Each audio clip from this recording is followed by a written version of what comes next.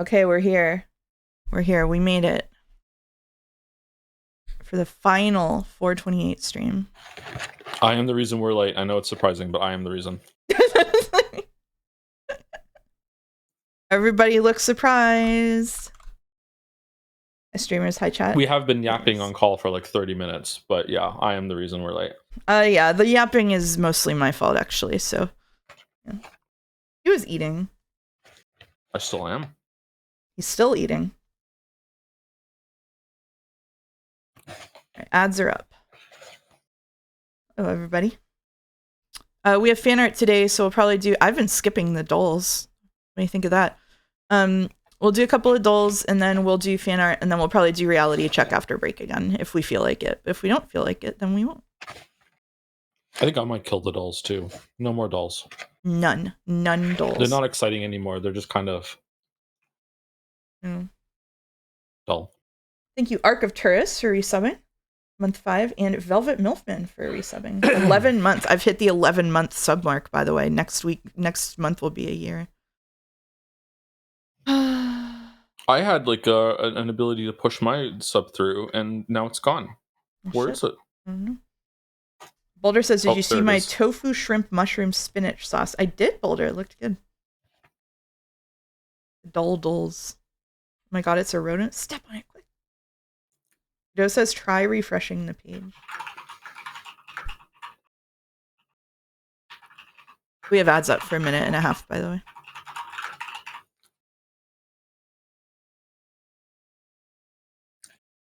Show my 11th month streak in the chat message. Oh. Thank you, Joe, for subbing for month 11. Oh my god. Hi, Miss Streamer. Is this parasocial yet? I think we've passed the parasocial Rubicon. It's just para? It's just para. It's just para. Okay. Missed a couple streams. Can you summarize what happened in Sekimea last time so I'm caught up? How much time do you have, chatter? I was surprised when I did the tier list how much I fondly remember the Sekimea streams. They were a good time. Like the Sekimea streams were so fun. City. Even Troya City was good.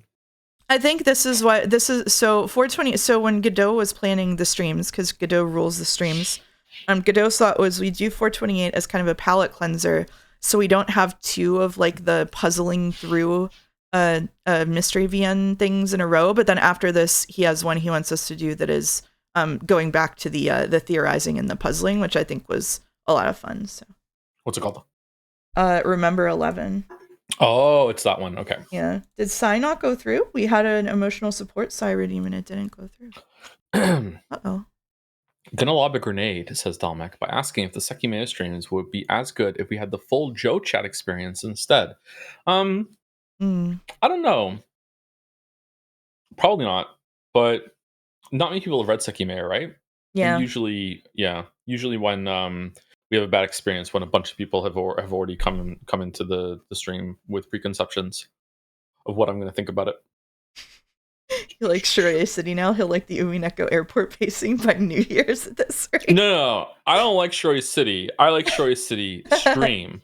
I don't think Shibuya City was a good time for the VN, but it was a good time on stream because we had several like very good crash outs. Yeah. The Fata Morgana category viewers will own you. Can I leak the survey results for the VN suggestions? I asked you to do it on Yeek, but you were already streaming yesterday. I was surprised. Sorry. I was like, oh, yeah, that's okay. Over 10% of the VN suggestions were for Fata Morgana from the survey. The clear winner, vast majority, clear winner. Fata Morgana. Thank you, Large Primate, for cheering 100 bits to say sorry, even though I told them not to do it.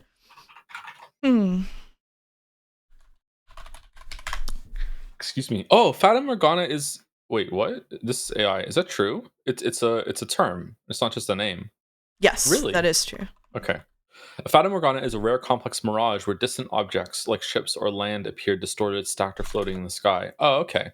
Have you ever been in a car in the summer and you look at the road ahead of you and it looks like there's like a reflective mirror somewhere ahead of you on the road, or like there's ice even though it's in the middle of summer? Yes. I wonder if that's a similar sort of thing. Yeah. Yeah, totally.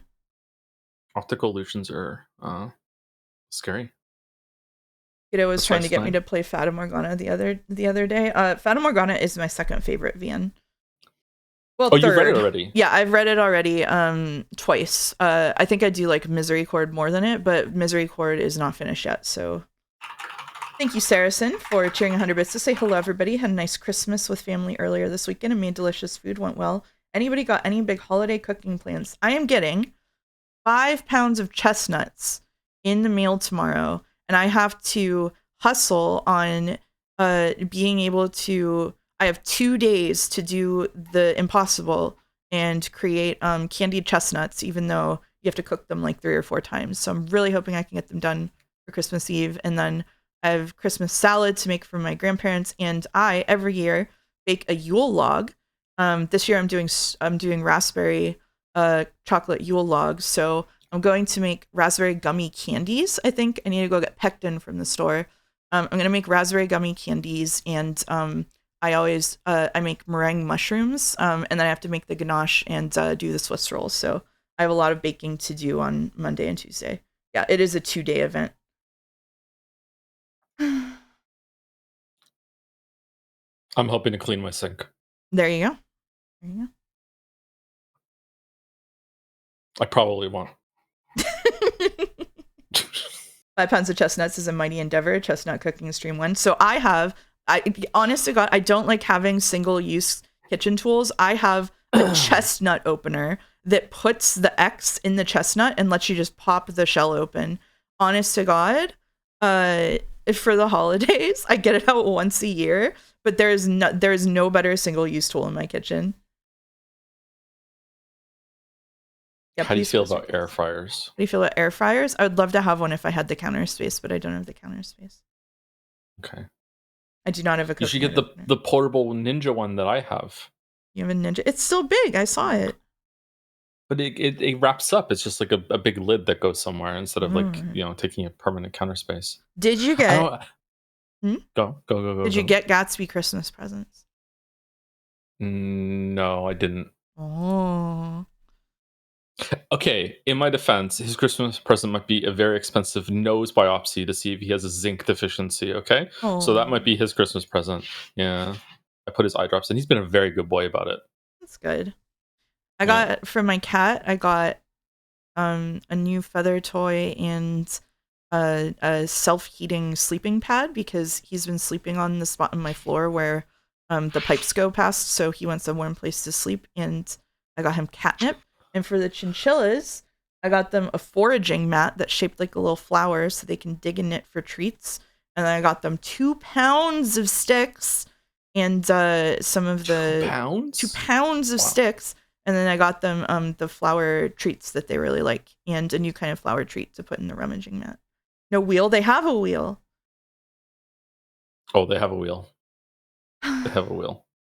When Gatsu's at the vet, one of the technicians to calm him down, so we could put the paper in his eye to see how his tear rates, how many fucking tears a minute does he make. That this was the measurement they were doing. Tear rates? Turns out, yeah, it's 15 on one eye, by the way, and 16 on the other one. So he's right on the borderline of being okay. 15 is the minimum that they look for. That's the tear rates. And he didn't like it because it's like having like a piece of paper like under your eyelid. So of course he didn't like it. And do you know that the technology that we have in 2025 for being able to keep a dog that weighs 125 pounds steady in order to put something in his eye, his one in there, is simply to get 3 people to just hold him down.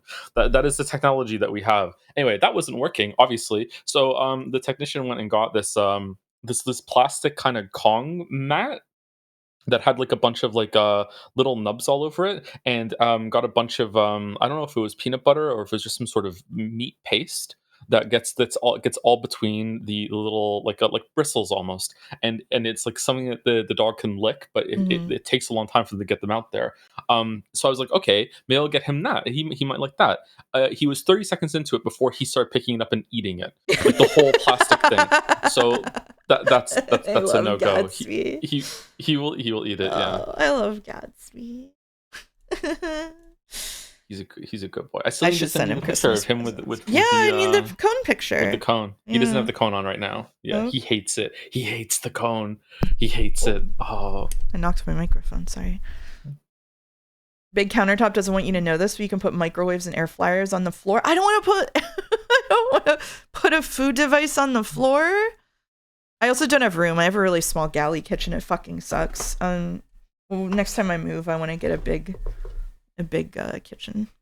Is your kitchen smaller than mine? My kitchen is smaller than yours. Really? My kitchen feels very cramped. My kitchen is I have a galley kitchen. It has about as much counter space as yours, but it doesn't even have, you know how your counter has like a bend in it? Yeah. I don't even have that. I have in order to hold all of my pots and pans, I had to mount like a thing on the wall that I could hang them off of hooks on. It sucks. Countertops. I did that at the house, and it lasted 4 years before it just fell off one day. Wow. I'm good at things. Mine has lasted 5, so no, you're better than me. That's good. I don't think I'm better than you, but maybe my walls are sturdier and I hit a stud. I got a stud finder, and after putting it on myself, I put it on the wall, and I found. Sorry, I legally have to make that joke every single time I talk about a stud finder. I found it on the wall, so I did put it into a stud, and it's still, I don't know, maybe I didn't do it right. I'm not sure. Right. Yeah. You want to put out your stream announcement, and we'll. Yeah, and I also have to go heat up my coffee, which I was supposed to do before, and I didn't do it. Yeah, okay. I'm sorry. Right. Yeah. That's okay.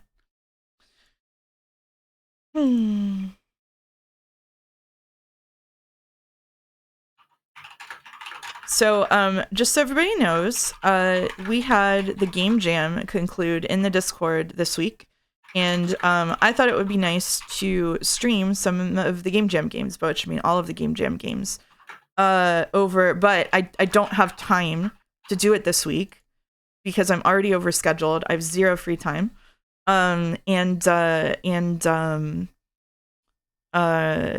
so we're gonna try to split the games between today and tomorrow. One team made a longish VN. By longish, I mean like an hour and a half long, maybe, of reading. That everybody's ranting and raving about. So we might do that one tonight and have a little extra VN on top of our VN, and then do the other ones tomorrow after Kingdom Hearts finale. Assuming I can get through the final area of Kingdom Hearts fairly quickly, which is a...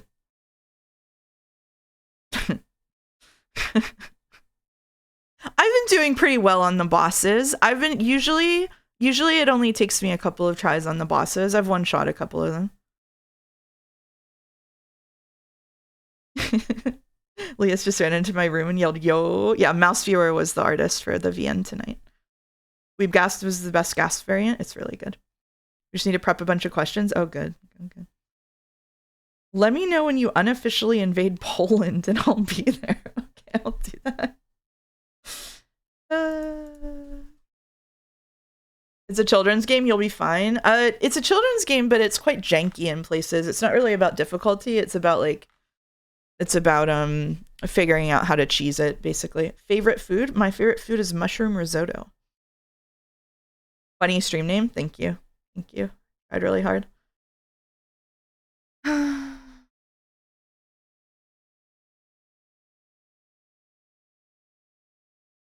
What risotto rice, though? I usually use arborio at home. But I have had... what's the kind that starts with a V? Oh, shit.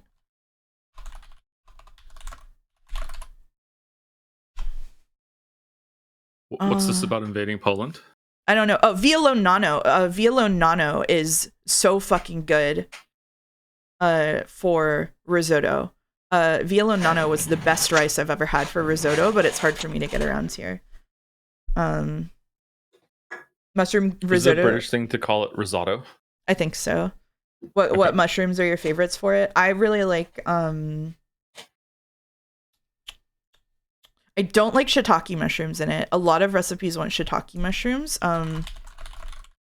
I really like some of like the shelfier mushrooms, like hen of the woods. I really like those. They have like kind of a milder, more earthy taste. I really like it. I prefer that to shiitake. And I also like to get some of the dehydrated mushrooms and rehydrate them and have a little of that in it. Do you have risotto I wish I opinions? was also a witch. What do you mean? You're doing mushroom-mancy. I don't know anything about mushrooms. You've never rehydrated a mushroom? No. Oh, something is dehydrated, you can soak it in water to rehydrate it. Worst food? Probably. I mean, I think the worst food is that people around here, especially in like the 70s and 80s, loved to make like Jello salad, which was like Jello with pretzels and grapes suspended in it. I think that's probably the worst food I can imagine.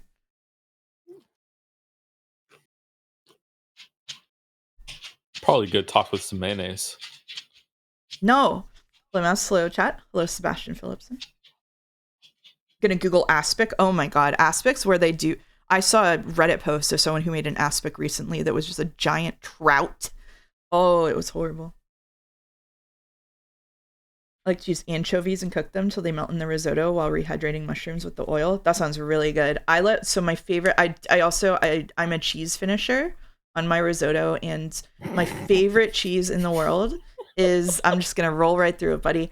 My favorite cheese in the world is Taleggio, and if you just have a little bit of Taleggio, like I did a risotto with Via Nano, and I finished it with Taleggio cheese, and it was really good. It was really good.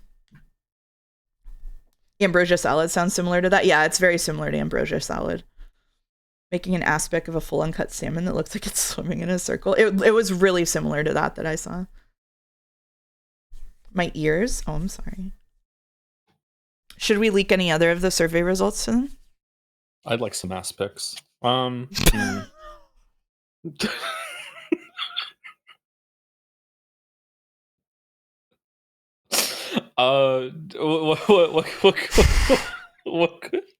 could we leak?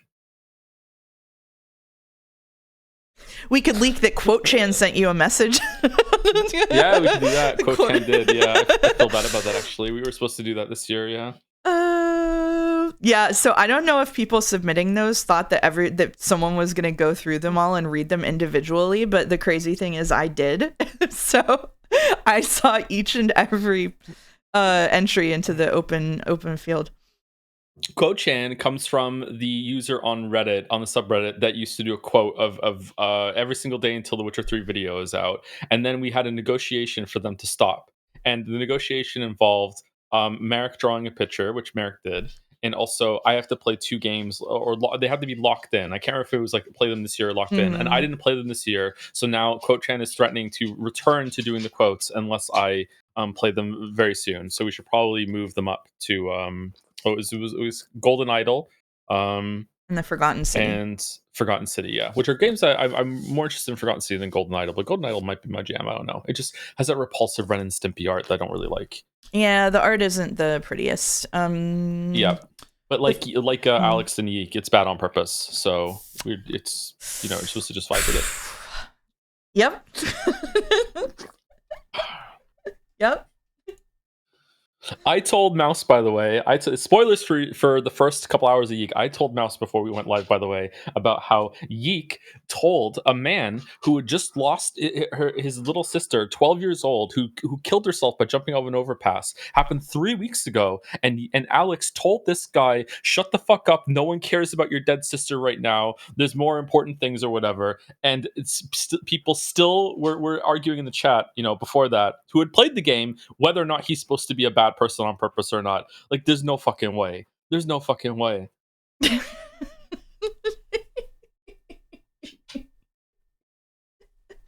Gatsby. I've gone into the Yeek chat multiple times. Oh, there's someone doom posting. It's like Umiden all over again. There's someone doom posting in there about how you're gonna drop it. There is a way I would drop it. I would drop it if I have to do like an entire stream of the combat. I might drop it. Yeah, an entire stream. I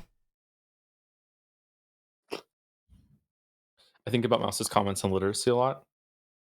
I think about how I said that it's a literary test about the end of Expedition 33.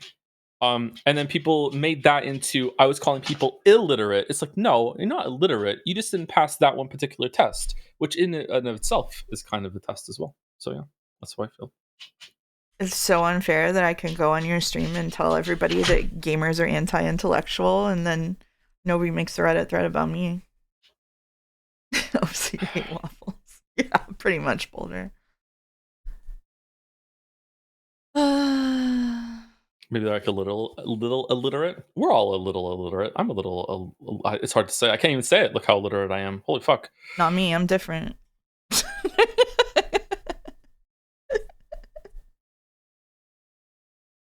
I want you to play a sexist game so I can say this game is sexist and I won't play it. I played Snatcher. Go watch Snatcher. No, it's Nexus to men. Nexus. Yeah. Nexus. Oh, sexist to men. Yeah. Oh, how do we play a game that's sexist to men? That's interesting. There's gotta be at least half a game. Like, yeah. Well, he didn't call them illiterate. That's the point. He said it was a literacy test. What's a game that's sexist to men? All the Men in Stray Gods or wet noodles or weirdos? Yeah.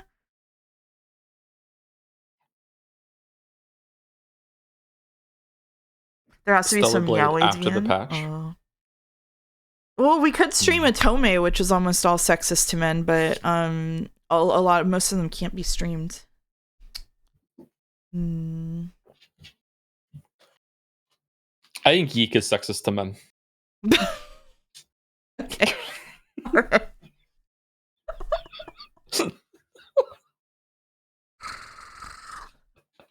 Okay. Yeek is sexist to men, and here's why. Guest starring H-Bomber guy. I'm gonna rope him into it. There we go. Jesus. Here we go.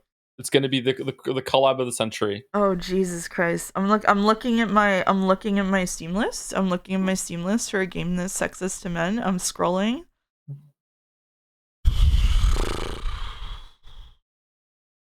Nope. Nope. Nope. Nope. Does it have to be only sexist to men? Some Christian games that enforce gender roles might be sexist to both. Maybe that's the best we're gonna get. Oh, yeah. Back to Consume Me. I'm just kidding. Consume Me is not a Christian game. I shouldn't joke about that. We had a long discussion about sexism during the Kingdom Hearts streams, which was miraculously not inspired by Kingdom Hearts, but a comment in chat. It was quite interesting. Similar to what you and I talked about KCD2. Oh yeah? Okay, that's interesting. Yeah. If we can't think of a game, I'm starting to realize what the subject of the next Mouse Chord Game Jam could be. Make a game sexist to men is the next Game Jam. I think that we didn't talk about very much, but I do think the conversation we had would make a really good essay topic, and that is comparing the approaches to women in Pentiment versus Kingdom Come Deliverance 2. Yeah, because they both have two totally different approaches, even though they're both trying. I would say Pentiment's trying maybe a little bit harder to be. No, is it trying to be more authentic than Kingdom Come Deliverance 2? I don't know. They're about equal, I would say. They're trying to be authentic to the time period. I think they're trying to be authentic in different ways. The KCD2 is very is very like focused on the things it's trying to be authentic about, like stuff like and there's also like both authenticity and immersion. Like Kingdom Come Deliverance 2 is trying to be more immersive in terms of like the armor and stuff. Sorry to interrupt, but do you agree that a lot of people in chat were getting those mixed up during those streams? Because I feel like that was just the same word to a bunch of people in chat. I'm like, yeah, okay. Yeah, absolutely. It's like hiring that one Captain America fan artist from Mouse Chord Game Jam. Oh my god. We brought up Pentiment as a really good example of it, because what I was trying to articulate and maybe partially succeeded at is that there's like a basic level of humanity that everybody in Pentiment gets treated with equally. and the medieval guys in Kingdom Come talk like those demons from the Has-Been Hotel. Like, that's crazy. There's like a basic level of humanity that everybody in Pentiment is treated with, right? Like where Yes. like with the women, like you get the scenes of them with their like where they have like the festival every year where they spin the yarn and then they explain how that works, and you get like all the attention to the nuns and their stories, and that doesn't really feel like smaller or diminished by the main plot of the story or like what's going on with everybody else. It just feels like everybody is getting an equal amount of attention paid to what's going on with them internally, basically. Yeah. And it doesn't even need to be. We were puzzling through like it doesn't even need, like, you can have a game where it's mostly about men and the activities of men, but like when a woman is on screen, you can be treating her with basic humanity in a way that a lot of media doesn't. So I would say that to me, it's very telling that I can't remember his name, the Miller character in Pentiment, who I only had one hunting scene interaction with in the whole entire game, felt to me to have a much more realized, rich, implied life in that village. With like, I really felt like he existed. Lenhart, yeah, Lenhart. I felt like he existed more than any other character in Kingdom Hearts Deliverance 2 that I've encountered so far, except for maybe Henry, and even that I haven't even played the first game. I feel like what the difference between approaches and characters between Pentiment and Kingdom Hearts Deliverance 2 is that Kingdom Hearts Deliverance 2 assumes that every single character had some bullshit, boring peasant life until you showed up, and they just did whatever until they showed up, and here's the story that they're doing right now. Whereas in Pentiment, they really tried to with pretty much every single character be like, okay, what was their life up until this point? How did they overlap with the different families in the village? Like, how would they actually talk about this sort of thing? And that's so much work. It's so much work, but it really shines through with like some of the aside comments that you might not even understand until like your third playthrough, where you're like, oh, I understand those two families know each other and they have like a feud going on, and maybe they married in like a couple generations, but like that sort of thing. Whereas Kingdom Hearts Deliverance 2 doesn't have that, but it shouldn't be expected to, because the scope is much larger. But yeah, I think they took that to too much of an extreme with the women characters, especially in Kingdom Hearts Deliverance 2. Yeah, absolutely. And yeah, it is different if you have a big open world where you're going to multiple places. Like, obviously, it's really hard to have that kind of relation building if you have like multiple settings, as opposed to like laser focused on a single town and their relationship with a monastery, and you have like a limited cast. But I don't know. Like, sorry to go back to The Witcher 3, but sorry to go back to The Witcher 3, but in that place you have a bunch of different locations, but even in those different locations you get a really good sense of what at least a number of the people in those places have to do with each other, and like their relationships, and their relationships with Geralt if they met him before. And so it just feels really I don't know, feels similar. Oh, is Witcher 2 the same way? Maybe Witcher 2 is the same problem with women that Kingdom Hearts Deliverance 2 does. I would say more so. Yeah.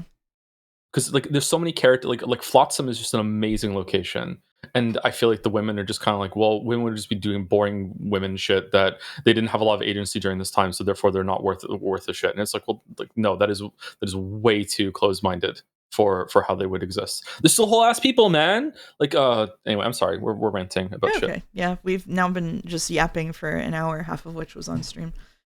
Yeah. I'd love to see a KCD2 level environmental art effort put toward a game that takes place in a single location. Yeah, that would be really cool. Be really nice. I guess we should. Are we doing dolls first or fan art? Do we want to do dolls? Do we want to skip them? Do we want to heretically skip the dolls? We could just do fan art now, and then do the reality check after the break. And then that could be it. Will your chat riot if we skip the dolls, or are they fan of it, or are they sick of them too? I don't know. Chat, how do we feel about dolls? They didn't seem to mind when I skipped them the last 2 days, but no, we don't do that. My chat tends not to riot, yeah. I was watching Joe's Witcher 3 video with my sister, and every time there was a stream meme in it, I realized how impenetrable that would be for her. Okay, did she understand that there was a joke that was going on, or a meme that she didn't was that she wasn't privy to, though, or was it just words to her? Because my attempt, whenever I do that sort of thing, is that it's only a joke if you know it's a joke, and if you don't know it's a joke, it just sounds like the script is continuing. And I don't always do that very well, but that is what I try to do. Sometimes I do go out my way to make it a joke, though. Mm. Excuse me, I'm coughing a lot. Yeah, that one is interesting, but a bit long. Yeah, maybe that one's run its course too. I don't know.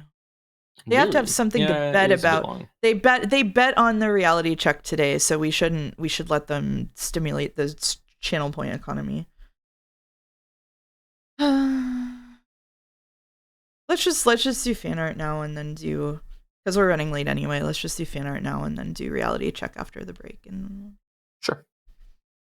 It's the new year. She's getting listless and wanting to change it up. Fortunately, Nasu is here. Oh god.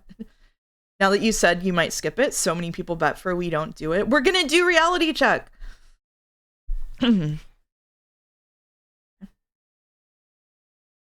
Don't incentive the gambling. You should reward abstainers. Are we gonna do reality check? You said a couple times now. We're gonna do reality check. Are we gonna do Yeek 1.5? Is that gonna happen? Like, what are we doing? Okay, I'm gonna share my screen with you before I share it with chat because I'm really nice like that.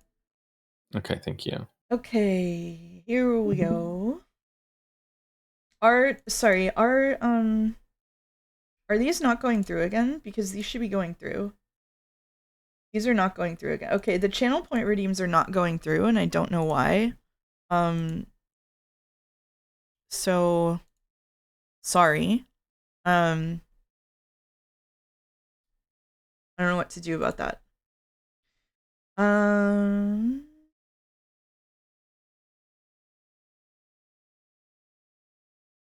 There we go. Welcome to fan art. We have 7 fan art. Here we go. You can see it, right, Joe? Mm-hmm. You see it, right, chat? You can see it. Joe? Joe? What do you want me to call you? Joe?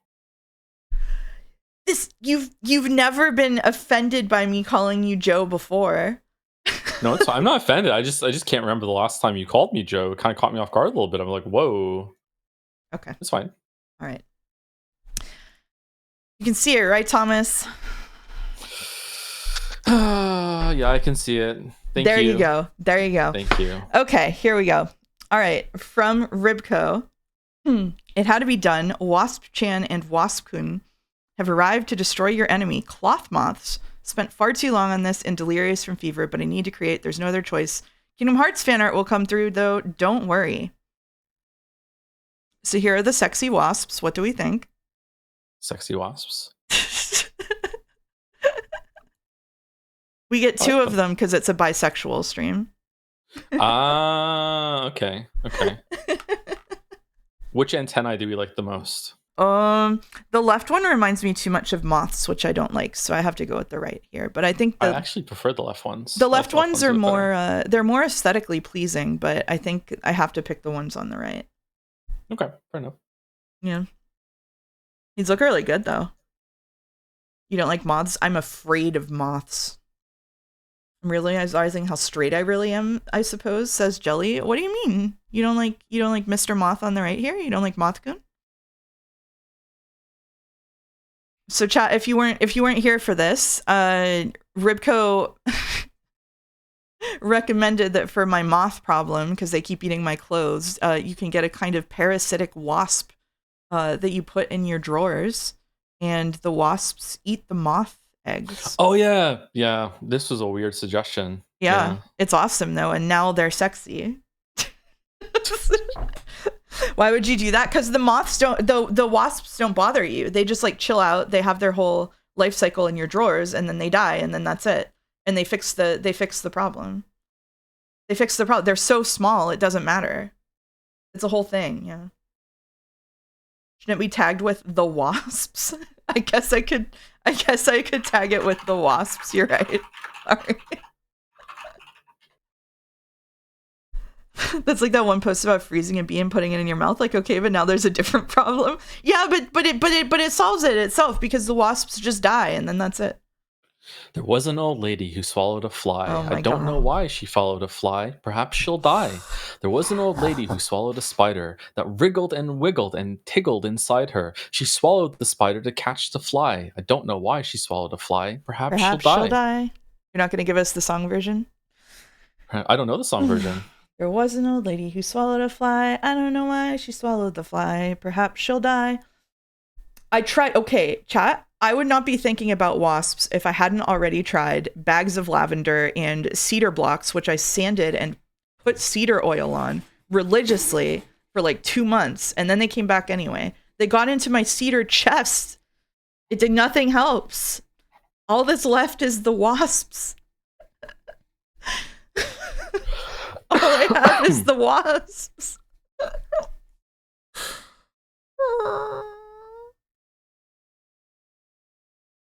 Have you tried gunpowder? No, where am I gonna get gunpowder?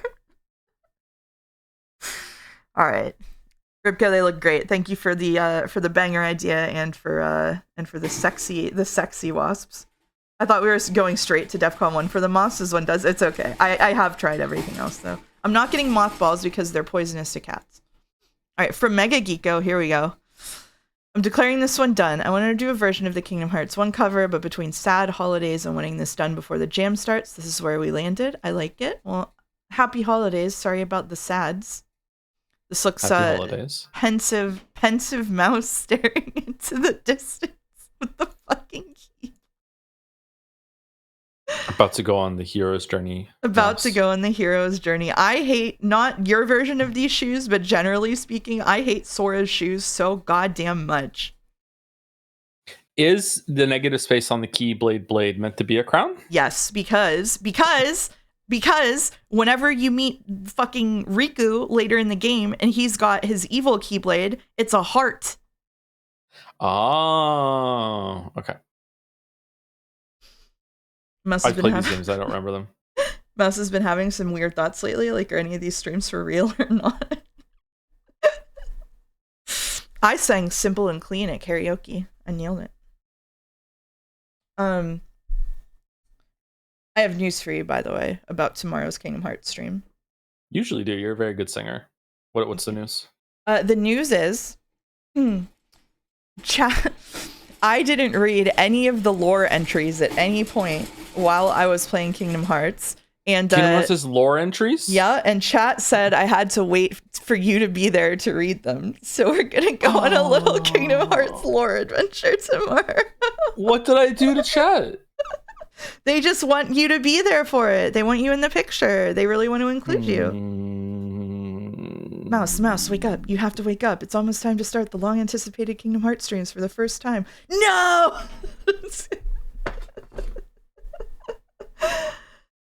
You said Alex is bad on purpose? Oh, you're getting punished for Yeek. You're getting punished for Yeek in Expedition 33. They're putting you in purgatory for calling chat illiterate. Yeeking out. Yeah. Yeeking out. You're yeeking out over there. Thank you, Mega Geeko. Next, we have from Ribco again. I added a must-needed cloak for peak villainy. Oh, the chinchilla sidekicks. Oh, I love this. Yeah, this is really cool. I love the ear is so strong. This reminds me of the mouse game that you streamed to me the demo of by the Shovel Knight people. I think was it? Oh, Mina the Hollower. Yeah, it does have Mina the Hollower vibes. Yeah, for sure. Yeah. Looks really cool. I love a good cloak. I've always said that cloaks should be socially acceptable. We need to be able to wear cloaks. No capes. It's like there was a wing-shaped ear attachment there in the past and it was removed. It's so stylish. It could be. Did you guys hear about how that company is in rough shape financially? Which company? I don't know if I don't remember if we said a company. Yacht Club? Oh. That sucks. I did hear that. Oh yeah, I did see that. Yeah, I did see that. Yeah, that sucks. It sounded it was interesting. It sounded like like as someone who works in the games industry, I've seen a lot of these situations where like somebody got put in charge of a project and it was like biting off more than they could chew and they had to get swapped around. It was interesting to see them being so candid about it. Because it was like some guy got put in charge of Shovel Knight 2 and then he was just underwater, like he didn't really know how to manage it. And they swapped him off, I think. Something like that. Have they made another game since Shovel Knight? I didn't they make one? I think it said they made one. I don't remember. Didn't they make yeah, a spin-offs. like a Ninja Gaiden sort of game? Or am I thinking of someone else? Jump King? I don't think they made Jump King, although I see why you thought they made Jump King. It's the same kind of style. Is this mouse-ified Gundam Tanaka? You take that back. What's the company that made some retro games that followed up their game with like a Ninja Gaiden sort of game? What the fuck was that? It wasn't The Messenger, no. Sure. It was Blasphemous. Devs. Was it? I'm thinking something else then. I don't know what I'm thinking of. I don't know. I don't know. I still need to play Last of Us 2. So I liked to stream the first one. Well, thank you, Ribco, for a very powerful villain mouse.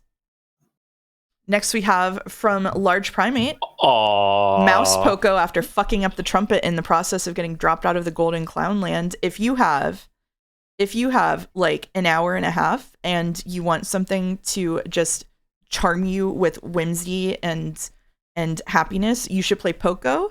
This is for Joe and everybody in chat. It is free on Steam. It is like a student game, and it is like probably one of the best games I played this year. It is so good. It's just this cute little adventure game, and you play Poco the Clown. Oh my god, I didn't know I was getting put up here. Everything that goes in the Fanart channel goes up here. I didn't know that's how it worked. It's in the pinned comments. No. Think that's where your mouse is ascended at the end, right? Poco does ascend, but the mouse that ascended at the end is Spirit in the mouse, actually. I would download it, gonna play it soon. It's really cute. The art style is so cute. The music is astoundingly good. It's got a cute, like, tight little story.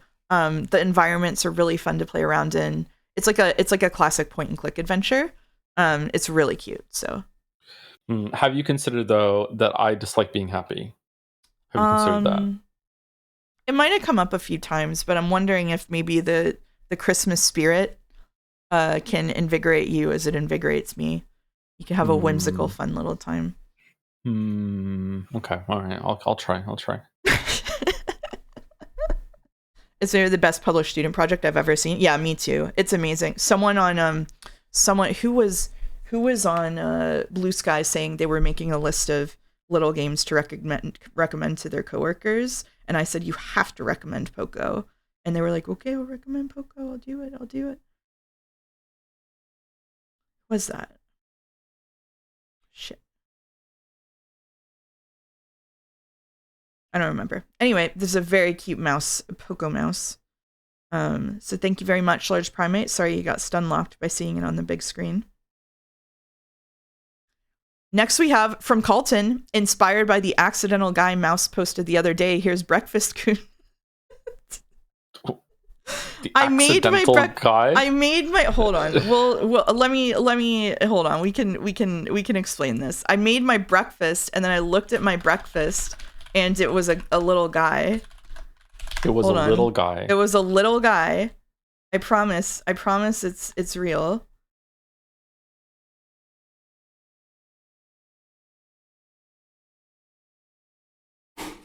Look, it's a little guy. Okay, it is a little guy. You're right.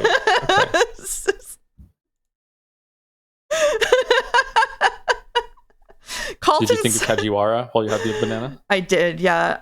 Colton says it looks like I pressed the randomizer button on breakfast 3 times, but I feel like eggs, a carb, and a piece of fruit is like the most normal breakfast you can have.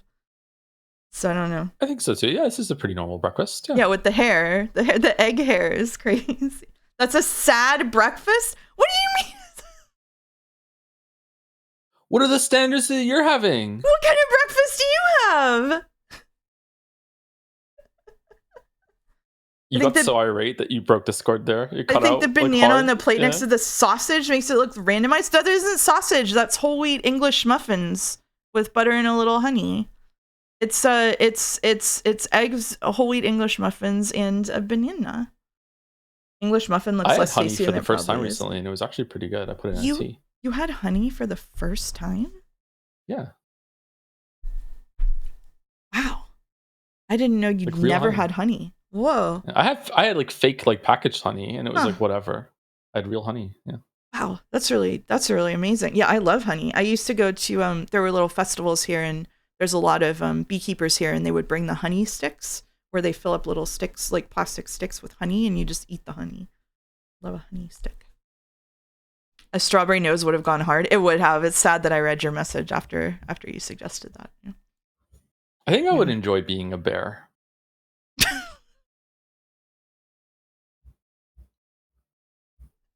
Well, you gotta get back to the gym. No, not like fucking no.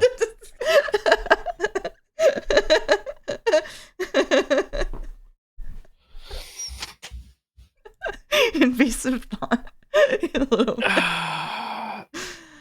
He's so polite. Look at Breakfast Skin. He's so polite. He has a little flower bouquet. Joey, even I know that one. I thought bears didn't even go to the gym. I thought bear meant something else. Okay, all right, my bad. Why do you think you would enjoy being a bear? Just wander around the forest, have some honey. No one fucks with you because you're like the apex of the area. Like no one really eats bears. Women would be less frightened of you. Yeah, I think especially if there's a man next to them. I also think they sleep well. I'd like to sleep well. Yeah, like it would be good. Yeah, comfy bear life. Yeah. He wants to scratch his butt against a tree. Probably more pleasant as a bear than not. Exactly. Yeah. You get a really good brand of toilet paper. Like it's good. Yeah. Chat makes a good point. You would have to eat berries off the bush probably. If you were a bear. But I'm a bear, so I can take that. I'm fine. Yeah, I think so. You would have the worst minigame in Kingdom Hearts. That's true. I told Joe about the 100-acre woods incident. I did. Yeah, I'm sorry. Yeah, you showed the clip. It was a perfect clip. You were tempting fate with that clip. I was. Yeah. Did you redo it yet? No, not yet. That's a tomorrow problem. Oh, man. You'd always be harassed by horseflies, but I'm a bear. I'm not a horse. Thank you, Colton. Now from Iska, the magic of cutscene part ? E-Mouse, which I guess is Emo Mouse or Evil Mouse, perhaps Riku. It's too late, Mouse. I'm about to start my evil arc. Steals the Keyblade. Yoink. Goofy back here saying friendship is so cool. Do you want to let them hear your Goofy voice? Gorge, friendship is so cool. Thank you very much. Donald says yay for friendship. We've got a Gorge here. A quack. Hey, there's little Joe saying... As a child, this part really pissed me off. Little Joe is here to say... Little Joe's here with the point. Enry, sword. I'm Kingdom Hearts now. I'm Kingdom Hearts, Enry. Why do people like that bit so much? It's such a stupid fucking bit. It's funny. I am the key holder now. And then Goofy and Donald go, friendship with Mouse is over. Now E-Mouse is my best friend. Dingo and Donald. I was so fucking mad at Donald Duck in this moment. I don't know, you don't remember Kingdom Hearts, but there's a moment where, Kingdom Hearts spoilers, cover your ears. There's a moment where evil Riku or whatever appears and yoinks the Keyblade from Sora, and fucking Donald goes, this did piss me off as a child. I remember. We followed the Keyblade, so sorry, Sora, bye. After the whole game up until that point is about the power of friendship, and the whole reason that Riku is mad in the first place is because he's throwing a baby tantrum because Sora found a second friend group. Instead of just all working together or whatever, Donald's immediately like, okay, fucking bye.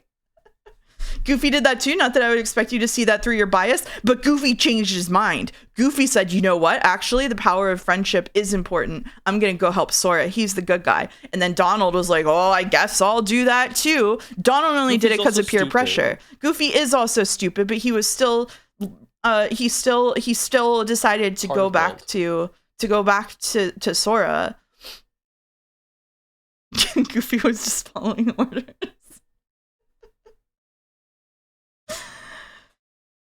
Goofy's like Gatsby, he would eat the plastic, probably. Anyway, Donald fucking sucks. I hate Donald. I hate Donald Duck. I take him out of my party at every opportunity, but then for no fucking reason, you have to have all three of them to do the Trinity thing, which doesn't even make sense since Donald's a little duck traitor. Everyone hates Donald Duck. Not everyone. August fucking loves Donald Duck. Every time, really? Yeah, every time I say shit about Donald Duck, August is in chat being a little defender. Hold on. You still prefer Goofy over Donald, though, right? I don't know if August is here. He's traveling for family stuff. Yeah. Not here to defend his thesis. Yeah. You'll have to demand answers on your stream. The seed has been planted now. I'm going to activate like a sleeper agent the next time I see August's name in my chat. I'm going to be like, hold on. Is it true? You're a Donald Duck defender. Oh. Anyway, thank you, Iska. This is awesome. This is Iska's first fan art entry. We've had a couple of firsts today. Thank you, Iska. And thank you, Large Priming. Finally,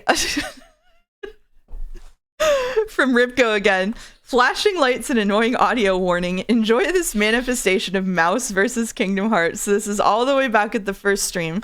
If you didn't come to the first Kingdom Hearts stream, I had to quit without beating Trickmaster in Alice in Wonderland because I was getting so motion sick. But also, during the Trickmaster fight, I got so fucking mad at the low health sound in Kingdom Hearts that I turned the sound effects all the way off. It is the only time I have done that in any video game ever because the sound effect is so fucking annoying. Wow. And they decided to memorialize this moment. So here we go.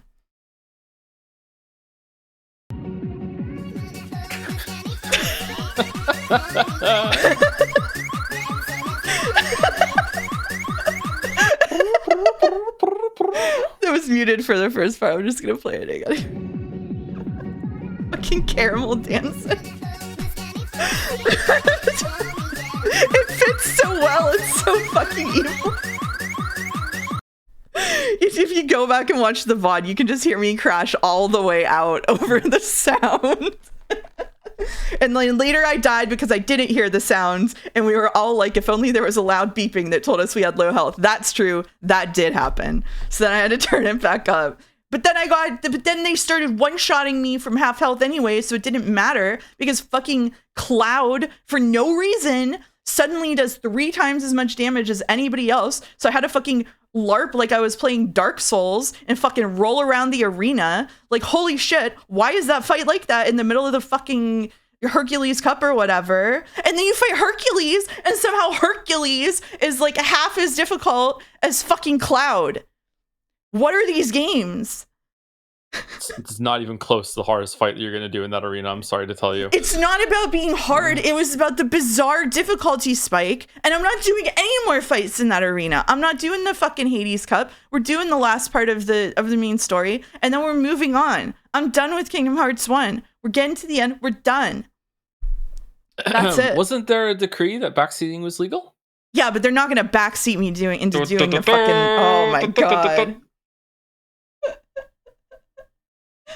So in other words, Sumari, Kingdom Hearts made Mouse feel emotions. Yes, if the emotions are rage and despair, it did.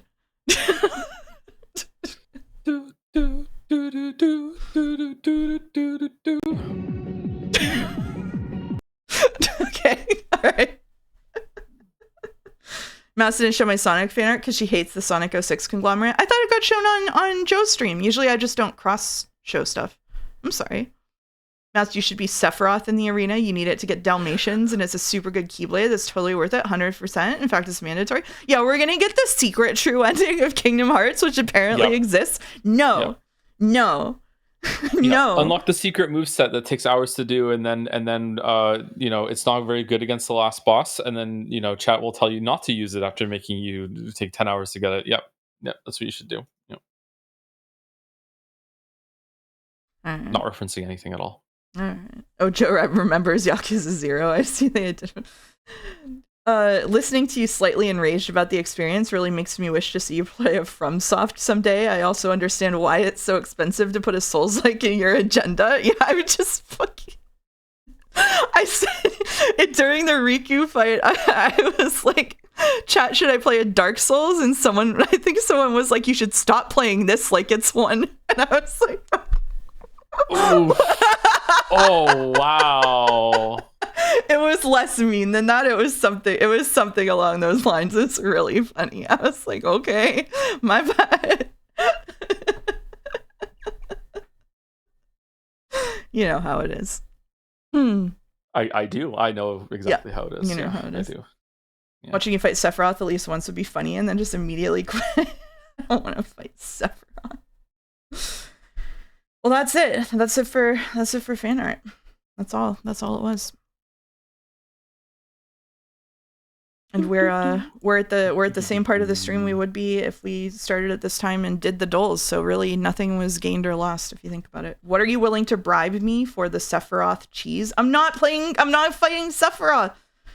Oh my god. Anyway, we're here for cheese. We're here. Cheese. What's your favorite cheese? What's your favorite kind of cheese? Really? We're going to do this? Yeah. Okay. Cheddar and mozzarella mixed together in a marble. That's it. That's my favorite cheese. I don't think I knew that. Why are you laughing? It's great cheese. I've never heard of that. You never heard of marbled cheese? I have heard of marbled cheese, but I've never heard of that specific combination. Oh, maybe I'm assuming that it's cheddar and mozzarella. Maybe it's different. It's just marbled cheese. Marbled cheese is my favorite. I also like Gouda. I like Havarti. I don't have it very often. Usually only around Christmas, actually. What's the other one that I like too? Cheddar's all right. Cheddar's not my favorite. I prefer mozzarella over cheddar. Have you ever had fresh mozzarella? I've never had fresh mozzarella. No.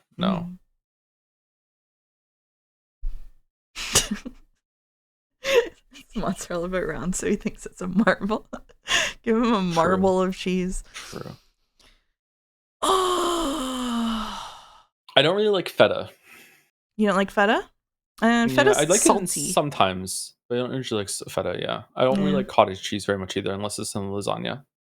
Since Joe is going to be on stream on a weekday, does that mean Joe also gets a PNG tuber like your brother did, or is the setup like on Sundays with no PNG avatars?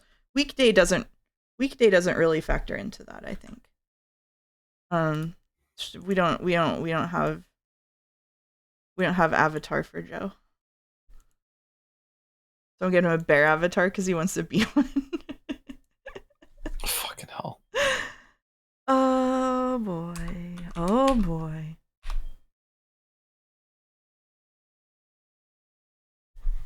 Listening to Joe list his favorite cheeses while being a Frenchie, enjoying a lot of them, is like listening to a child listing nuggets as the most gastronomic meal he could think of. Oh, it's not that bad. They just love making fun of how I was abused as a child. They just love it. They love making fun of it. Every single time. They just love it. Oh my goodness. It's catnip. That's what they just go for it. It's catnip. Oh. Catnip is one of my favorite jokes. I don't pull it out very often. It's a good one. It's a good one for sure. It's a good one. Yeah. Oh, I shouldn't. Oh, do you have the game on? Oh shit. I do have the game on. Yeah. We have to put the game on at some point. Kanan's dead stare is selling this. It is, yeah. Abstraction games. How do we get to... So, Godot said with witnesses that we should do the white bookmark story first, and then do the black bookmark story. What do you mean Godot said it with witnesses? I don't know. We were talking, and he said there are multiple witnesses here. I read the title Okay. wrong and thought we were doing Scramble this whole time. So we're gonna go Suzune first instead of Kanan? I don't remember how we get to the right side stories. Is it we do tab for bonus? You're already on them? Which one do we do, Godot? Is it Suzune before Kanan? Is that the right thing? I'm gonna head out, but have fun and good luck. You have all the pieces. You can Shibuya the Scramble. Thank you, Yasuhira. This is a bad idea to tune in if you haven't seen a single Shibuya Scramble stream yet. This is a bad one. We already finished it, now we're in some post-game side content that's probably going to reference the ending. Yeah, this is the worst time to be here for it. Especially Suzune's one is probably going to reference the ending. Behind you, mouse. I'm surprised that the heart thing was left unresolved. Maybe this is what it's going to be. Yeah, maybe this is what it's about. Yeah. This is quite odd looking. This is my first scramble. This isn't the stream to start tuning in. Suzune before you? Okay, I desperately need some water before we start. Yeah. Be right back. Go ahead. Oh, I'm sorry, Gatsby. I got some. Oh, you were there.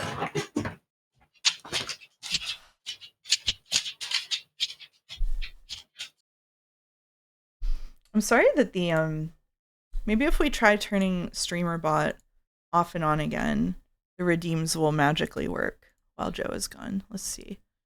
Here we go. Mouse. Streamer bot. Skitter, skitter. Oh, I'm sorry. I'll leave Sai. I mean, if you don't think you're ever gonna watch any of the other streams, then it's okay to be here. But this is post game, so you can spoil yourself on things. But it's post game. Sorry, 1 second. I'm gonna see if I can fix my my connection on my streamer bot for my redeems. Let's see. Nope. Broken. All broken. It's all useless. Well, I guess don't redeem things today. Let me go turn redeems off so people can't do it and waste their stream points.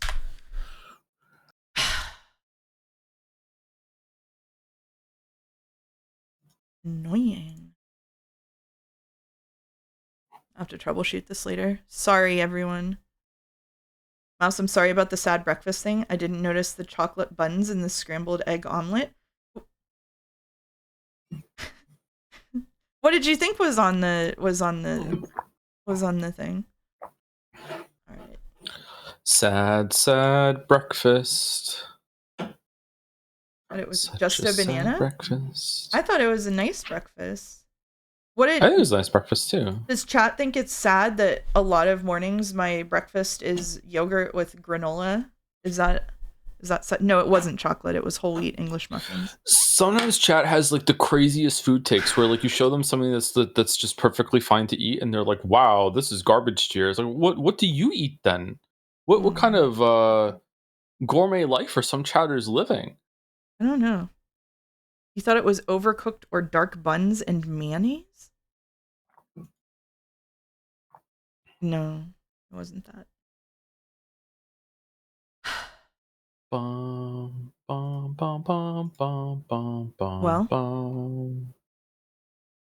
are we ready to do what we came here for? I'm ready. Are you ready? I'm ready. Do you wanna read or you want me to read? Ready or not? Oh, did you already hit Suzune? I did hit Suzune. Yeah. Oh, they hit her with the leaf blower. Holy shit. Okay. It was almost 1 o'clock. Which means Joe have to be on stream soon. Takuya Kazuma?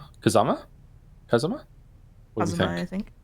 Kazuma watched the orderly collect his meal tray, waiting for the door to fully close behind him before slipping out of bed. He dragged the folding chair closer to the window and sat down. Oh, I thought we were going to be Suzune. Okay. Then he meticulously scanned the entire length of the vast central courtyard outside. From up here on the second floor, he had a great view of the whole open space. The hospital building was shaped like a boxy U, enclosing a promenade that wove its way between the trees, where pajama-clad patients and visitors from their families were enjoying the first day of sunshine to come along in a while. This is hell to me, by the way. I would hate being stuck in a hospital. Absolute hell. It was not pleasant when I did it. I am luckily, I've never been hospitalized. Never had like a really big serious medical issue. That's why I'm due. So yeah, I'm very lucky. Not yet. She still isn't here. Sorry. Oh, you weren't here when I explained the Dr. House episode that was the resolution to my health problems. I'll have to tell you about it another time. Oh, you should. Mm. I love House. I seem to be doing okay today. If she does show up in the courtyard, I'll sneak out for a walk myself. And then I'll make sure I go and talk to her. Oh. It was not lupus. Hey, what's your name? No, I can't just up and ask her like that. Maybe I should tell her my name first. I'm Takuya. Takuya. Who are you? Or is it silly to tell her what my name is when she hasn't even asked? So, what's wrong with you? No, she's been here at least as long as I have. Whatever it is, can't be anything small. So, yeah, no way I can open up with that. That comes later, much later. Nice weather we're having. Nah, what am I, 90 years old? I need to say something hip. Come out here all the time, huh? No, that's terrible. I might as well say, I've been watching you. She'll think I'm a stalker. Are you from Brazil? In the midst of his internal debate, Takuya happened to cast his gaze back out into the courtyard, and there she was, standing right under his window. She wore a white cardigan over her pajamas, standing with her head tilted back and her eyes closed, basking in the light of the sun. The angle finally gave him a good look at her face. The wind caught her evenly cropped bangs, blowing them back to expose the delicate curve of her forehead. She looked deeply happy as she stood, breathing, a gentle smile across her face.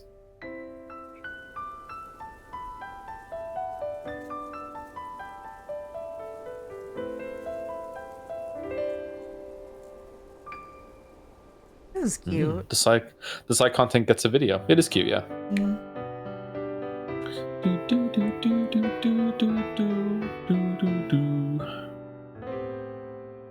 Heartbeat of spring. Okay. Sorry, but the way that they did like a little bit of the story and then brought in the title card reminded me of like gotcha events. Oh shit.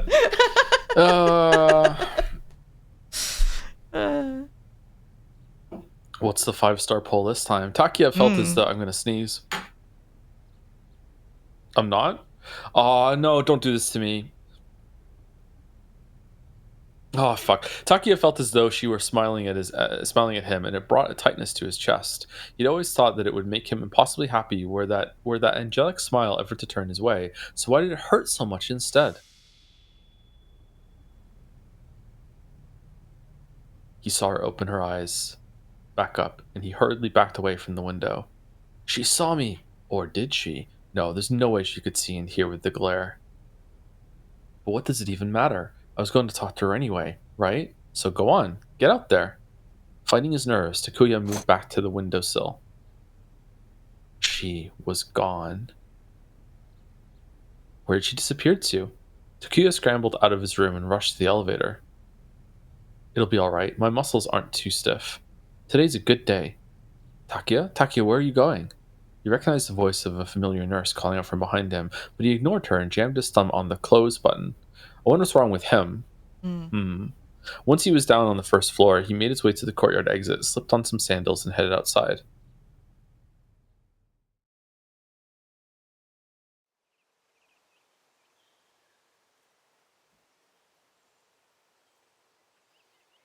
He pretended to be out for a walk as he wandered in search of the girl, but went the length of the courtyard and back to the spot under his window without finding her. That's odd. Usually she stays out here a lot longer. He has been stalking her. Mm-hmm. You look a little pale. Are you all right? Asked a voice. Oh. Huh? Oh? It's her! He turned and saw the girl sitting on a nearby bench. Takuya took half a step back in surprise. Somehow he missed her in the shadow of the trees. I'm sorry, she said. Did I startle you? No, not really. You look like you're in pain. Should I go get a doctor? She was right. He wasn't used to so much walking. I'll be alright. I just need to rest for a bit, he said. Relieved, he managed to answer. Lately, his words hadn't been coming out all that well. The girl stood up and reached a hand out to him, but Takuya couldn't bring himself to take it. Instead, he simply sat down on the bench. Not too close to her, but not too far away either. Oh my god, they're just like Shibuya. That's cute. 100 years after this bench, his heart had suddenly begun pounding, but he couldn't tell if it was because of his exhaustion or because he was so close to her. No, it's not seeing relationships because they're sitting on a bench together, Godot. So you're the boy from that room up there, right? She pointed to his window on the second floor, and Takuya had to stifle a gasp. A little earlier, we made eye contact, didn't we? Did we? Takuya mumbled, averting his gaze. I was just spacing out. I didn't notice. I've seen you up there from time to time. You look lonely. Are you not able to leave your room much? She didn't notice that I'm always looking at her. Good. Yeah, I get tired real easy. I see. I'm not able to get very much exercise myself, but they told me that when I'm feeling well enough for it, I should get up and walk around a bit so my leg muscles don't get weak. You have a problem with your legs? No, with my heart. And they say the legs are like a second heart. They play an important part in blood circulation. So True. If my leg muscles get too weak, it's bad for my health. You know how when a racehorse breaks a leg, it winds up dying? I guess it's sort of like that. So it's Usumusumi Gacha that we're doing. Oh. Her tone was cheerful enough, as if she talked about this all the time, but the thought filled Takuya with sadness. So, he began. Yeah? Do you mind if I ask you your name? As he fumbled the words out, the girl broke into a beaming smile, that wonderful smile, the one that until now he had only seen from afar so many, many times. Suzune Endo. The Suzune is written with the characters for bell and sound, so like the chiming of bells. Suzune, the chiming of bells. It was a name that suited her soothing voice perfectly. Suzune Endo, Suzune Endo. Takuya repeated the name to himself over and over. What's your name? Takuya Kazama, fuck. Takuya Kazuma, huh? That's a Not pretty even cool the name. Can't pronounce anything. See? A little illiterate. I guess it means tough guy or something. Not that I live up to that. The truth is that Takuya was always embarrassed to tell strangers his name. I don't know about that. You seem pretty cool to me, Takuya. So, how old are you? Takuya's heart sank. Only kids had to be told they were cool. I'm 14. What about you, Suzune? From afar, he hadn't realized how tall she was, taller than him and probably older. I'm 17. You thought the difference would be less. 3 whole years apart? Takuya's heart sank further. Now she seemed even more unattainable. I thought she was younger than that. As he tried to think of a way to nonchalantly ask Suzune where her room was, he heard the slap of sandals approaching. Achi talks about her like she's way younger. Suzune! A boy came running up. He was young, maybe in 1st grade or so. Hi, Ken. Long time no see. This your brother? Takuya asked. No, he's in the room next to mine. Who's this? The boy clung possessively to Suzune's knee as he peered at Takuya. This is Takuya Kazuma. He's a patient like us. Huh. Oh. Oh. Hey, I got some candy. Want to eat it? The boy tugged on Suzune's hand. Oh, yeah? All right then, Takuya. I'll see you later. Yeah, later. Oh. Later? Later when? Am I actually going to get to see her again? As Takuya watched the young boy drag Suzune back inside, he felt a bitter surge of resentment. He thought that finally getting the chance to talk to her would make him feel a lot better, but instead he felt worse than he had back when all he could do was stare at her through the window. The sunlit garden suddenly struck him as cold and desolate, so he trudged back inside, his muscles faintly shuddering with each step. I can't see the word desolate without thinking of Desolus from World of Warcraft. I remember that place. Good zone. It was a good zone. Yeah. Yep. He made his way back toward the elevator to find the head nurse waiting in the corridor, glaring at him. He kept his head down and tried to slip on past her, but she snapped at him as he drew near. What were you talking about with Miss Endo? Huh? Takuya blushed at the idea that she'd been watching them, but he soon realized she was being serious. You shouldn't get too close to that girl. Are we doing the mean nurse trope? I guess Why so. not? He asked. She may not look it, but she's seriously ill. Neither of you has the ability to fend off a major infection, and we certainly don't want you to go catching anything. The nurse looked away as she spoke, rattling off the words. But they let her go outside like that, right?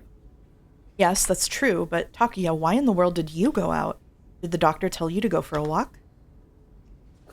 No, but I thought that since I was feeling pretty well and all. You expect me to believe that? You're shaking. Come on, let's get you back to bed. All right, maybe she has a point. Maybe it's not mean nurse. Maybe it's Yeah. responsible nurse. The nurse ushered Takuya back into the elevator and escorted him back to his room. He was actually quite exhausted, and so he quietly got back into bed. Nurse? Takuya called out to her as she was leaving. Yes? Suzune, Miss Endo, I mean, she's got a bad heart, doesn't she? Did she tell you that? For whatever reason, the head nurse seemed quite shocked that Suzune had shared this information. Yeah. What is she sick with? It's something very serious. That's why you ought to leave her alone. But she's going to get better, right? Takuya regretted the question the instant he asked it. The nurse's grim expression was answer enough. A sweet and cheerful girl like that had an incurable illness? For a while, Takuya couldn't even believe it. After the nurse had left, he stared at the closed door in a daze. I'm real glad my medical tests turned out the way they did before reading this. This could have been really bad.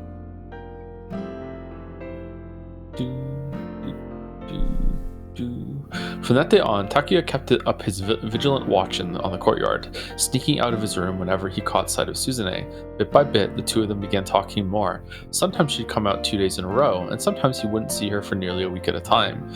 Other times, he would wander the hospital corridors in search of her room, only to be intercepted and sent back to his own room by the head nurse. Suzune was quite popular, most especially the old men, old women, and young children at the hospital all seemed devoted to her, their faces lighting up whenever she was around. Yeah, okay. She was kind enough to listen to all their grumbling or trifling conversations. Takuya was equal parts impressed and baffled by her ability to relate to them. I could never put up with that sort of thing. More than anything, though, her popularity was frustrating. He would have had much more time alone with her if all these people weren't always around. He felt like he was the last in a long line of supplicants waiting for her to grace him with a few moments of her time. Oh boy. After she learned about Takuya's condition, perhaps out of some strange form of camaraderie, Suzune seemed to develop more of an interest in him. Oh, I hate when guys think like this. Wilson's disease. Wilson's disease. Oh, that's... Yeah. Also known as hepatolenticular degeneration, a congenital abnormality of the liver cells in which the cell's ability to eliminate excess copper from the body is impaired, leading to copper accumulation in the liver, basal ganglia, corneas, and kidneys. The disease can cause difficulties with movement and neurological problems, and often leads to further complications such as acute hepatitis and cirrhosis of the liver. It is in season 1 of House. Yeah, I was about to read that comment too. I remember this from House. I don't remember it being from season 1, but yeah, I remember it. I've never heard of it. Is it serious? Suzune's concerns seemed entirely genuine. For a brief moment, Takuya was almost happy about his rare and grave condition, but he couldn't say that, of course, and so he just nodded. Isn't that they shine a light in the patient's eyes and they can see some copper shining in the eyes or something like that? Is that the episode? Yeah, if you look, you could... Yeah, there you go. You can see that my eyes have turned kind of brown. Takuya pointed at one of his eyes to indicate the pale brown ring in his cornea. Pale brown ring, an abnormal buildup of copper, can cause brownish rings to appear along the edge of the cornea. These are known as Kaiser-Fleischer rings. I believe they are also said that in the... It's something you're born with, where copper builds up inside your body. I'd get really tired super easily. Oh, this is you. Sorry. It's okay. I get really tired super easily, and when the doctors checked me out, it turned out I had a hepatitis caused by Wilson's disease. My liver was already seriously damaged, and the only thing that'll fix it is a transplant. That's why I'm in here. But finding a compatible donor has been hard. I guess we're in the same boat. You need a transplant too, Suzune? Yeah, I'm still waiting. I have what's called dilated cardiomyopathy, a condition where a structural change in heart muscle cells causes the ventricle walls to become thin and distended. This decreases heart function, and as the condition progresses, it can lead to heart failure, arrhythmia, and other issues. Victims of the disease have a high probability of sudden death at a young age. At present, a heart transplant is the only cure for the disease. They've tried other forms of treatment, like limiting food and water intake for long periods, putting in an implanted defibrillator, and other things. An implanted defibrillator, a device implanted within the body that delivers an electrical shock to a heart that has gone into cardiac arrest due to arrhythmia caused by ventricular fibrillation or ventricular tachycardia. These implants are an effective defense against cardiac arrest, but when triggered, it can also cause intense pain in some patients due to the electrical energy involved. Anything to do with like Yeah. hearts and stuff makes me uncomfortable. Like Yeah. I don't even like feeling my own heartbeat. It just makes me really, really, really uncomfortable. Yeah. I find it reassuring now. Yeah. But it looks like a transplant is the only real solution. Like I went for a really long walk up a hill today, and my heart was going boop, boop, boop, boop, boop, boop, and I was like, "Oh, thank God that thing's working." Thank God that thing's working. Yeah, Really? Okay. yeah. Dilated cardiomyopathy, defibrillator. What are those? Takia didn't understand all the vocabulary, but it sounded like her condition was even worse than his own. But the biggest problem, Suzune continued, is that there just aren't a lot of heart donors in Japan, and moreover, Abruptly, she fell silent. A look of loneliness crossed her face. Then she turned back to Takio with a reassuring smile. you'll find a match soon, Takuya. Everything will be fine. And you'll find one too, Suzune. Isn't that right? Is he going to get her liver? Is that what we're going to do right now? Takia felt like something was caught in his throat. It was hard to get the words out. Yeah, if I'm really lucky. Suzune hesitated before continuing. Oh, sorry.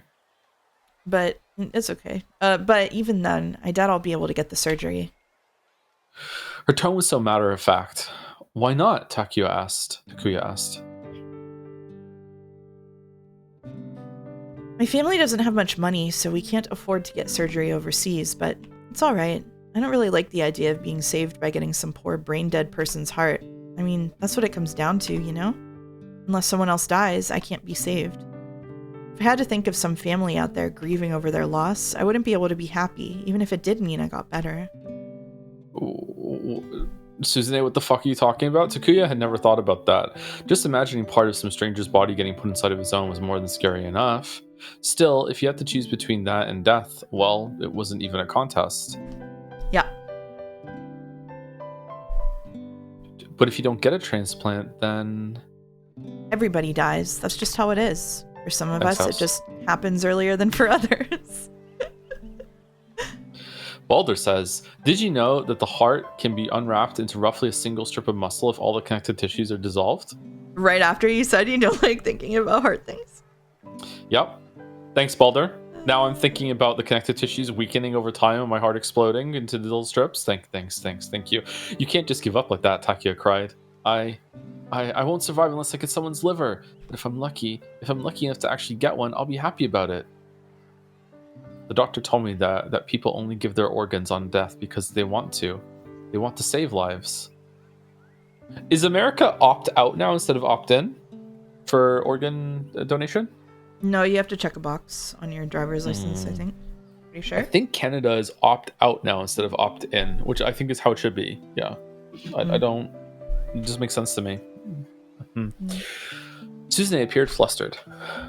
I'm sorry. I know that's the way I should be thinking about it.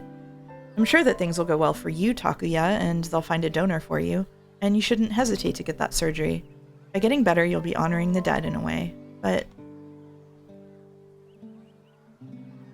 She let out a sigh. it's not going to happen for me.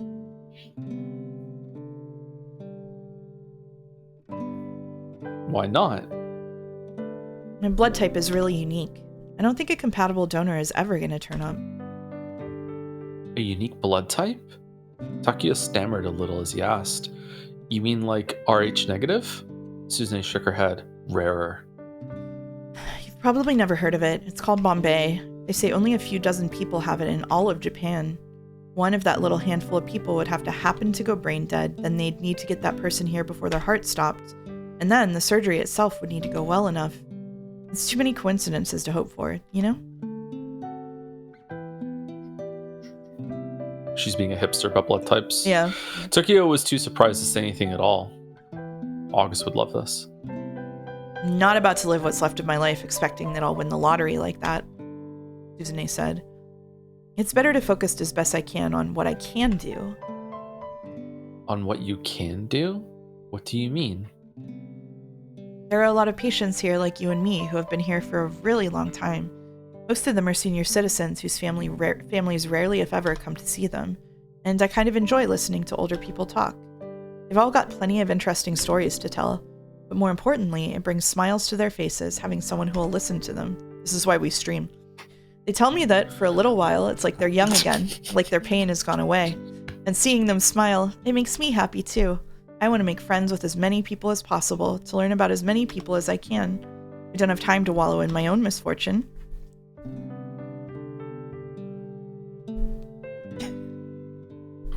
Takia had assumed that, unlike himself, Suzune was as cheerful as she seemed to be because she had hope that she'd get better. He had been suffering through his own illness and had thought day in and day out about how unlucky he was to have been born with it. Though he hated to admit it, he had long since discarded any hope that they'd find a donor and give him a successful transplant. Until he met Suzune, he'd lived every day cursing his fate. Their circumstances were so similar, so why were they so different? My understanding is that you can donate half of your liver to a transplant, can't you? Yeah, you can donate a partial liver to someone. Does he need a whole liver though, because he's so young, maybe, or because of the maybe it's more complicated than that? Yeah, I don't know. Suzune was like an angel. Yeah, we know. Takia felt like a miserable excuse for a human being. I have to spend a lot of time resting in bed, Suzune said, so I read a lot. Novels, essays. Sometimes I try reading more difficult books on philosophy. I don't always understand a lot of it, but sometimes it just clicks, you know? And I read high school textbooks sometimes too. Well, except for math. I've given up on that. Takia didn't like reading. When he was in his room, he just watched TV. A lot of the time, the only shows that were on were garbage, and he knew they were garbage while he was watching them, but there wasn't anything else that caught his interest. His motivation to study was non-existent, and he certainly didn't have any textbooks in his room. It wasn't like he was going to go on and live a full life, get a normal job, have a normal family. So what point was there in studying? That's what he always thought, at least.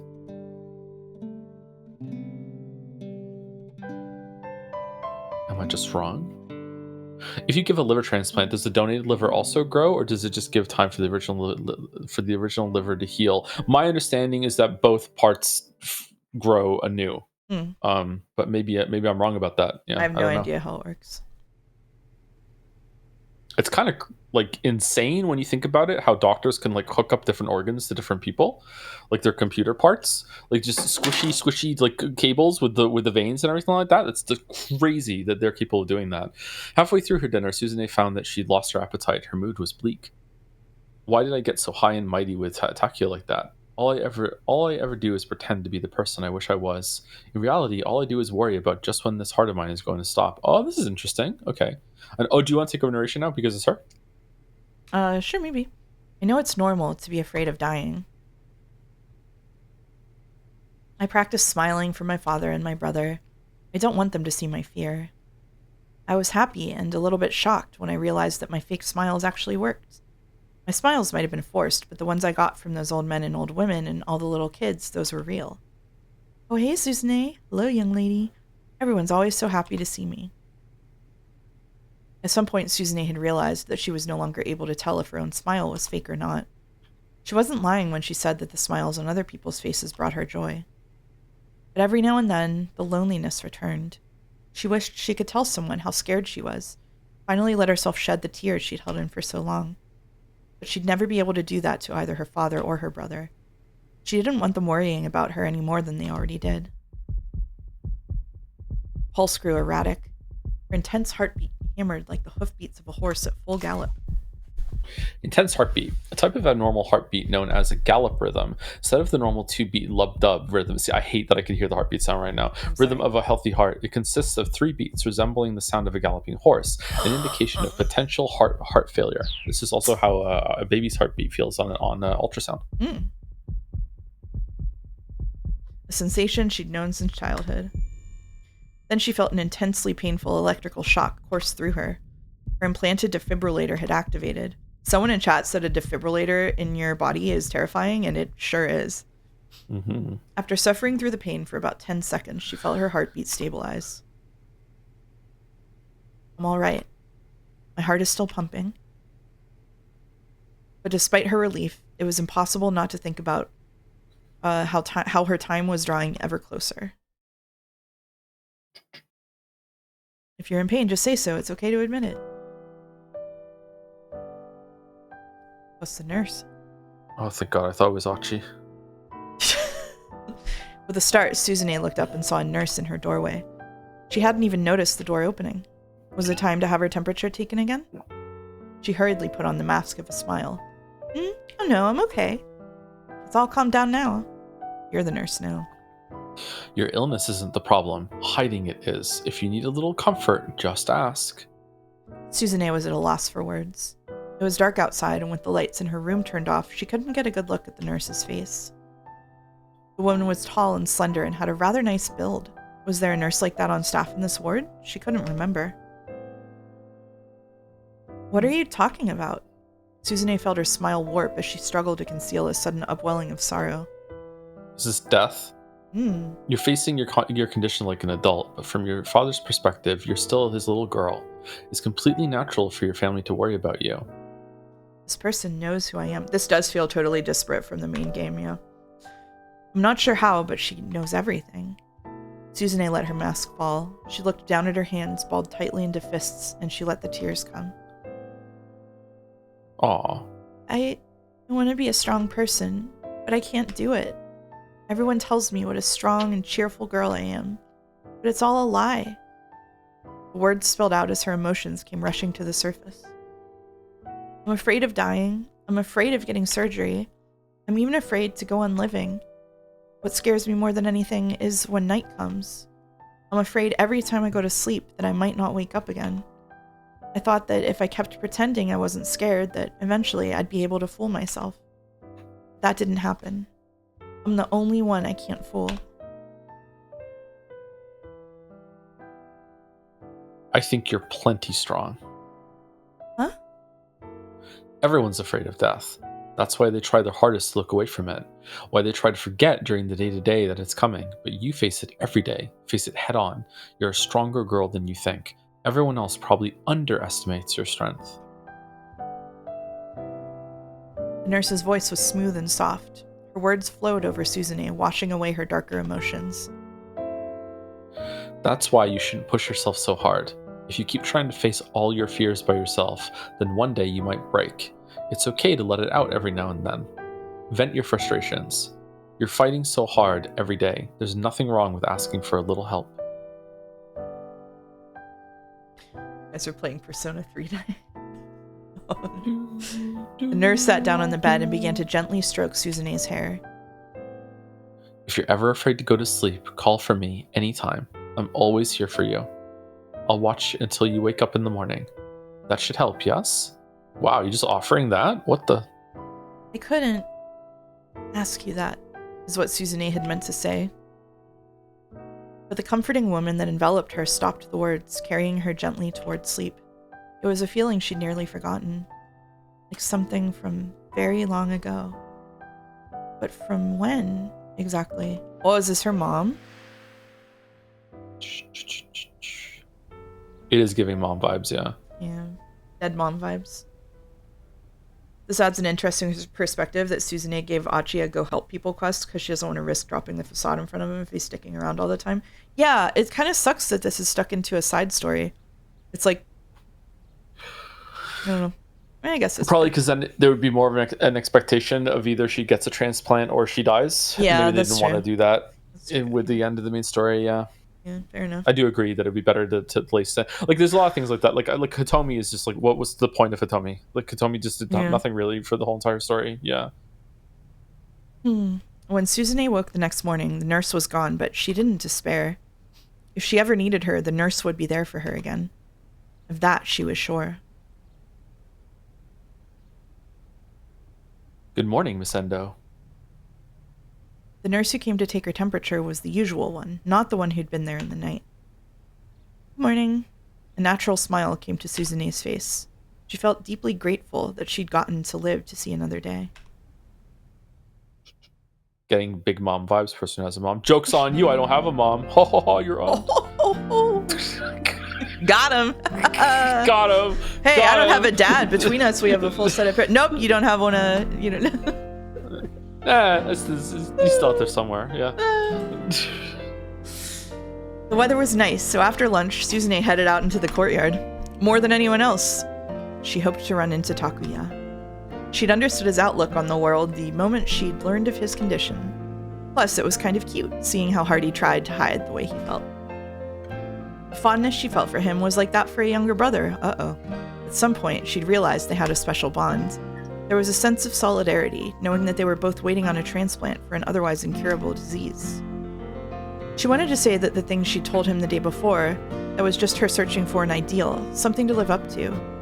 She wasn't philosophical, she wasn't enlightened, she just wanted to be honest about how hard it was every day. Surely he would understand. But I'm sorry, Joe. You don't have to be sorry. It's okay. Don't donate bits to me to apologize to Joe. You got nothing to apologize for. It's fine. It's not a problem whatsoever. I intentionally read that knowing that I had the joke to follow it up. So I took that as fertilizer. There you go. Boom. I opted into that. You don't have to apologize for a single thing. Mouse tell Joe that they're sorry. A large primate donated 100 bits to say they're sorry to you. Okay, good. Thank you. I think I feel better now. But Suzune didn't see Takuya in the courtyard that afternoon.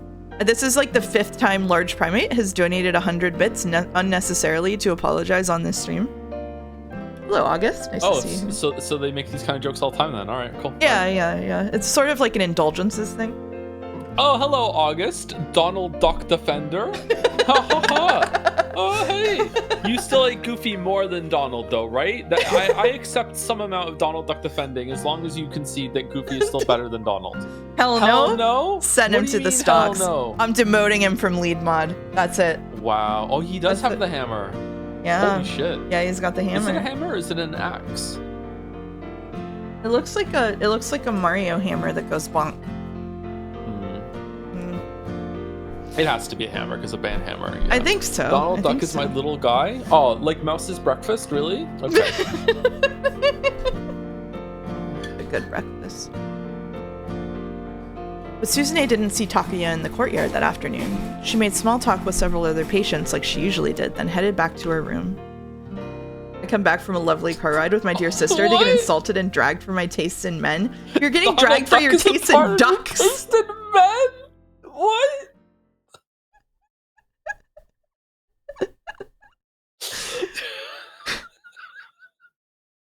You can't just drop like indulgences and assume Joe knows that. Do you know what I mean when I say indulgences? Yeah, from the church. Yeah, paying back something, right? Yes. I just gestured at my microphone as though chat could see me. It was like see, Boulder, see. You think I'm stupid? What the hell? Joe, what do you think a furry is? At Anderson JPH. At Anderson JPH. First of all, Donald Duck has feathers, not fur. Secondly, just because he's defending like something that's furry adjacent doesn't mean it's taste in men. I thought it was taste in cartoon characters, not taste in men. What do you mean? Is the dream to have like some short king who's like grumpy all the time and will quack at you, August? Because if so, okay, I learned something, but that's fine. I mean, without the quacking, it's kind of... Joe, you get it. Oh shit, really? Okay, all right. So like Psy is just the dream for you, huh? Okay, all right. Huh. I could deal. I'm one of those people that I'm not a furry. I could deal with like up to 20% animal. So if it was like a short little guy who was cranky, and then also he had like wings and like some feathers on his, if he was like rakan shaped, maybe he had like nice wings and like a tail. I could deal with maybe bird legs. I don't know. Whoa, that is Stop talking about this. My sister's in the room. Sorry, August. that's way further than I would go. Holy shit! I think you're at like 33%. What is that furry spectrum image that people post on Jazz sometimes where it goes like where do you fall on the line? Maybe not like full bird legs, but if they had like bird feet, I could be okay with the bird feet because I don't really care about feet anyway. I don't care about feet anyway. If they had bird wings and bird feet, then they could fly me places and then perch on things, which would be cool. Okay, I need to ask: are we dragon rules or wyvern rules talons here? Do the wings replace the arms? No, they would have arms too. They would need to have arms. Okay, so they have wing. Okay, all right. Mouse wants the Baba Yaga. I mean, the talons would scratch your hardwood.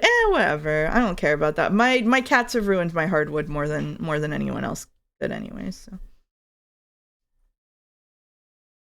Well, now that we've taken care of that. How furry will you go? Good luck, August. Like an angel with talons? Yeah, I'd go for an angel with talons. Actually, like if they were immortal. What about a vampire who had bat wings and talons and could also turn me into a vampire? That would go hard. I think wings are hot. So yeah, I would hot. Accept wings. Yeah, wings are hot. Yeah, wings go crazy. All right, I'm glad we got through that during this incredibly emotional story. Sorry, this is just like our translated hospital side story, and we're talking about how far into the furry waters we would wade. Takuya didn't turn up the next day either, nor the day after that. She would look up at his window from the courtyard, but she never saw him. Where was he? Had his condition taken a turn for the worse? Was he no longer well enough to go outside? Suzune had never been to the second floor where his room was, but she knew the first floor well enough that she could guess the layout well enough to avoid getting lost. With that in mind, she decided to pay Takuya a visit. She went up to the second floor, walking slowly as she eyed the nameplates for the rooms along the courtyard side. There, right about where she expected it to be, she found it, Takuya Kazuma. She'd been afraid that his nameplate had been removed. If it hadn't been there, that would have meant he'd been discharged, that his room had been swapped for some reason, or else... Expelled. As Suzune was about to knock, a voice called out from behind her. Miss Endo? She turned around to see an unfamiliar nurse standing there. Perhaps she was in charge of the ward, or had seen Suzune walking around before, and that was how she knew her name. Yes? Suzune asked. Were you looking for Takuya? Yeah. I hadn't seen him in a while, so I was wondering... I'm sorry. Takuya wants to get out more than he does, but honestly, he's not in any shape to be moving around much. We're worried about infection as well, so we've limited his visitors. You probably shouldn't be wandering this far yourself. The nurse pointedly pulled the sliding door to Takuya's room closed. If I could just see him real quick. No, the nurse snapped. Jeez. Yeah. No, the nurse snapped, then hurriedly cleared her throat and spoke more softly. You wouldn't want his condition to get worse, would you? I should have kept reading it. Fuck. Suzune saw that she'd have to back down. She returned obediently to her own ward. I don't trust the nurse. I don't either, but like so far it seems like everything she's doing has the best interest of him at heart. So it's hard, it's difficult. Their diseases sometimes you need... Sorry, go ahead. So sometimes you just need someone to do the harsh thing, but it's good. Their diseases aren't contagious, but they're both like both of them have conditions where if they got sick on top of it, like just like being too close to people or like sharing, germs with people could get an infection that could make their lives a lot worse really quickly. So I think that's the idea. But she had a hard time accepting the fact that she couldn't visit Takuya. Does that nurse have some kind of grudge against me? Not only does she know my name and know about my condition, she must also know that I've been talking with Takuya in the courtyard. Does she think I'm the reason his condition has gotten worse? Suzune knew that his health wasn't as good as he might have claimed, and she felt a little guilty that she hadn't been as considerate as she perhaps should have. How do you guys like this story so far? I like it a lot. It feels more in line with Asawa's in terms of tone and stuff. I definitely think it's like okay to good, but it's laying it on that Suzune is like a beloved angel a little thick. But I did like the reversal, and it's like, Yeah. she's faking a lot of it. Yeah. Yeah, I thought without the reversal it would be obnoxious, but I thought just It's a setting bit up for that was saccharine okay. at the beginning. Yeah. Yeah, for sure. After that, whenever Suzune went out for a walk, she made a point of swinging by Takuya's room, asking several nurses and doctors about his condition. They'd always say he was doing fine, but staunchly refused to let her see him. Is he maybe already... Suzune couldn't help but imagine the worst. Is everyone just working together to keep me in the dark? But why would they do that? Do they think I'm his girlfriend and they're trying to keep me from the shock of finding out or something? No, that was ridiculous. Besides, this is a hospital. Suzune knew full well that they didn't have the time to put on some weird piece of theater after a patient had passed away. There must be some other reason. Some reason they don't want us to see each other. Willing to do whatever she could to discover the reason, Suzune tried changing the time of day that she stopped by Takuya's room. Maybe if nobody was watching, she'd be able to sneak a peek inside. If someone happened to be coming or going, she might even be able to get a look at his face. But Suzune never imagined the way she'd finally wind up seeing him again.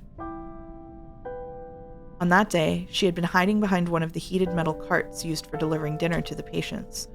She followed the orderlies as they brought the cart toward Takuya's room. They'd have to open his door in order to bring his tray inside. But before she reached his room, the door swung forcefully open, and a bed was swiftly pushed from inside. Doctors and nurses, their faces pale, ushered it along, pushing the meal cart out of the way as they raced down the corridor. Takuya lay on the bed, his eyes closed, his face severely jaundiced. He didn't appear to be conscious. Takuya! Suzune cried out without thinking. One of the nurses glanced back at her briefly before disappearing from sight with the others as they brought the bed into the elevator. Takuya? As Suzune stood there dumbstruck, her eyes strayed to the open door to his room. With shaky footsteps, she went inside. Takuya's room was largely the same as her own. There was a locker by the entrance along with a small refrigerator. Over by the window was a TV stand. Next to that was a bookshelf packed with books. She picked up one of the books atop the bedside table. It was a beginner's primer on topics such as organ transplantation and brain death. On the bookshelf were other, more difficult-looking medical volumes intended for experts. Takuya's been studying up on diseases? I wonder if he's been holed up in here reading these the whole time. Maybe he'd overdone it, studying. That would be a cruel irony. Suzune prayed to a god she'd never before believed in. Please, save him. Bro was planning his own surgery. I think he was planning her surgery. Mm-hmm. Large primate. Okay, negative Nelly to me. Oh, wow. There's another 100 bits coming, right, Mouse? Takuya blearily you want to do opened it? his... Okay. Yeah, sorry. okay? Yeah. Okay. Blearily opened his eyes. I like the word blearily. This wasn't his room. An artificial respirator was fitted over his nose and mouth, and several tubes ran between his body and a hemoglobin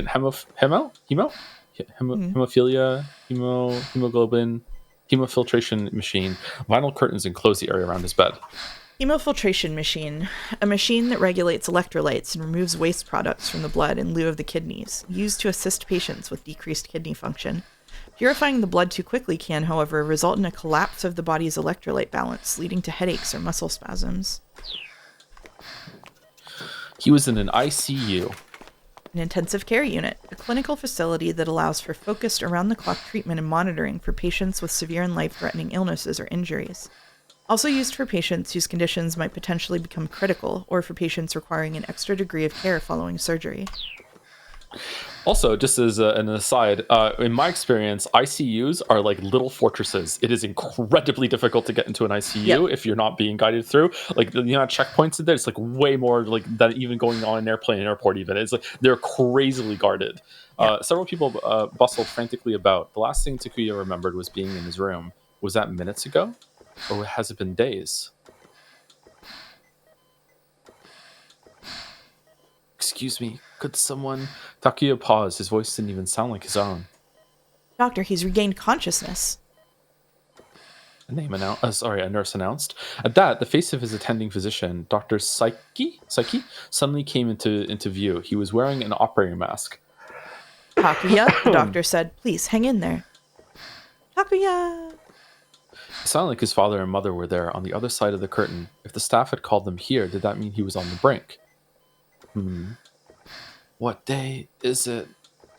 What was that? The respirator was making Takuya's voice hard to understand. He struggled to form the words.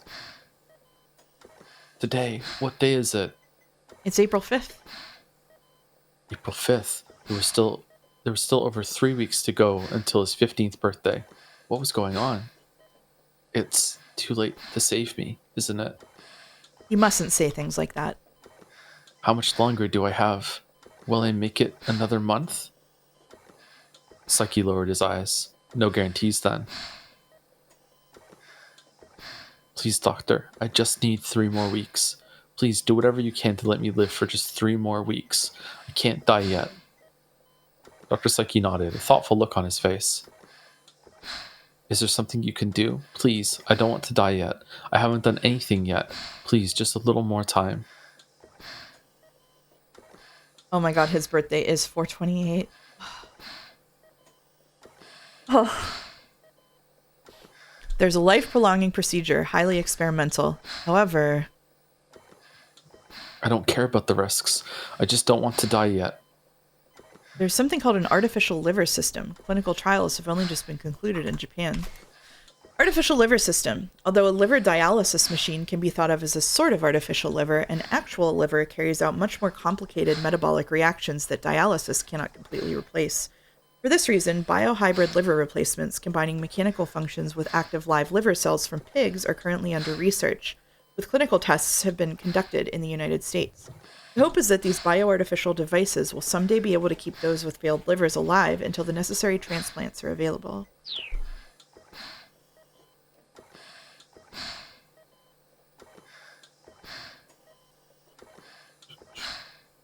Is this me or you? Who's talking? Oh, it's me. It's me. It's me. Sorry. It's a device that uses cells harvested from pigs. If things go well, rather than just 3 weeks, it might be possible to keep you alive until a donor turns up. The mention of pig cells was startling, but right now was no time to be squeamish. Please, doctor, if there's even the slightest chance, it's worth it. They did use a pig as a dialysis machine in house one time. I remember that. Oh man. There's a movie I watched called it was the Mr. Nobody, and they go to the future. And in the future, almost everyone has like a pet pig that's hooked up to them as like a disease management system or life prolonging system. Like in Death Stranding, everyone just has like a pig hooked up to their bodies all the time. It was weird.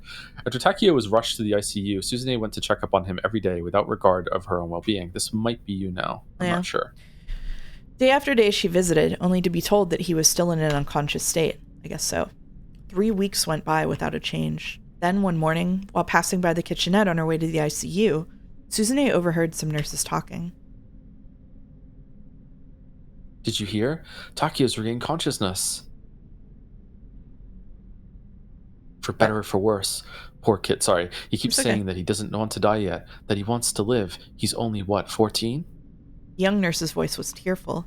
Suzune felt a new kind of pain in her chest. He's running out of time for a transplant, and with that rare blood type. Oh, shit. Rare blood type. Suzune stopped in her tracks, then rushed back to the kitchenette.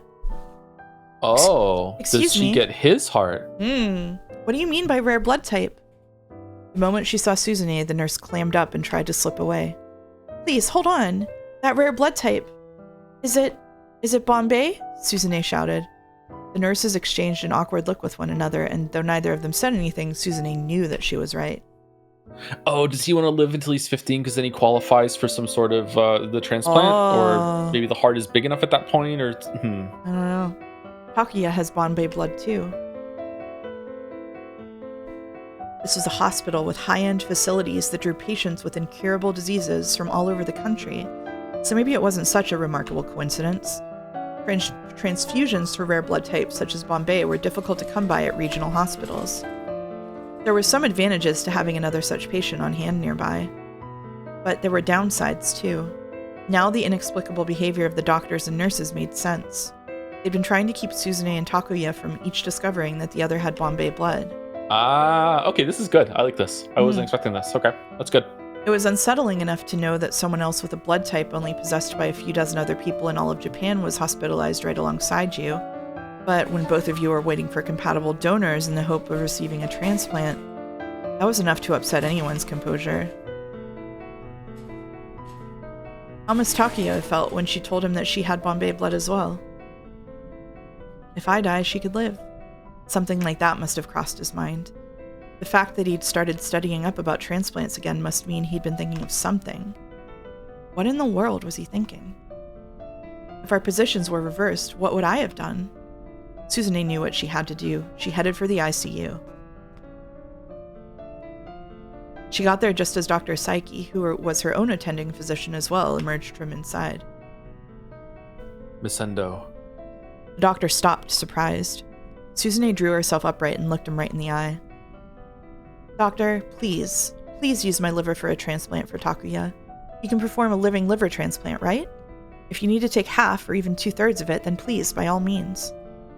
For a moment, Dr. Saiki looked as if he'd taken a punch to the face, but soon his expression resolved into a sad smile. You heard about the blood. Suzune nodded. I'm afraid that won't be possible. A living liver transplant is dangerous enough for a healthy person. Someone in your condition would never be able to tolerate the surgery. You can do it when my time comes then, Suzune said. Regardless, Miss Endo, I can't carry out a living liver transplant between complete strangers. The law doesn't allow it. If the two of you got married, that would be a different story, Oh, but Lord that's Almighty. not possible either. Neither you nor Takuya can legally marry until you're 18. Married?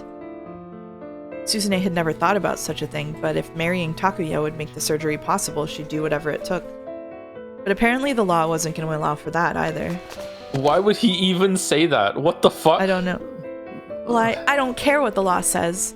If I'm the only person who can save Takuya, then please, take my liver. Doctor, please. I'm afraid what you're asking simply can't be done. You need to focus on your own condition and on getting better yourself. I'm beyond saving anyway, though, right? So please, I'm begging you. Takuya needs... As Suzune grabbed hold of the doctor's gown, pleading, a sharp pain shot through her chest. Whoa. The galloping heartbeat was back. No, her pulse had never been quite this erratic before. Her mouth opened and closed reflexively. She was unable to breathe. Doctor, please. An electrical shock went through her from the implanted defibrillator. The world faded as she slowly collapsed to the floor.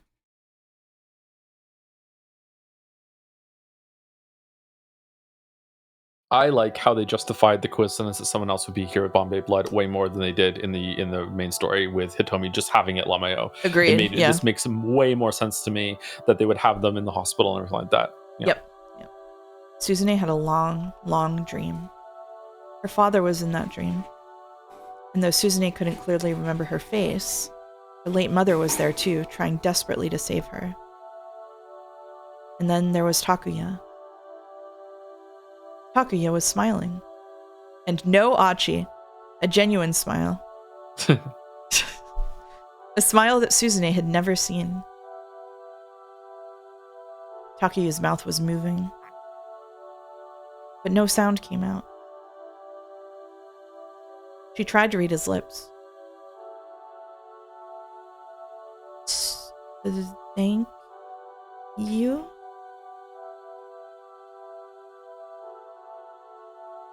Thank you? Wait, what do you mean?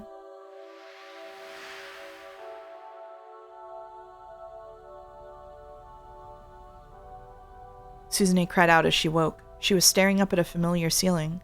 She was back in her own room. She spotted her older brother Achi sleeping in a folding chair nearby. What do you mean there's a jump? Why is it red? Why is it red? No. No, no, no, no, no, no, Achi? no, no, no, no. The word creeped raspily from her throat. No. Oh, god damn it. Suzune, you awake? Her brother rose from the chair, then excitedly scampered out of the room. With a start, Suzune realized something was attached to her chest. She felt a peculiar sensation, 6 distinct tingles all running from the center to the left side of her chest. Electrocardiograph electrodes, my beloved. She followed the leads. I've gotten like 4 EKGs in the last couple of weeks. She followed the leads that ran from her chest to the monitor by her pillow and was surprised to see the waveform moving across it. It was her pulse, and amazingly, the rhythm was solid and strong. Nothing like the one she'd been familiar with for so long. Uh-oh. No, that's not my pulse. Suzune realized what she was seeing. She understood instinctively. This heart, it was Takuya's.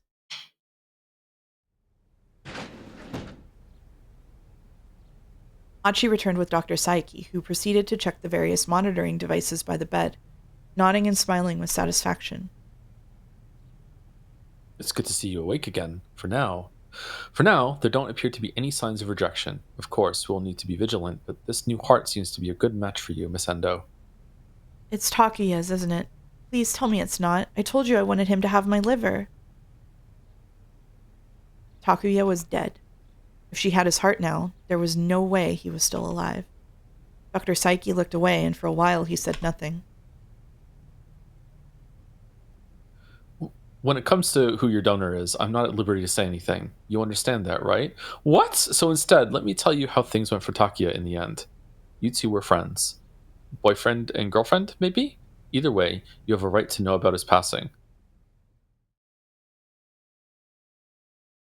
Takuya's passing. This takes place a couple of years after the main story. That's why she seemed younger. Oh, that would make sense then. Oh, okay, yeah, okay. Suzune had already imagined as much, but now she couldn't hold back the tears. Takuya is dead. He's dead. Dr. Saiki went on. Takuya begged me to help keep him alive just a little bit longer. His family agreed, and so he proceeded with an artificial liver system, a treatment that's relatively untested here in Japan. For a while, his symptoms abated, and he even regained consciousness. There's a line in the main story of a woman breaking down about her son Takuya. Oh, so no. Oh, okay. Never mind. The doctor took a breath. Well, maybe he was in the hospital for that long too? Years, maybe? Oh, no. But it was already too late. He lapsed into a coma due to acute liver failure and then developed complications, a condition known as DIC, which causes clotting in blood vessels throughout the body. Initially, we thought he might have a hepatic encephalopathy? Encephalopathy. There we go. One of those. But thank you for the bits. Encephalopathy. But a CT scan of her head revealed cerebral edema. It's edema. Isn't it internal bleeding? He was declared brain dead 2 days after his birthday. He was 15 years old. Encephalopathy. Dr. Saiki gave her a significant look. Suzune wondered what that implied. He was insistent that he make it to 15. Saiki continued. He said there was something he absolutely needed to do. On his birthday, he called for his family and told them, "I want to register as an organ donor." Ah. Okay. Huh? Here in Japan, individuals under 15 years of age aren't allowed to give consent for organ donation. If Takuya had died before he turned 15, then his heart, all of his organs rather, could not have been provided to a patient in need. And that was something he wished for very much. Takuya had been reading up and studying, and he learned that he needed to survive until he turned 15. And he asked for life-prolonging measures to be taken, all so that he could register as a donor in order to give me his heart. And, I don't know who it was, but apparently a surgeon was able to perform a transplant for a patient believed to be an ideal match for his heart. Evidently, this patient was also comatose and in an extremely dire state, but from what I hear, the surgery seems to have gone quite well. Of course, I do not know the identity of the patient either. Suzune strained to move her right hand, setting it atop her chest. Underneath the layers of the bandages, she could feel a heartbeat, steady and strong. Achi's probably super confused right now. Takuya's heart is beating within me. I don't know about all this science stuff. He left a letter for you. I haven't looked at what's inside. so I'm not sure what it says. Dr. Saiki set a white envelope down on the bedside table, then left the room.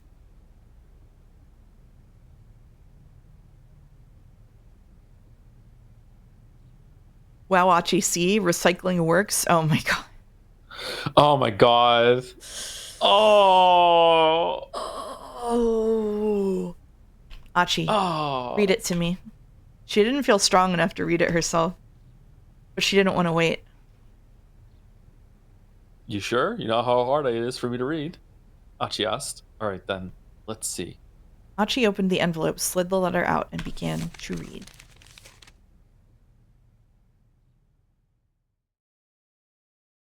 Suzune, if you're reading this letter, that means everything has gone well. Congratulations. And also, thank you.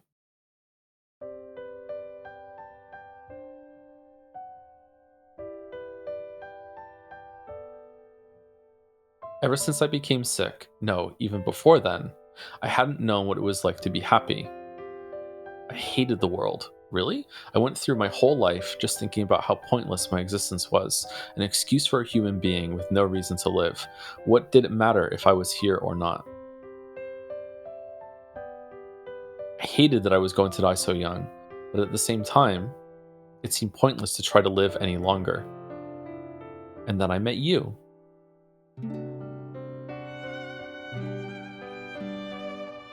I fell in love with you. I love you, Suzune, with all of my heart.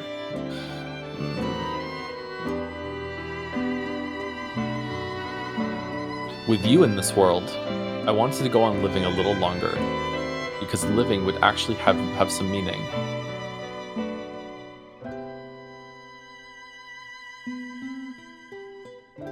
Oh my god, Rodney. When I found out that we had the same blood, I was shocked. It had to be fate, right?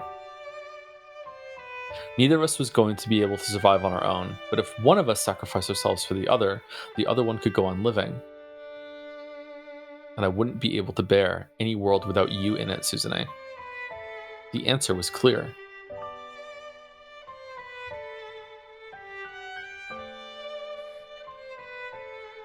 Teeing these stories up in this order is devious. Sorry, go ahead. I want you to have my heart, Suzune. That's the best possible thing for the both of us. You're probably a little sad, knowing that I'm gone now. I'll be happy if that's the case. But will you please be happy for me, now that my heart is inside you? That would make me even happier than anything. Thank you so much for taking my heart. It'll beat for you as hard as it can. I hope.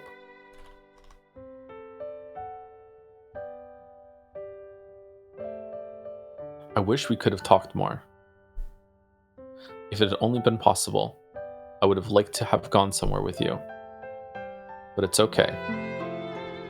This way, I get to be with you forever. I won't be lonely anymore.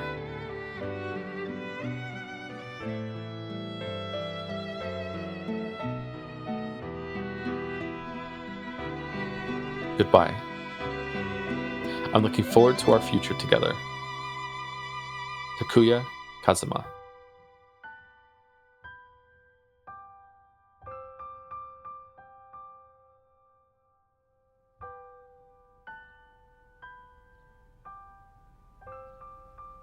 Alright, they got me a little bit. Achi's voice grew gradually more hoarse as he read. By the end, he was struggling not to weep.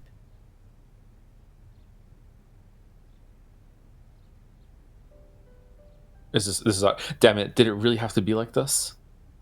Suzune was more astounded than she was sad. Of course, she was upset that Takuya had died, and she was glad that she was going to live. But above all, she was amazed by the fact that Takuya had cared for her as much as he had, that he'd fought so hard to prolong his own life just to save hers. That moved her more deeply than anything she'd ever known. Maybe a young crush couldn't be called real love, but that didn't make it any less pure.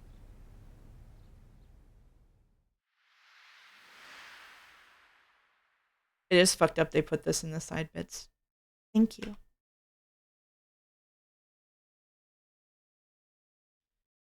Goodbye, and I'm looking forward to our future together.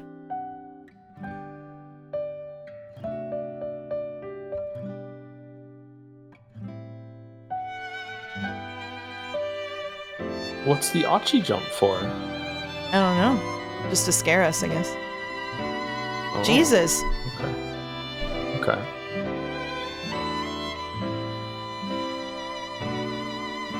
It lets you see it from his side. You don't need to do it. Oh, okay. This was good, but I think that if this had been properly integrated into the main story, and maybe if they were a little closer in age, and if we saw more of the interactions, I think it could have absolutely destroyed me. Yep.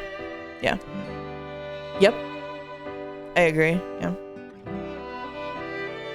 I think this could have been a really good inclusion if they had managed to do that.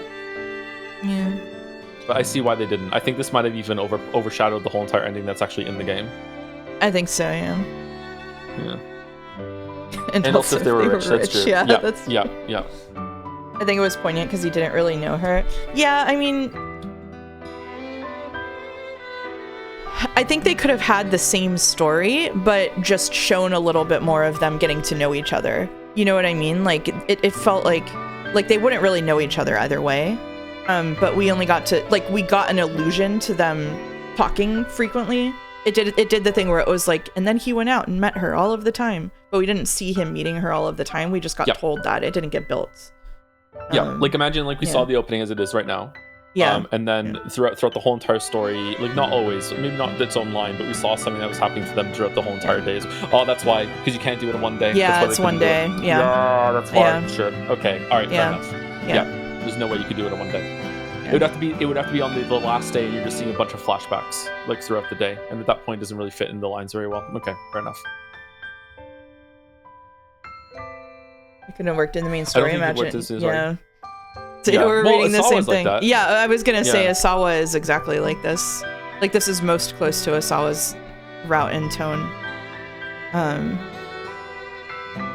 I think it's fine as a side story, but I think even within a side story, they could have done a bit more with. It's wild when you have a more focused. Oh, sorry, I thought you were sorry. No, it's fine.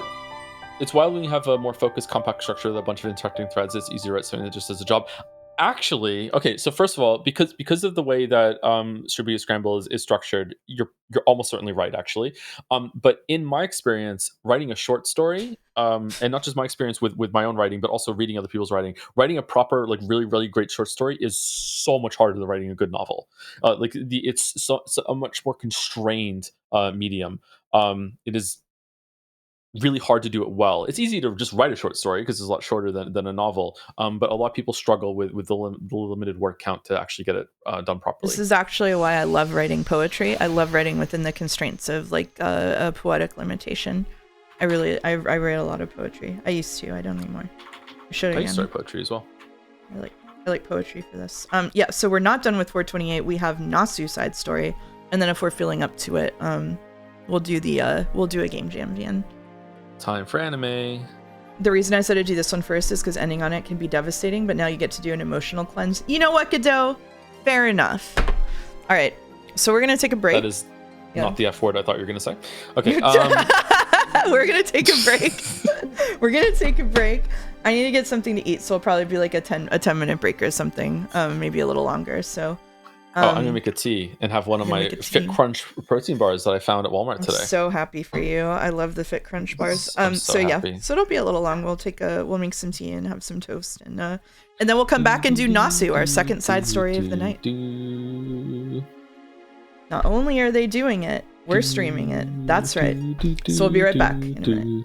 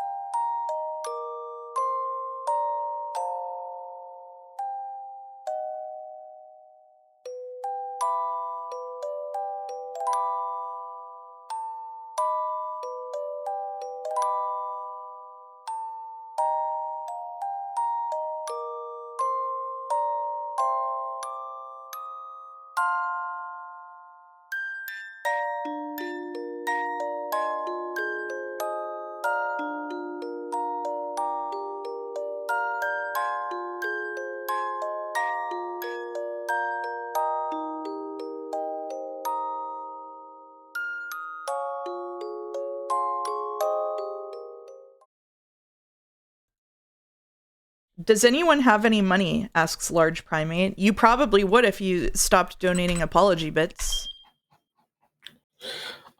Apologems? Apologems. Apologems is a phenomenon that is in Genshin Impact, that when they did something wrong, they gave free gotcha gems to the community. Apologems. Apologems. Interesting. Apologems. Am I getting apologems? Is that what this is? It seems like it, yeah. I guess it could be worse. All right, yeah. Fit Crunch is a protein bar. Fit Crunch is a protein bar that I get.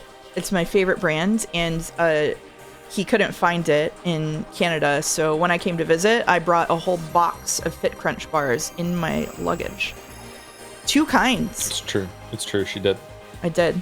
So finding Fit Crunch bars are very exciting. Yeah, Fit Crunch is awesome. Yeah.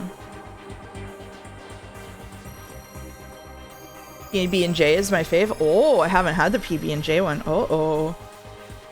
I like the mint chocolate one. It's just dessert. Did Customs grill you on the protein bars? They did not. Why is there a fake character on the screen? Welcome, Paddle. The last bit of 428 we will be doing is the side story written by the one, the only, Nasu. So all of the Fate fans should be excited because this is Joe's first and probably final exposure. Any thoughts before we go into it? Don't shoot. We were gonna do the AI thing. Oh, should we do the AI thing? You don't have to if you don't want to. I don't want to, but then all of the bettors who I misled are gonna get mad. You did promise them. You could just cancel the bet. You have that power. I could cancel the bet. How do I do that? I would never. But you would never cancel the bet? Never ever. I would never get in the way of their bet. There's 80,000 channel points in the pool. I have a side bet that the bet's gonna get canceled. So. I know the bet has they don't do it option, but I misled them.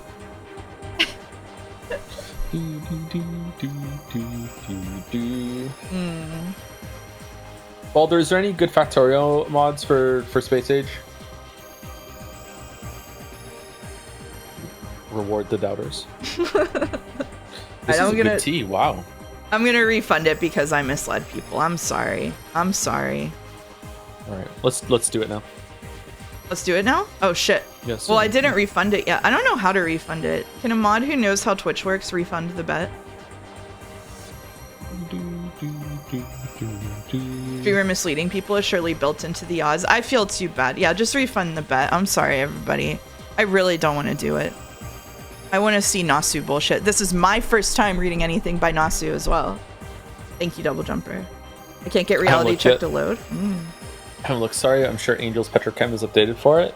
There was a mod that I saw maybe 8 months ago that added a whole new planet to Space Age that you have to be in a submarine the whole time. And apparently that was just the beginning of that mod, and it looked quite polished. And I'm curious if that's anywhere along the line, or if anyone's played it. But yeah, I still have to go back and finish a bunch of the base game mods that I wonder if they don't even work anymore. I didn't finish C Block. I got halfway through it. I have no idea what you're talking about. Is this Genshin? Factorio. Factorio. Oh, okay. Factorio, yeah. It'll be funny if after this we end up reading Nasu's best work, Tsukime. There's negative possibility of that happening on this stream. Bless your soul. Remember that reminder that pre-Fate Nasu works inspired Ryukishi 07 to start writing VNs. That's true. There's a lengthy essay on a website that I like on a blog that uses a lot of big words, so Umiful doesn't like it. That is about how Ryukishi's fight scenes are just worse versions of Nasu fight scenes. I love big words. Yeah, they're pretty good. All right, are you ready? I'm ready. Oh, thank you, Kaylee Gal, for cheering 100 bits to say, I have money to send bits, and I want to apologize for making a Kyrie joke in my head after the end of Suzune's story. Okay. All right. Alfard Al-Shua, the solitary serpent. The snake has lost 8 of its 9 heads. In the Middle East, the snake is seen as an ill omen, and those who take it as their name are said to be both wicked and extremely cunning. You can read if you want. It was just going. Loading. Loading. Do, do, do, do, do, do.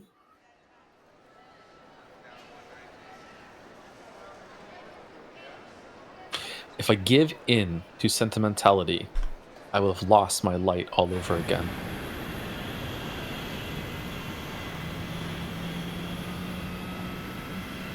Whoa. Huh. Is this gonna be more expensive than the main game? The blue sun rose into the sky. Blue sun? As the girl rushed through the airport, she was met with the... Oh, not again! Not another airport intro! She was met with the intense light of the summery dawn. April 28th, 8:21 a.m. Singapore Changi Airport? Changi? What are these She let out a weary breath. A shaft of sunlight blazed across her face, and she squinted her eyes against the glare. The night had been a long one, and she could feel exhaustion taking hold. She wanted to stop and sink into one of the sofas in the airport lounge, but she didn't have time for that now. BA. Do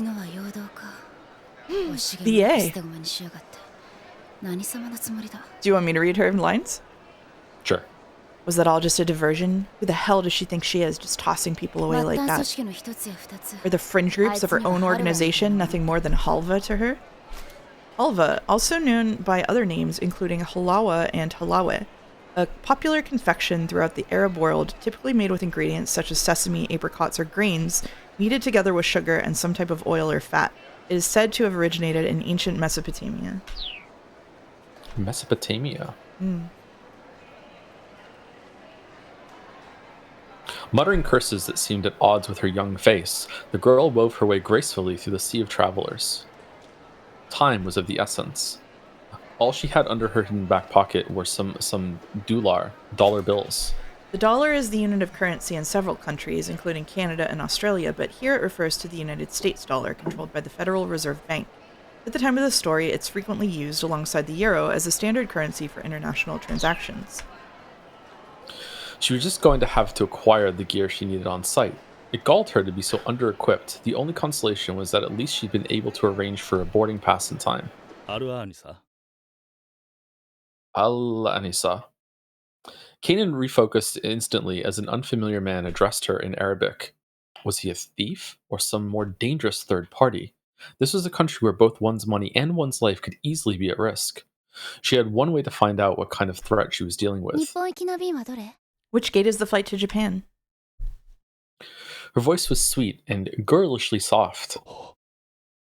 The man gasped. He hadn't been expecting this. They hadn't told him what he was really in for.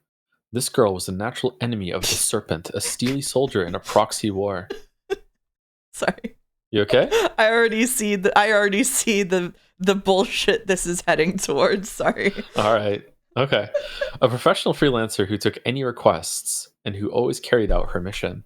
A mere hour earlier, she'd taken out an armed syndicate 30 members strong, the red flowers of blood left in her wake a testament to her rumored capabilities. Why is she so strong? The man was dumbstruck. What kind of twisted fairy tale was this, with mercenaries who looked like sweet little girls? Twisted fairy tale. 何手配はできなかった What's wrong? Were you not able to make the arrangements? 搭乗は6 No, 番ゲート everything's fine, he said hurriedly. The flight is departing from Gate 6. If you're looking for your pass and your ticket, 右のポケット They're で in しょ my right pocket. That was impressive. I didn't notice until you'd already handed them off. the man gasped again. His surprise shifted to caution. With all of the bystanders around, it should have been easy enough to make a handoff without even the recipient ever noticing. He was proud of his skills, but still she'd seen right through him. 落ち込まなくていいよ Don't I feel hate bad. this. あなた At least I 入り didn't 口で spot you in 私はあ advance. なただって分かってたのに This is what all of the Fate supporters want you to read for like 200 hours on stream. You're the man I spoke to on the phone outside, right? それってすごいこと Kanan だ asked. That was quite the feat. I don't offer praise like this lightly, but I'm legitimately impressed. She's known since the moment I arrived, he thought, and she hadn't figured it out from his appearance. She just intuited it somehow. She had also immediately sensed that he was ashamed, even though he'd kept his face a perfect blank. And also, she hadn't even looked at him. Nicely done. I see why they call you the natural enemy of the serpent. 一度も殺してない That の seems a little に premature, seeing as how I haven't killed it yet. First, the girl had acted deliberately blasé. Now she was being downright cynical. She's a little unstable and totally adorable. What the fuck? He had to remind himself that this was her. How many soldiers must she have killed? How many battlefields had she survived? Hers was the life of a professional assassin. The fact that she had retained apparent normalcy in the midst of such disorder was more than a little unsettling. The man was astonished that this was the famed rival of the serpent. One did not strike at the snake without exceptional cunning and skill. My name is Sosuke Bosuke. I have a post office, a job at a post office or something. Hers was the perfect I have a post office. Hers was the perfect camouflage, a mercenary in the guise of a child. Well, so long as we're on the same page. Did you look into that story I asked you about? 確認は取った Yes, I was able to confirm it. The director of Okoshi Pharmaceutical, Osawa, his daughter has indeed been kidnapped. We should consider the increase in cell activity on our end to be a mere diversion. In case anyone was curious about the stream title. Cell. In order to avoid being compromised, anti-government organizations that carry out illegal activities, as well as terrorist groups, frequently organize themselves into smaller subgroups known as cells. Typically, only the leader of each cell knows how to contact the upper echelons. Thus, rank-and-file members who are exposed and arrested are incapable of leaking information about the larger organization, the outsiders. The name cell is taken from the biological structure. Weeb shit. Unapologetic weeb shit. Kanan gritted her teeth. Her latest mission, concluded just an hour ago, had been to meet with this armed group, the Serpent. Whoa. That was fine. Everything had gone off splendidly without a hitch. She just killed like 30 people. It's fine. It's whatever. The job had been even easier than she'd imagined. There was no cause to get her bent out of shape. But the info she'd gotten her hands on had done quite a number on her mood. This is in the same world as Yanagashita? Fucking hell. The serpent herself. The serpent... Oh, this is not me. Oh, it's you. It's you. Is It's it? me, you. Maybe? Okay. I don't know. The serpent herself is on the move. Japan, Shibuya, Akoshi Pharmaceutical, possible CIA involvement, presumed large-scale urban terrorism at work. Oh, so is Alphard just one of the heads of the serpent? I guess. I don't know. You sing that to the tune of DuckTales? Weeb shit. Yeah. Woo!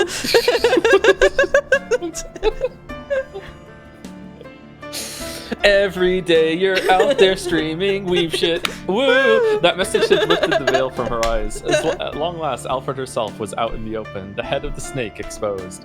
What a perfect opportunity to cut it off. But of all places to set the stage, Japan? CIA involvement could pose a problem. She wouldn't be surprised if the serpent had already coiled itself around the Americans. When it came to the serpent, not even the US government could be trusted to keep itself free of influence. Not even. Okay. And the target was Akoshi Pharmaceutical. If that wasn't a sign, she didn't know what was. Was that just a coincidence? No. Allah was Al-Qadir, all-powerful. Okay, I don't know how to say Al-Qadir, all-powerful. Yet the girl frowned in disappointment. What need would he have to go so far to pen such a perfect tale? She had thought such grand acts of fate were a relic of the distant past from a previous night, but she could sense its hand in these events. She hurried to get the intel confirmed at once and had quickly arranged a flight to Japan. Maybe she was a freelancer, not aligned with any particular organization, but she still had connections. She had many tools in her arsenal. People were often the most convenient. If they excelled at what they did, so much the better. Many individuals sought to curry her favor. Sympathizers like the man who'd made the handoff here, who would intervene on her behalf. Sympathizers, groups or individual activists who favor a particular political organization or ideology, and to demonstrate support without directly participating in the faction's activities. ありがとう。 Thank you, she じゃあ said. 行くけど。 Is there anything else you need to tell me before I 現 go? 地に一人ワキールを用意した。 Sorry, I'm behind you. A wakil has been arranged to act as your representative on site. Wakil. Apparently he's put together a way to get you to Shibuya. After you've landed, drop out of the hold. You'll be able to head off directly from the runway, the man said. I pray this will not be a fool's errand for your sake. I admit surprise that our Emir holds such respect and fondness for you, Rafik Kanan. He hopes that you will not fail, of course, but should you do, that you will at least go down fighting. She sighed. Wakil is Arabic for agent. Thank you. Go down fighting? Oh, I'm sorry, I guess. Do you want me to read her internal monologue? Of course. So it's okay to die as long as I take the target down with me. Ooh. The man thought of nothing but his honor, his pride. No reconciliation, no negotiation, no submission. 3 tenets that mattered more than preventing bloodshed. Whatever designs each organization had on each other were of no concern to her. But even so... I don't need the warning. I have no intention of dying a 3rd time. Weeb Stanley. For once, her client's wishes aligned perfectly with her own. Her flaxen hair trailed behind her as she went to board her plane. She didn't look back. You okay? Yeah, I don't know if Discord filtered it, but I think chat actually heard me choke there.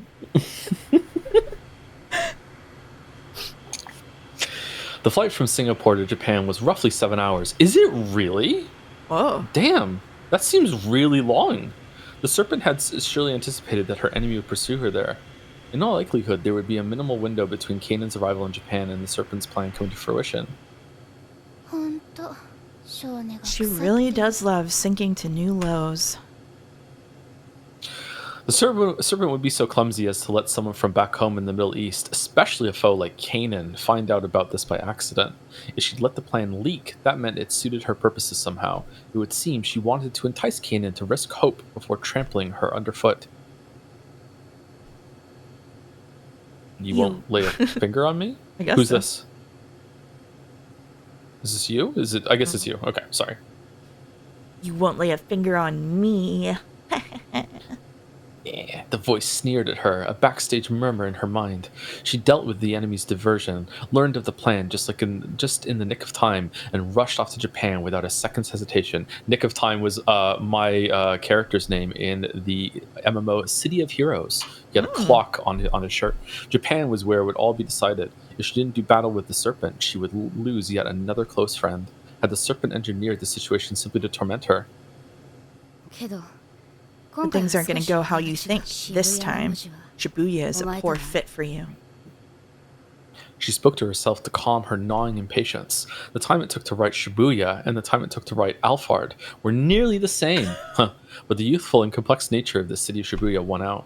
Her instincts were something akin to fortune-telling, a tendency to reimagine the world around her in a way that was neither wishful thinking nor sour grapes.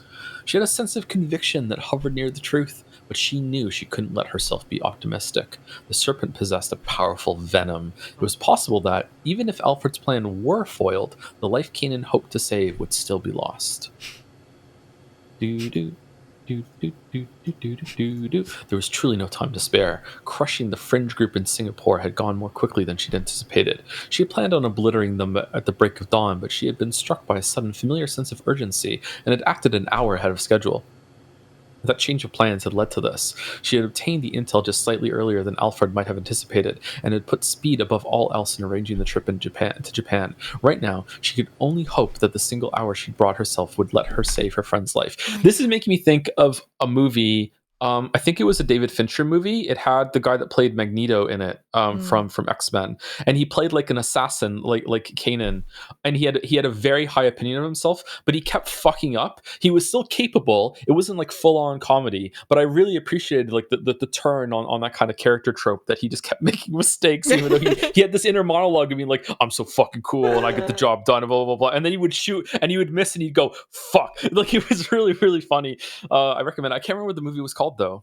Maybe someone in chat will know. It came out like a couple years ago. Was it called The Killer? Is that what it was called? That sounds familiar, actually. I recommend the movie. Maria. Sorry. Maria. A warm red flooded her mind. They'd met 2 years ago. She remembered the day as an ordinary one. An unassuming tourist was getting hassled by the same sorts of guys that caused trouble all over the world. Kanan's stash of her favorite snack had just run out, and it left her in an irritable mood. Relatable. Hashtag relatable. Out of fit crunch. Maybe that was why she'd stopped at the sight of the scuffle. Not that she had any interest in helping. The men just gave off an eyesore of a color. Their scent was far too noisy, and she wanted to be rid of them. Shukran Jazalan, said the grateful tourist, her hand outstretched. She asked if Kanan would be her guide, which Kanan tried to ignore, but the young woman persisted. This girl was a person raised in peace, from a peaceful country. Kanan wasn't the kind to hold that against her, or rail against the unfairness of the world. It didn't mean she wanted to put up with it either. A Yabaniya? Like her, was practically a different species. How could they even understand each other? Kanan was closer to an animal herself, and respectable people didn't get close to animals that were still untamed. She also loved Donald Duck. Humans had overcome their feral side. They had become creatures of intellect. When such intellect was fostered over the years, the benefits were clear. And yet... What is bro yapping about? Let's be friends, Sadiki. How about it? This tourist approached her, oblivious. Kanan could recall the warm color from that moment. It still triggered her memories. It was a pleasant color, one that she had been touched by before. This tourist, Maria, was not so remarkable as to draw the eye. Nothing about her seemed especially worthy of admiration. There was just... You shut up! There was just something special about the wholesome smile she offered to the dangerous creature she should never have approached. I meant to bring this up, not that I think it's always done well, but this is touching on it too. The thesis statement of 428, if you want to pull a theme out, is different people can overcome differences to resolve their problems. You talked about that a week ago. Oh yeah, when you were like, is there any deeper meaning? And I was like, nah. Which I later amended somewhat because I don't think that's entirely fair. Also, thank you, Hasaniko, for translating words as we go because it's interesting to me. Yeah. Is that really a theme, or is that just like a part of like almost all fiction when it comes to like people working together to solve a problem? Like, I don't know, that's very ubiquitous in fiction, is it not? I mean, so like I can understand feeling like it's front loaded here. I think it is a theme. I think that it is one of the most common ways that we resolve plot friction. Like that's how we resolve the problem of a story. But I think here, the interesting thing about what they're doing is that they set up non-Japanese people as such an other. That the differences they have to overcome is like largely being Japanese and not being Japanese for at least this part of it, which feels inflated by like the fundamentally kind of xenophobic aspect of the rest of the work. You know what I mean? Like, it feels like they've created artificial differences and then written characters overcoming the artificial differences. I can see that with Kano and Stanley. Yeah. Kano and Stanley and Maria and Kanan both have this going on. I think that some of the other people overcome that a little bit. Like there is other manifestations of it, but for me, it's the fact that they created this weird divide that they didn't need to put there, and that isn't necessarily like a real thing. Although I understand that in Japan, there is like a political strain of people who are very like Japanese nationalist. So like it's not completely imaginary, and it's not like differences between cultures are completely invented or something. I'm not saying that, but it feels like the way that non-Japanese people are treated in this visual novel is like is strange. Especially Dawn is talking about like the Orient, as in like Edward Said's Orientalism. Like this is there is like profound othering happening for Kanan and other especially like Middle Eastern people, which feels weird. A note system that explains these words would be interesting. Maybe the game should have that feature. It is crazy that they explain everything except words. It's a universal undercurrent. For example, immigrants are called foreigners no matter how long they lived in Japan. Yeah, I just don't feel like like when they were doing that in the base story, it felt like it was always when they were they were part of the heist. Like I don't know. I feel like it didn't explore that enough for me. But maybe I'm misremembering some stuff. Like we've been reading this for weeks now, so we have, maybe some stuff at the beginning. I guess there's the professors there too. The professor's one of the foreigners. Stanley and Kano definitely have some amount of that. I feel like because we never really see Kanan and Maria interact all that much. I mean, like I guess that's what this is about to be, right?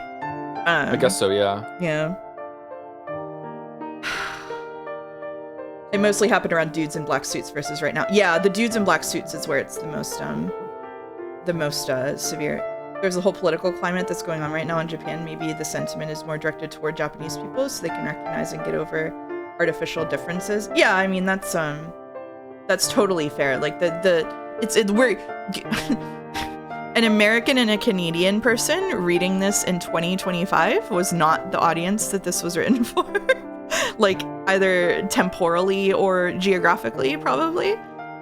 So that's never stopped us before. No, it's never stopped us before. But maybe what I should say is, reading this, my experience of this is that saying that the message is that overcoming differences is a good is like a positive thing is strange to me when it feels like the differences are like almost clownishly represented at times. Yeah. Stanley works as a token, one of the good ones. Says green. It's Viscount, isn't it? It's not Viscount. It's Viscount. Yeah. I don't know if I agree with that. Actually, I feel like they didn't get along very much at the beginning, and it was also both-sided. I feel like Jack Stanley also felt like he took a lot of shots at Japan, and is this how Japanese attempt to do this shit? Like I feel like that was the two-way flow between Kano and Jack Stanley. Yeah. I mean, he is the only non-Japanese person who gets his own storyline, I guess. And also at the end, he's like the one good cop, right? Like he's the one good CIA member who isn't in on it. And so in that way, he's kind of a token, one of the good ones, in that he's like he receives a story like that isn't like a cartoonishly evil personality, and he gets like to be his own person. We understand his motivations. He interacts with the main characters in a positive way. Like he's allowed to participate in the plot. That kind of thing. I love the idea of a good CIA member. It's like a good chatter. Anyway, let's continue. Did you read Spontaneous? No, I didn't. You're very spontaneous, aren't you? Kanan smiled. There was something powerful about people who can get a read on their own situation. It was the first time she'd smiled earnestly in a long while, the first time she'd seen since she lost her light a second time. I think I'm insulted. I'm sorry. Don't be insulted. Don't be. My chat's good. My chat's good. You're not allowed to insult my chat. We insult your chat. Right. We insult your bits chat. to Mega Geeko. Sorry, Mega Geeko. You're gonna have to get a ukulele. Mega Geeko's got an artist icon next to their name. You're gonna have to get. You're gonna have to do it. Yeah, thank you. Every stream, I'm sorry. It would still be several hours before the plane landed in Japan. She did her best to ease her inner tension, to let herself rest in preparation for combat. Her orders were simple: save her friend, capture the serpent. Her objective was the same as it had been before: fight the serpent. That summer, 4 years ago, when she'd gotten the tattoo on her left arm. That very long day when she'd been reborn as the Kanan she was now. I should have a tattoo of a snake on my arm. Really? Just a big snake. Can you pick a better midlife crisis? I was gonna get video game swords on my forearm. Snake's better, right? I want to get an Umineko tattoo, but I don't know what. Don't say the wing.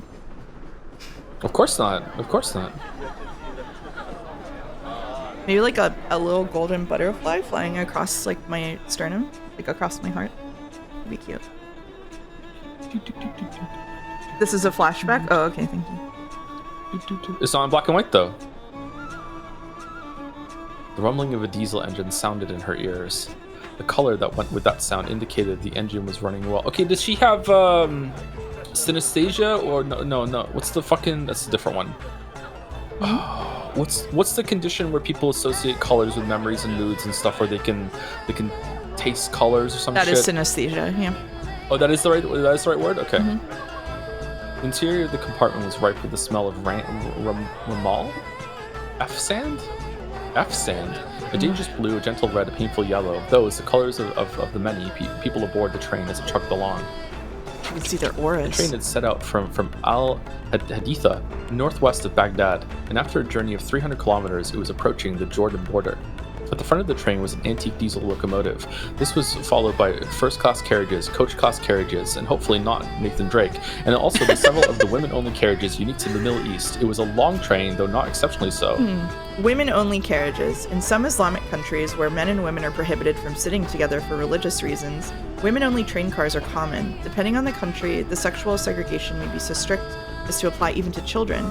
Sometimes even young boys must separate from their mothers in order to ride in men-only carriages. Is this before they got women-only train cars in Japan? It's weird that they're writing about this like it doesn't happen in Japan. Is that like a recent development? I thought that was a long time thing. It's a recent development. Oh, okay. Interesting. They have women-only train cars in Mexico too? Huh. I have a question, but it might be an insensitive question, so I don't know if I should ask it or not. Roll the dice. Roll the dice. Is this like a recent thing? Is it because women weren't safe on unisex train cars? There, I found a way to ask it diplomatically. Yeah, women were pretty frequently harassed on trains in Japan. Okay. Don't you know about the subway slammer? No, I don't know about the subway slammer. Okay, the subway slammer. So subway slamming in Japan was a thing that was a problem for a while. I don't know if it's still a thing, where people would like basically bodily shove people or do some other stuff, and it was often done to women or non-Japanese people. Like you would be sitting on the subway and someone would just plow into you and knock you down and keep going. It was just like a microaggression. Like they just felt like doing that. Although sometimes I think it's because they felt like you were in your way or something. The subway slammer then became I don't even know what chat help me. It was in the Persona mobile game. They made the subway slammer an evil villain basically. Siri, what is the subway slammer? He's the villain of Persona 5X. So they took this serious problem in the trains and made it into a Persona villain. But anyway, yeah. So women were. There were a lot of reports of women getting like groped and stuff like that on the trains. If that's what you're asking, yeah. So that's why they implemented.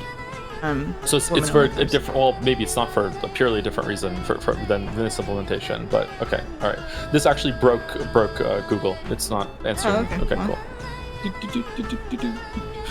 It was remarkable that there was a line running between Iraq and Jordan. Traffic between the two countries, especially via railway, had been drastically reduced as a result of war. Many of the lines had long since fallen into disuse, but now that the West was working towards the reconstruction and stabilization of Iraq, Japan had also helped to plan a railway between Iraq and Jordan and had laid down a temporary rail line. The train's final stop was not the border, but 300 kilometers beyond it in Amman, the Jordan capital. This trip would be a turning point. Sundown would see the venerable old train service come to an end. Compartment where Canaan rode was boisterous with noise and human energy. Wind and the sound of chugging wheels rushing together through windows with no glass. As the only rail service currently linking Iraq and Jordan, the new line drew passengers from all walks of life. A freelance journalist returning from Baghdad, an Indian peddler carrying a piece of luggage larger than himself, a group of women who appeared to be members of some Scandinavian NGO. No one seemed bothered by the clamor. The passengers shouted and prattled on as they pleased. Various sounds, miscellaneous colors, profuse scents, myriad textures, manifold flavors. I actually like the color thing that this is doing. All of these sensations mixed together as if in a stew pot, and Kanan gulped them down. Yet the stimulation they provided was weak. It was like lamb without enough salt, and so she reached into her pocket for a dose of her favorite pick-me-up, crunching it between her teeth. By the way, I've said this on stream before, but I don't know if I've told you this. Everybody, maybe I haven't said it on stream. Maybe I just said it in my Discord. I'm a well-known English major, as we know, but I actually was a double major in political science in undergrad, and my undergraduate thesis was about women and politics in Japan. And I wrote about, like, how women got the vote, female representation in the cabinet, stuff like laws around abortion and stuff. And so I directed my feminist fucking lens toward Japan. It was quite interesting. That was like 15 years ago though, so I haven't retained a lot of it, but some of it. That's cool. It's because we're 40 now. It's true. Yep.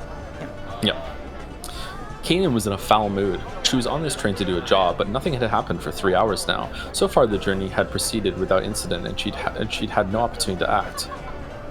Siam, the man she called Sharik, had assigned her this mission. They were traveling together. Theirs was a rare team. No longer were they Mudarib and Mutadarib, master and student. They were partners now. See, it's not just Japanese words I can't pronounce, chat. It's all of them. Still, there was a complete letdown. The atmosphere on the train set her on edge. Despite the instability of present-day Iraq, there were no soldiers aboard, only several policemen. Supposedly, this limitation of the military presence was all out of concern for the complicated political situation. I don't think I have ever read a story about the Middle East or based in the Middle East at all, except for something like, let's a Western movie that they just go to the Middle East at some point. Yeah. I don't think I've ever been exposed to a story from that. Huh. But you cannot but wonder if it was more a concern for saving money on soldiers' pay. Major powers touted peace while enforcing virtue when they could be bothered. This railway was just one more example of their dubious policies, supposedly established to help foster interpersonal exchange and economic revitalization. It had originally been used for military transport until public travel was more useful for somebody's agenda. Somebody in chat asks, I know this isn't related to the topic, but what do you think about the statement, not everything has to be political? I can answer this question, but it will derail the stream for an hour. Well, it's your turn to read, so it's up to you. Is that a threat? It's a little bit of a threat. I promise to not talk for the whole hour. Well, they're asking because they want to know what you think too. Please no. No, they're not. Please no. Okay. My answer to this, that once famously displeased someone greatly in Jads, so strap in, is that pretty much everything is always already political. And I say always already with like the weight of the philosophical background behind that. Even something like the definition of a pound, okay? If you go back through history, there were like wars fought over how we define metrics, like things that we take for granted in our everyday life. I have an iPhone here. God knows that's a political object, okay? Like the food that we eat, like my computer parts, all of those things are tied up in manufacturing and consumerism and like a system of production that is always already politically charged, right? And so to me, saying that not everything is political, like not everything has to be political, is just a nonsense statement. Because everything in the world already is. Like, we live in a world that is politicized. So you like, I can walk into the fucking forest in the park near where I am, and I am well aware, because I volunteer with an organization there, that there is an organization dedicated to replanting trees there, because one of the administrations in this city knocked down all of the natural environment there. And now there's an organization called Upstream that plants to reforest everything, right? Like, not even the ground we're walking on is apolitical. Most of the United States was like stolen, like, geographically, right? Like, literally nothing we interface with on a daily basis is apolitical.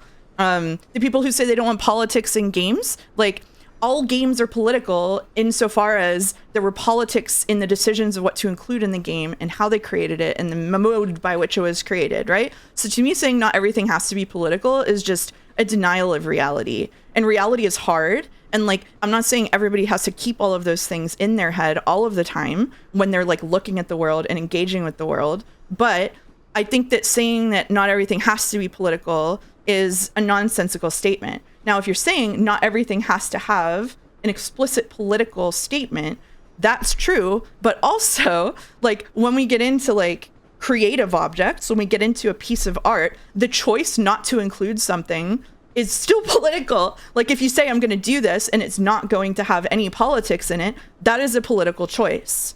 Everything is a political choice because it has whatever system by which you govern the way you think built into it. So I don't think anything can be called apolitical. Joe thinks he's playing an Undertale soundtrack, but we can't hear it. You can't hear it? What the fuck is the point then?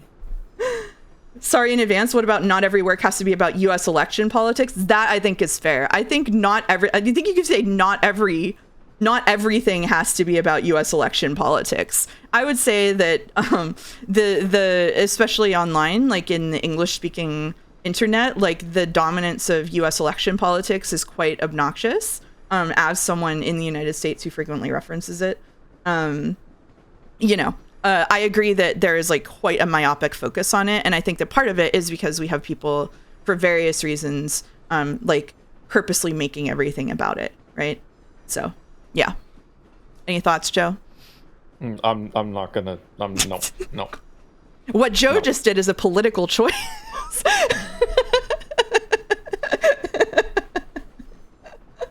It's a political choice. I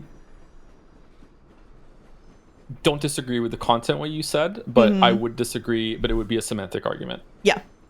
So one of the arguments I had about this was people who are like, I don't think that should be called politics, and my answer to that is that like a whole bunch of people have called that politics for a really long time. So it's like a technical term that a lot of people use. Like, it is not the same definition of politics that people normally use necessarily. But this is just like, My middle ground response, and then I'm not going to say anything else, would be something I've said on stream before. I think it was during Life is Strange 2, is that I don't agree with the statement everything is political, but I do agree with the statement everything can be interpreted politically. That's what I think. So, like, I agree with the content what you just said, but I think that for a lot of people, politics doesn't always mean what you just said. Yeah, which you already countered by saying that's what it means to a lot of people. Yeah. Yeah, I mean, it is a semantic definition. Like, I think that talking about an iPhone or whatever. I don't know why I'm picking it up. Like, people can see me. I'm already like becoming a person on webcam before I even do my fucking side stream. So an iPhone, for example, like and maybe one of the lines that gets drawn is like, okay, like I'm a freakish little Marxist Leninist or whatever. And so for me, stuff like assembly lines and factory conditions and working conditions for people, those are obviously political issues that are political stuff being like political stuff is happening there. For some people, that is not politics. Like for some people, that is not included in their definition of politics. So even if they might disagree with like how those factory conditions are, they don't consider that something that is related to their politics. Now, I would strongly disagree with that, but like people can self-define however they want to. But for me, that's a political thing, even though it might not be for any. Oh my God! Finally, not a centrist. Are you just learning this? Sorry, I know that that you don't like to go too far into this stuff, but yeah. No, Yeah, okay. yeah. For some people, politics is electoral politics. Yeah. I don't like to go too far into it, almost 90%, because I don't feel like I'm informed to speak about any of this. So I don't like to say anything that could be more harmful than good. Yeah, that's why. Yeah, fair enough. Yeah, this is chat has correctly identified that I went into professor mode, and this is the kind of thing I used to talk about when I taught. So yeah.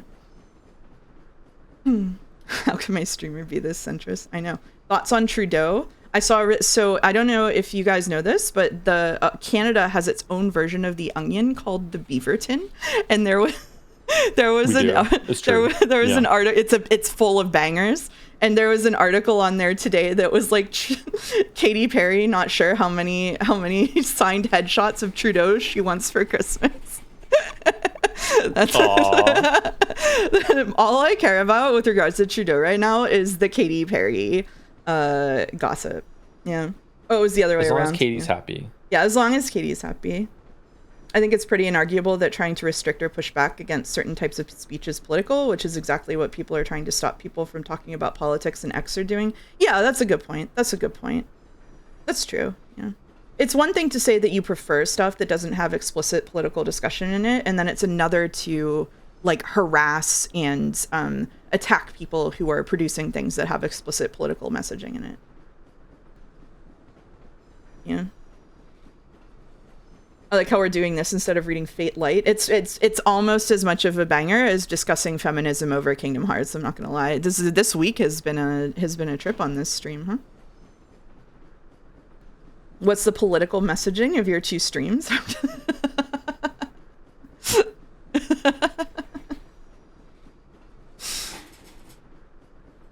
I don't know the answer to that.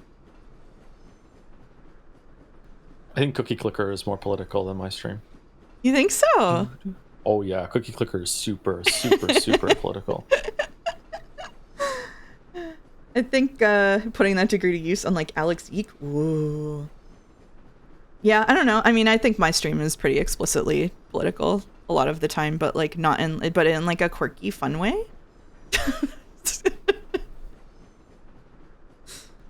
All right. You're doing a bit, but Cookie Clicker absolutely has an ideological statement. I'm not doing a bit. I meant it. Yeah, Cookie Clicker does have. Yeah, for sure. Yeah, I'm not doing a bit. I mean it. He means it. Is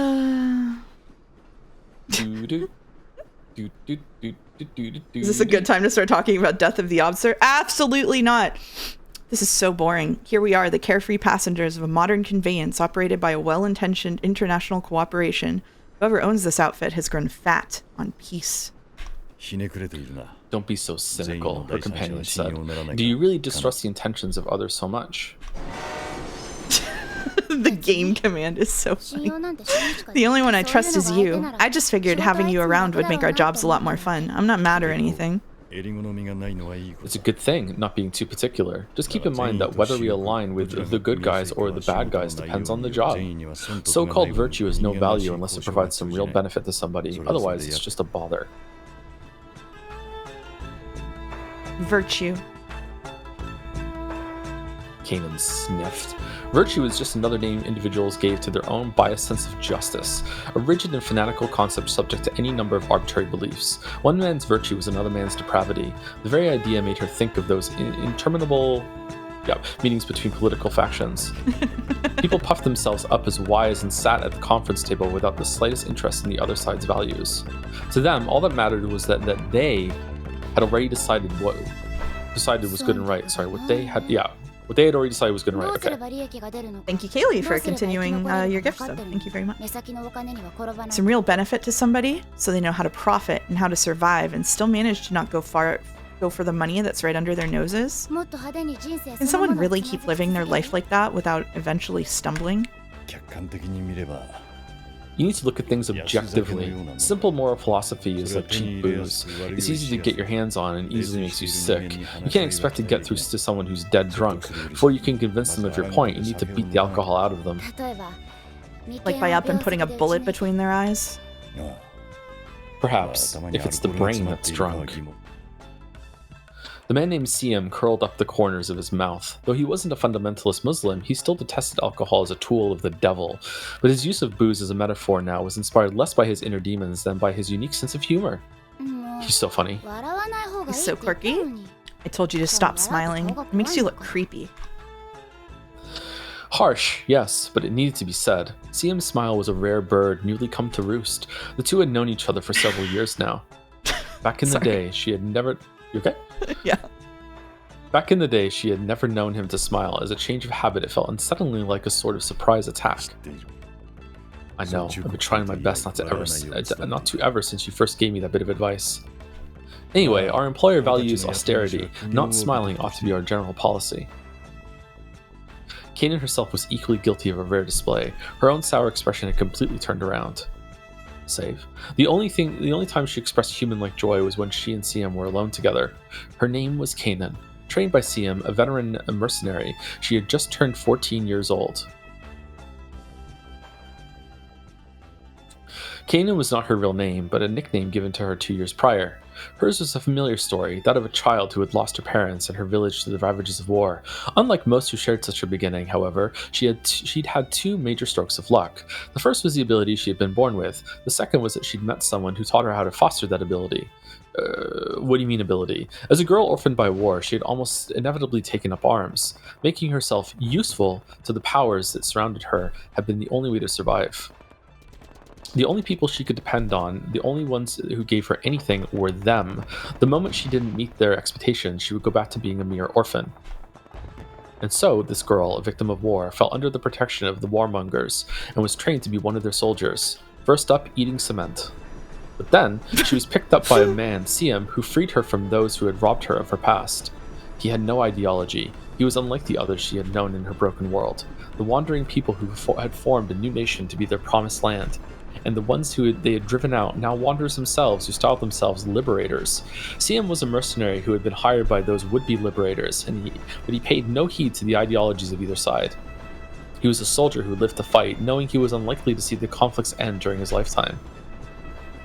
Kanan didn't know how long Siam had been working as a mercenary. By the time she wound up in his care, he was already a veteran worthy of her confidence. He told her that he'd been kicked out of the army, that he preferred solo missions where he could focus on his objective without worrying about fellow operatives. In that sense, he was something closer to an agent provocateur. Really? Than an ordinary mercenary. Siam was well aware of his distinct style and position. He sometimes revealed a hint of shame at the fact that the assignments he was given were not officially missions, muhima, but instead were referred to as jobs, imal. Still, he was known as a valuable asset on the Liberation Front.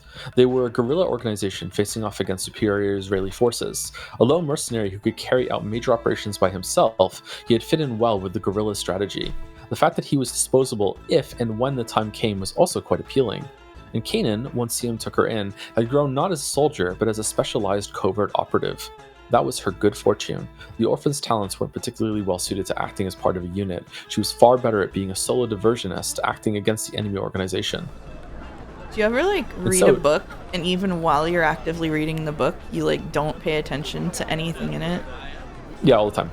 I feel like even with Sekimeya, when it was getting really boring, I was still able to listen to the monologues and understand what it was saying, even if I thought it was repetitive. But I'm just literally listening to the sound of your voice reading this, and I retained none of that. She had a super special upbringing and learned how to fight in a weird way. There we go. Thank you. There we go. There we go. I've had to. Do you ever realize that you've done it and you flip back a couple pages and you're like, oh shit, where was I? Yes, and then sometimes I do it again anyway. Yeah. And so, she had ceased to be a soldier instead of training as a diversionist. She fulfilled her new role adeptly. Adeptly, CM and Kanan, they worked in concert as secret agents, infiltrating, gathering intel, conducting sabotage. She learned to operate without backup. Typically, one of the duo would sneak into enemy territory alone, while the other acted in the logistics or liaison role. Here and now, however, with their objective aboard this moving train, responding to an urgent request from their employer, the two were working together as a team. This is how I feel when I listen to your streams to fall asleep. そんなに大きなのに I might. Nice. So.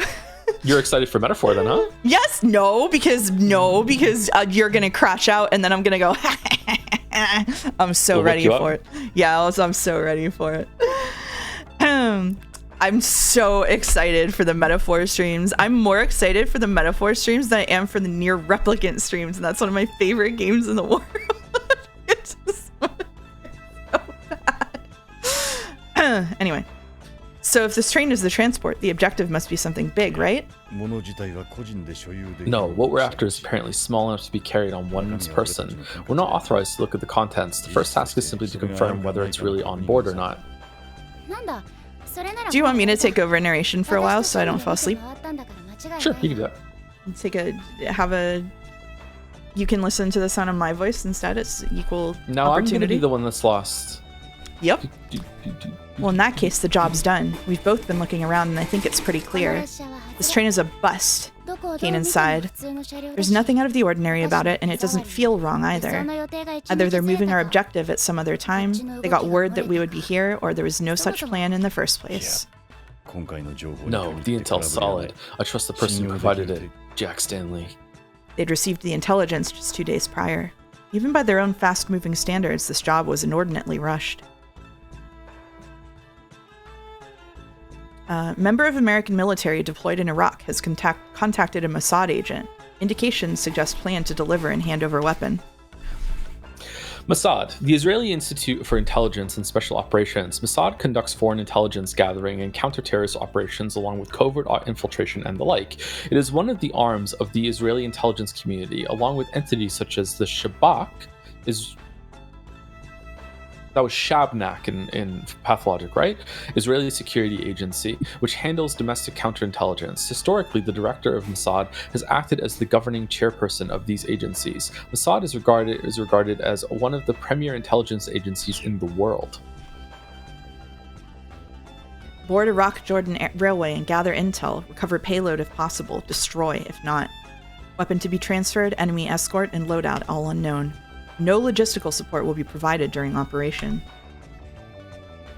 It was uncertain why the enemy had chosen to move the mystery weapon along such a dangerous overland route, but the information came from a source that both Siam and the Liberation Front trusted absolutely. And the source had made it clear that the enemy forces were in a hurry to transfer this unknown new weapon. This was a tip that the Liberation Front could not overlook, and they directed Siam to act immediately. The situation was somewhat delicate because the enemy had decided to use a train that crossed the border as their means of transport. Given the tenuous political balance in the region, the Liberation Front couldn't risk open military action targeting an international train running from Iraq to Jordan. Does fate take place in the real world, or is it like some weird alternate reality? I'm anime Henry now. I'm anime Henry. I'm in an anime now. I'm anime Henry. It's more or less the real world, except that, like, King Arthur is an anime? Alright. Political pressure from Israel and the US might have led the Jordanian government to give tacit consent to a weapons transfer, but if the freedom fighters intervened on a large scale, it would surely invite a military response. Is King Arthur, like, diegetic King Arthur? Like, is he king... Like, is it a woman? Like, is she Arthur in it, or is it just a character who's named after... Can you say puppet with its strings cut in the Henry voice? I'm Henry. I'm a puppet with its strings cut. I'm off the leash, Henry. Now she's King Arthur. So she is King Arthur. Okay. The real King Arthur in the Fate universe was a woman and fathered sons via magic. Okay, moving on. Worst case, things might spiral out of control and trigger yet another full-scale war in the Middle East. Thus, the job at hand required utmost secrecy. The enemy would disavow involvement in any clandestine transport, and those who moved against them must be similarly able to deny any involvement. Stopping and destroying the secret payload was a job for covert agents. And for Gale. and for Gale. And so Sion and Kanan had hurriedly boarded the train, where they'd been spending their time staring out the window. 4 hours had passed without any incident aboard, and nothing had happened in the story. Now they were arriving at the halfway point in their journey, the Jordanian border.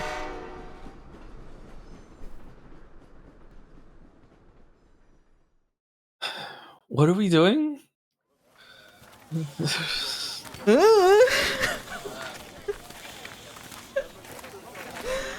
There, abruptly, things began to change. Without warning, the train, which had hitherto seemed like a promise of safe passage, grew thick with the dangerous scent of an escort convoy. What does this smell like? You're making adjustments to the train? What's up with that, Sion? I didn't hear that announced. I've never heard of that happening mid-journey. The problem is with the rails. The ones we've been running on are standard gauge. Past this point, the tracks are all 15-24mm broad gauge that were installed with assistance from the Russians. Not the Russians. Standard gauge. Railway track with a 1,435mm, 4-foot, 8.5 inch space between the rails. It is the standard in the United Kingdom where it originated, and due to the internationalization, an estimated 60% or more and due to internationalization, an estimated 60% or more of the world's railways use standard gauge. Okay, I was fucking wrong word and it ruined that whole entire sentence. My fault. Broad gauge. Railway with track spaced farther apart than standard gauge. The broader gauge offers some advantages, such as improved stability for cars and better resistance to the crosswinds. Russia, India, and Finland are among the countries that use broad gauge, along with some parts of Spain. In order to run on the new rails, each of the train cars needs to be lifted up in sequence so their wheels can be replaced. Wow, this is kind of true. Pain in the fucking ass. Yeah, the wheel exchange made for an extended delay. Each car in turn had to be removed from its couplings, then each car was loaded onto a lift and refitted for the broad gauge tracks. This is going to take a while, Kanan grumbled. I wish we could just transfer over to a train that could head on from here. Well, the passengers on this train aren't rich enough to complain about a delay in the schedule, and this way the rail company doesn't need to change up the cargo. So long as the train and the passengers arrive safely to the destination, that's all that matters. Yeah, I suppose we of all people have no cause for complaint. But Sion... Kanan sensed that there was more going on than just the switching over of the train's wheels. The train was being expanded. How upset would both Kingdom Come Deliverance fans and Metaphor fans be if Joe actually named his character Henry Sword Upon? Sadly. Oh, I'm in a bad game now. I'm bad game, Henry. I was gonna name the character Pancakes because it's metaphorical waffles, but I guess that's not. I guess this has to be something else. Oh well. A freight car clearly meant to carry goods of higher quality was being added, sandwiched between a new pair of passenger cars. Sometimes my chinchillas make a sound that sounds like somebody coming up my stairs to like come attack me, and it makes me really nervous. I don't know why they do that. A total of 3 new cars were added. The only passengers in the 2 compartments surrounding the freight car were armed soldiers. I love how when we're bored, we just key jangle ourselves constantly. Why are we having this flashback again? I forgot this was a flashback. Oh my god, it went on for so long, I forgot it was a flashback. We're not even in the present day. They're all the same shade of blue. 7 soldiers per car, a total of 14. Were you expecting this? No, I hadn't thought this far ahead. Adding a new freight car, huh? Honestly, this would have been difficult to prepare for ahead of time. They were seeing a complex plan unfold, one that would be traceable after the fact, but which might be impossible to stop while it was in motion. They now faced a significant... Should I ASMR? They now faced a significant force of enemies that they might have to neutralize, using only the firepower they had on their persons. Is that better? So much better. Based on the orders Siam had received, there was 0 chance they'd receive any backup. Pull out the VTuber voice. They're definitely soldiers. Can't tell what army, though.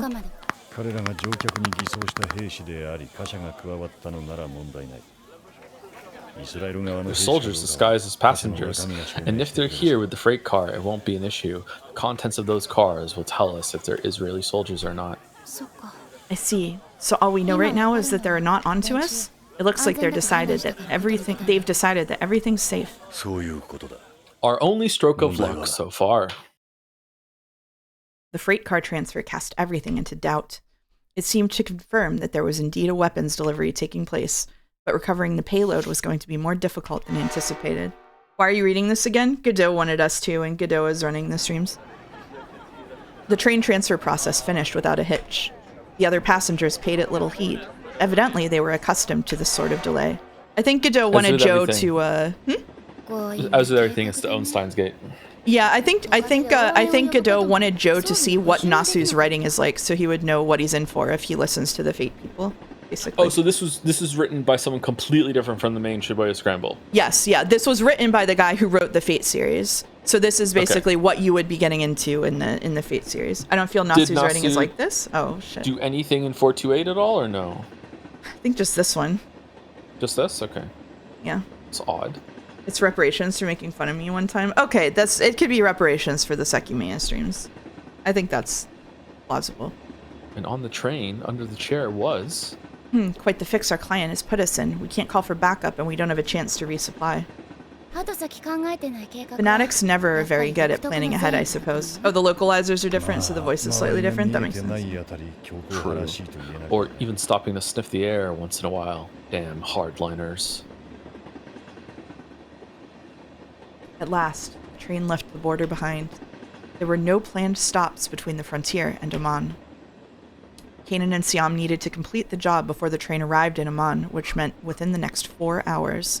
The odds were 2 against 14.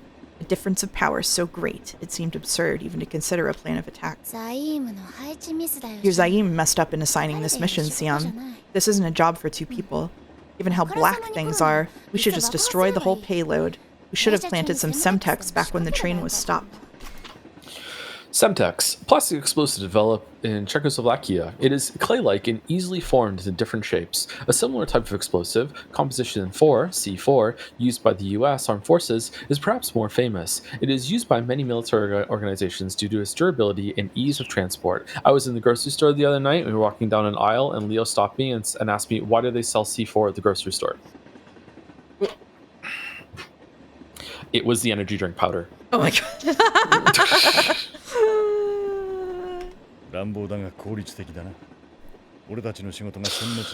That would be dramatic, but effective. If annihilation was our job, I'd have leaned that way too. They had checked the cars pretty thoroughly before they departed. Sneaking something aboard the freight car would probably have been close to impossible. So what do? Taking on 14 soldiers head-on is a bit of a tall order. Apply directly to the forehead. No, we're not going to take that big of a gamble. If you're worried about our numbers, that's going to change. Someone else is joining up with us here. Oh! Huh? Kanan was shocked. She felt an unfamiliar kind of fear. As far as she had known, Siam never teamed up with anyone but her. Wow, they actually use a semicolon. Please be in Nagashita early years. No. Do you want to read this character? Is this Alphard? Maybe, yeah. Pardon me, but I'd like to share your seat.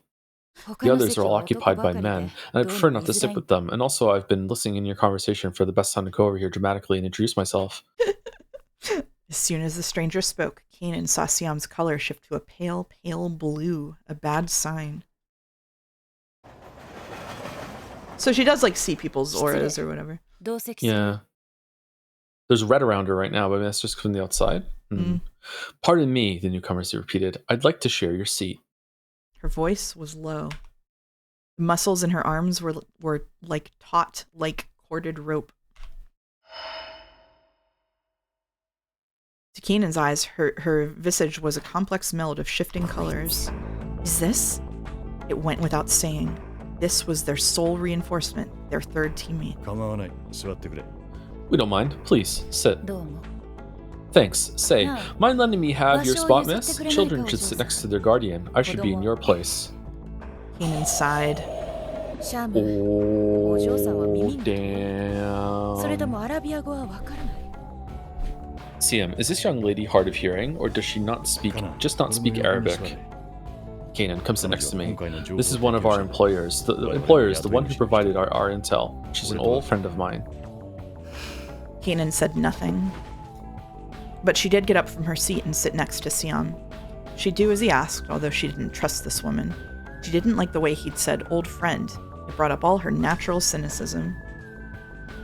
See you later, Troy Tales. Happy holidays. シャム、この子がお前のバックアップ。 Charmed, I'm sure. Is this kid your backup, CM? 今回俺はダーファだ No, I'm the protection this time around. She's more suited to offense. Her skills are the real deal. So is her attitude. But she's not lookout material. She only really gets going when there's someone to それ fight. はそれは。 She's basically a ninja turtle. Well, well, so she's still in training? The woman regarded Kanan with a cold gaze. She gave the impression of a snake, trying to sense the body temperature of potential prey. 可愛いじゃないか。 She's cute, I approve. How's her left arm? Could she move it all right? Or has your little lady in training not learned how to take care of herself yet? Kanan Fuck you talking glared. about? I don't know. Kanan glared sidelong at the woman. She wasn't offended by the remark itself. The fact was that her left arm was still in pain. What unsettled her was this woman's powers of perception, able to detect Kanan's injury through the heavy cloak she wore. 動くよ。 Just a scratch. It won't be a problem. そう。ならいいが。 Okay, but how did it happen? Did you get injured before or after you boarded the train? That'll tell me whether you're just half a soldier or simply a fool. Kanan did not reply. だんまりか。 Silent treatment, huh? Hey, CM, which is it? He didn't answer. Hmm?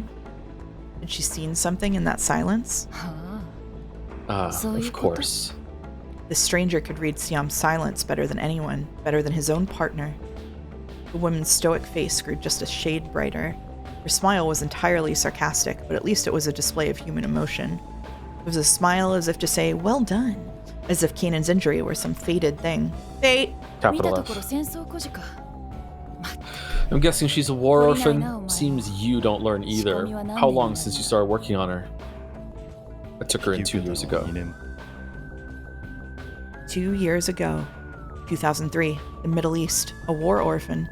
All that information taken together left no question about just what battlefield she'd seen. The Iraq War. She had lived through the long night of a war that for the winning side had been little more than a display of overwhelming resources and overwhelming technology. 安心したよ。半人前だが心 That's a 構えがある relief. わ。 She's only half a person, but at least she's ready. では技術は I'm これ looking から forward 見 to させ seeing て her もらう。 skills in action. お前が連れてくる以 If you 上 brought her along, CM, her training must be sufficient. Now that she'd inferred Kanan's background, the woman's enmity seemed to abate. Shirk! Their initial reluctance to trust each other had apparently been mutual. I dislike some writers have this idea of what a really smart perceptive person is, and they're basically just psychic. It's like she just knows shit. She just knows that you hurt your arm, you know, because like you just flinched a tiny minuscule amount that no one else would even notice and probably wasn't even perceptible. But she caught it. Don't worry, she caught it. She knows you have like is going to make 5,000 conclusions about this right now. They're probably all wrong.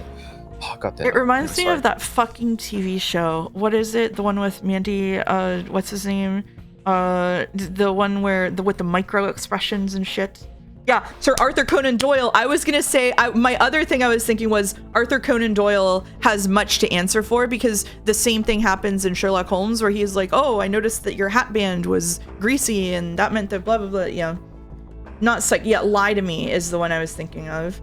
At least they justify it though with some amount of deductive reasoning and showing how they're doing it, and sometimes it's cringe. Yeah. What's the one? The really bad one in Sherlock is like I deduced that this phone used to belong to an alcoholic because there's a bunch of scratches around the charging port. So you when you plugged it in at night because you're drunk, there's lots of scratches. Some Like shit like apparently that. I'm an alcoholic because like I have a bunch of actually mine's pretty clean. On my old phone, it was pretty scratched up, you know, because you fiddle with it a bunch. Yeah. Yeah, Lie to Me is complete fucking nonsense. Yeah, Lie to Me is like maybe the worst, probably worse than Sherlock to me. For them just like micro expressions being like a pseudoscience that they then made into a whole TV show and just like completely invented whatever. The Mentalist was okay about it, I think. Mentalist was also a comedy for the most part, so it was funny. Sherlock with Benedict Cumberbatch and sorry. Yes. Kanan wasn't necessarily happy, but if this was the team Siam wanted, she would accept it. As the woman had observed, Kanan had been trained by Siam after all, and Siam's judgment was absolute. Kanan knew him as her instructor and mentor, the ideal soldier, utterly reliable. She turned her gaze away from the woman and looked out the window. Passing scenery drew out her memories of the life she lived over the past few years. Flashback in a flashback? A girl who had lost all her relatives to war. A tale of a child. The tale of a child who had never held a gun before, becoming a full-fledged soldier at the heels of a veteran mercenary. All of it came hazily drifting back into her mind. We have been reading this for an hour and a half, and nothing has happened. Nothing has happened. All the life I'd had, but I was told Nasu writes unending fight scenes. What are we doing? All the life I'd had before was taken away by the war. It's against us. God damn it. The echoing of gunfire in the distance, the sound of buildings ablaze, he really did inspire Ryukishi. I couldn't help but think how much smaller and simpler those sounds were than I'd imagined them to be from stories. No place had seemed safer to me than my house, and it was reduced to ruin by a single artillery shell. Whoever told you that didn't tell you about the other type of scene he always writes? A few moments after that blast... Let me know when you want to take over, by the way. Alright. Maybe we'll go till the break, and then you can have after the break. A group of strange men came barging in. I could hear their heavy footsteps, their hoarse voices, muttering. They're dead. They're dead. We've killed them. We've killed them. Luckily for me, my father had been thinking quickly and had sent me into the basement. Unluckily, he and my brothers were still in the living room when the blast hit. It wasn't just the furniture that was now gone without a trace. I sat in the basement thinking. From the men's conversation, I realized that they were looking for my father's corpse, my older brother's, and my own. I can remember every word those soldiers said. Something had clicked in my mind as I listened. I committed to memory how many men there were, what their voices sounded like, what names they called one another, so that I would never, ever forget. Focused on hearing their every word, for the next hour I felt neither fear nor boredom. I gathered that there was no trace of my father's body, but they had found my older brothers. Satisfied, the soldiers left. Oh. All of this happened when I was 12 years old. Trapped under the rubble, it was days before I was rescued. I'd lost my family and any place to belong. The adults who found me realized that I'd suffered emotional scarring, but they didn't have the time to bother with that. They're dead, they're dead. We've killed them, we've killed them. Ah, yes. There are too many things one needs to do in life.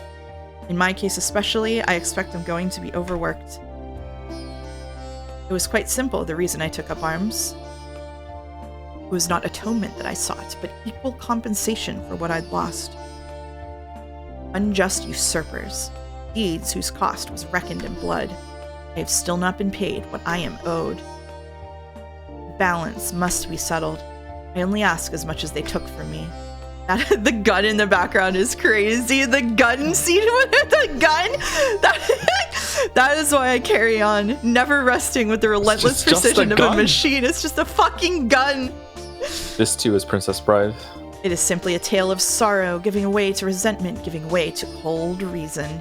Was it odd that I never felt malice?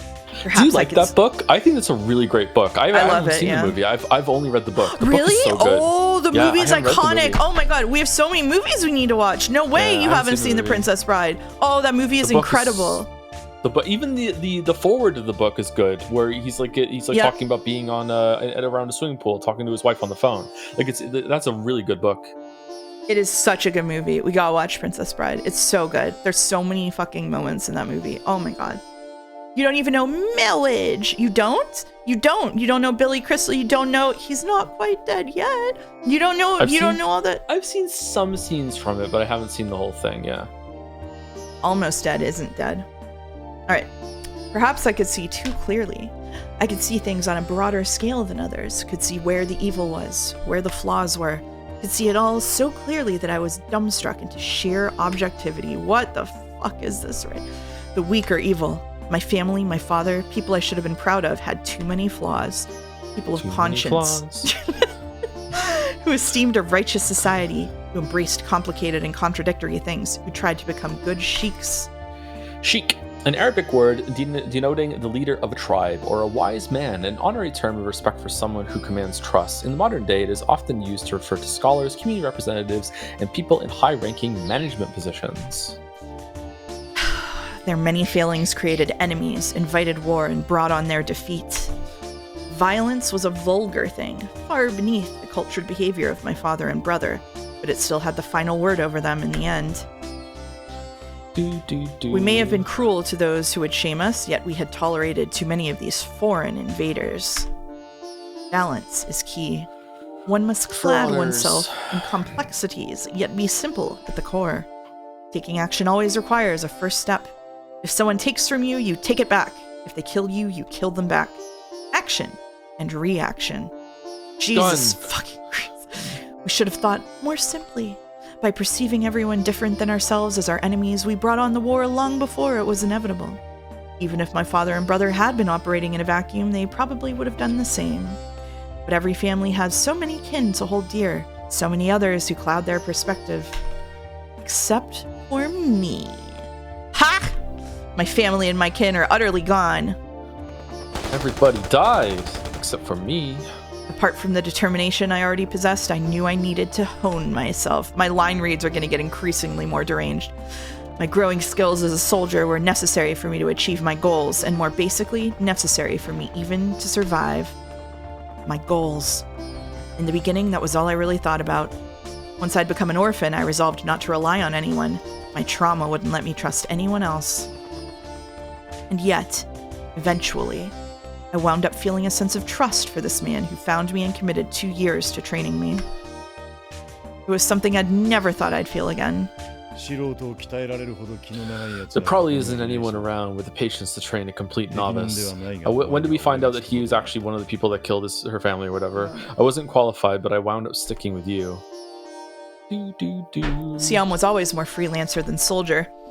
He belonged to a liberation movement, but he made his living taking on jobs as a reliable merchant. They already explained this to us! Okay, whatever. Liberation movement refers here to the Palestinian Liberation Movement, a political movement formed in response to the conflict arising between the newly resettled Jewish people and the pre-existing Arab Palestinian residents, advocating freedom of the Palestinian people from Israeli rule. There has been a long recurring cycle of terrorism and revolt followed by periods of peace, but to this day, the issue remains fundamentally unresolved. 2008, right, people? So irrelevant now? I guess his role gave him a lot of freedom because unlike a grunt who simply fired guns, he was allowed to act as a sort of instructor. He had no... This is a flashback to before it was explained to us.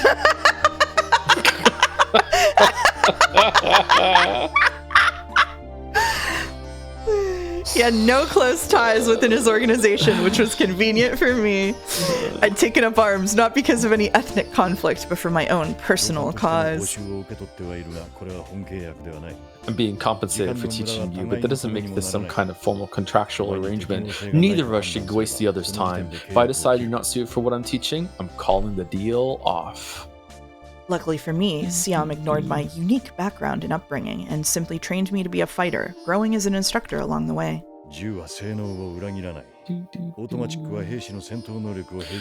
His feet are facing the wrong way. Good firearms will not limit your abilities. Automatic weapons act as equalizers for soldiers on the battlefield. If both sides have equal technology, then everyone is theoretically capable of the same things as everyone else. Conversely, if you have a gun that isn't up to the modern standards, you'll be weeded out first. The first thing you need to learn is the skill to tell whether the weapon in your hands is superior or inferior. I'm with Chad. It looks like he's in Equestria. It looks like he's got hoofs. Guns. Oh my god. I've never read anything that this man has ever written before in my life, but even I can tell guns are simple. Not nearly as complicated as people is a classic line from this motherfucker. You just pull the trigger. My father had handled weapons occasionally, but never showed me how to use one. Political struggle was his preferred form of conflict, and in the end, it was that bias that defeated him. I took up guns to avoid repeating his mistake, but also the feel of a metal grip in my hand seemed to suit me. At least, that was how it always felt to me. I hate this shit of starting lines with at least comma. Do we have to finish it? Oh. Okay, I opened... How long does this go on for? I think we're like halfway through it.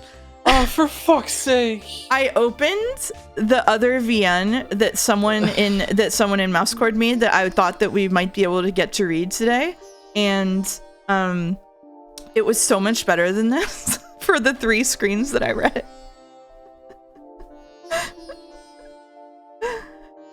It's gonna have to be tomorrow now because this is taking. Yeah, forever. we're gonna have to. We might have a long stream tomorrow if we want to play the Game Jam games. I'm so sorry. It's gonna be like 2 or 3 hours of those. Don't forget that you're a woman. However superior your skills may be, you cannot I just made you skip that paragraph, I'm sorry. You cannot change your physique. If you're facing multiple opponents with a pistol, shoot at the nearest target twice. Even if you don't hit, pivot with your knees and fire at the next enemy. Keep them all engaged. Don't let them get close. Mastered the basics that first year. I say this not out of any excess pride or self-confidence, but I was measurably the best of the soldiers other than Siam himself. After that, Siam and I began working jobs together. Siam was against it at first, but I had the ability, and he at least had the objectivity to acknowledge that fact. I thought Joe just said that for a second. I also thought Joe just said that for a second. I thought we were doing a bit. I didn't realize he was reading. Wow. Okay. He was an exceptional teacher, and I was an even more exceptional student.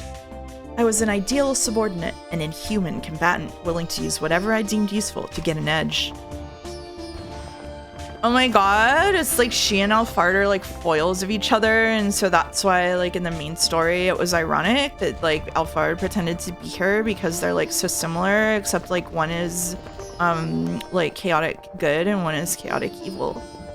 I had countless brushes with death out on the battlefield. The reality of war is that people die, regardless of their tech, their experience, their abilities.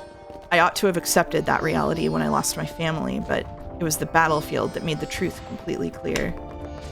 The society into which I'd been born seeks to assign value not just in monetary terms, but for individual dignity and even ideologies. Yeah, people die when they're killed for sure. But only death is truly impartial. I was able to survive through all of this largely thanks to Siam's aptitude. He wound up protecting me countless times when my inexperience put me in peril. His intervention was not out of any fondness for me, but rather a cool calculation. In the interest of completing the mission, he knew I could be counted on. Never much to look at, he accrued even more scars in the course of rescuing his risk-prone student. There was almost no place that he hadn't been shot except somehow in the head. Maybe there was a trick to that. I'd wanted to ask him, Secret, just don't get shot in the head, Lamau. He got dick shot? Holy fuck. What do we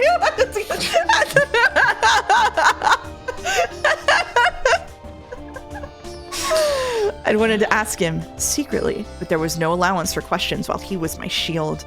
I could only make such small talk once his time as my protector had come to an end. We went in very different directions there. And even then, up until this very moment, there'd never been a good time to ask.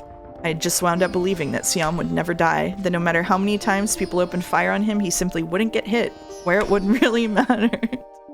That was all probably a delusion on my part, of course, but the fact was that he just didn't die. Of course, his heart has already died some time before. Okay. Bullets couldn't kill someone who is already dead. True. I just went through that without even processing it. He deserved my trust. We were of the same breed, he and I. Siam would always have my back, no question. Every once in a while, a truly exceptional soldier turns up. Superhuman. Keep up your mercenary career long enough, you'll run into one sooner or later. For everyone who thinks that we're just afraid to be mean to shit and we were pulling our punches and being too lenient on Yeek, I would like to direct them to this fucking bullshit. Oh no, you can't say that OG Yeek is better than Fate Stay Night. You can't. OG Yeek is better than Fate Stay Night. OG Yeek is better than Fate Stay Night. OG Yeek is better than Fate Stay Night. I'm saying it. From my understanding, even the Yeek devs are going to be mad about that one. OG Yeek is better than Fate Stay Night. OG Yeek is better than anything this person has ever written in his life. And Danganronpa. Okay. My training was complete. I was no longer a student, but a mercenary, and this is what Siam had to tell me? I responded with sarcasm. What was this, some Hollywood script? Siam had never really joked with me before. No science fiction. This is as real as it gets. This ain't CE world. This is real as it gets. On the battlefield, individual gear and skills can only carry a soldier so far. Death comes for us all, equally. My turn could be next. After that, it might be you. You know? But in the midst of that sort of deadly equality, there are monsters who can overturn the balance. Siam went on to tell a story of two soldiers. One wielding a revolver and one an automatic handgun. The wildly anachronistic revolver was no match for the automatic. Thank you, Sebastian Phillipson, for subscribing right now at this moment for some reason. Thank you very much. Even disregarding magazine size, a higher rate of fire meant superior firepower, period. A machine pistol capable of firing 3-round bursts would turn the revolver user into Swiss cheese. Hop off, Machine King. pistol typically refers to a handgun capable of automatic or semi-automatic fire, though frequently also denotes a weapon between the size of a pistol and a submachine gun. Because of their comparatively limited magazine capacity, such weapons are not, however, capable of the high volume of fire of a full-size machine gun. Famous models include the Beretta M93R and Glock 18. 3-round burst. Some modern automatic weapons are equipped with a switch that allows the option of firing 3 bullets each time the trigger is pulled. Compared to full auto mode, in which the weapon will fire continuously for as long as the trigger is held down, firing 3-round bursts allows for better conservation of ammunition and control of the weapon. It's not about the technical limitations of the revolver versus the auto. It's about our awareness of those limitations, and at the same time, about our own limits as soldiers.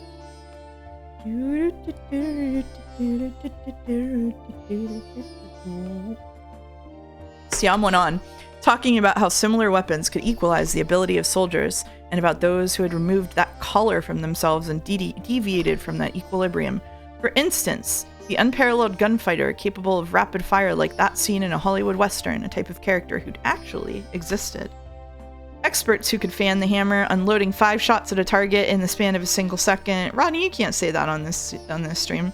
Of course, simple rapid fire alone wasn't worth fearing. It had to be accompanied by the skill to put it on target. Siam had probably just been trying to offer an explicit example of a time when exceptional human skill could surpass the capabilities of the available hardware. It had all seemed too fantastical, but he had been dead serious.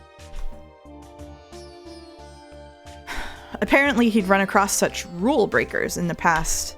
Born warmongers, patron saints of small arms, lucky souls, people with different physical capabilities than you or I, natural differences in physical prowess, sure, but also talents perfectly suited for war.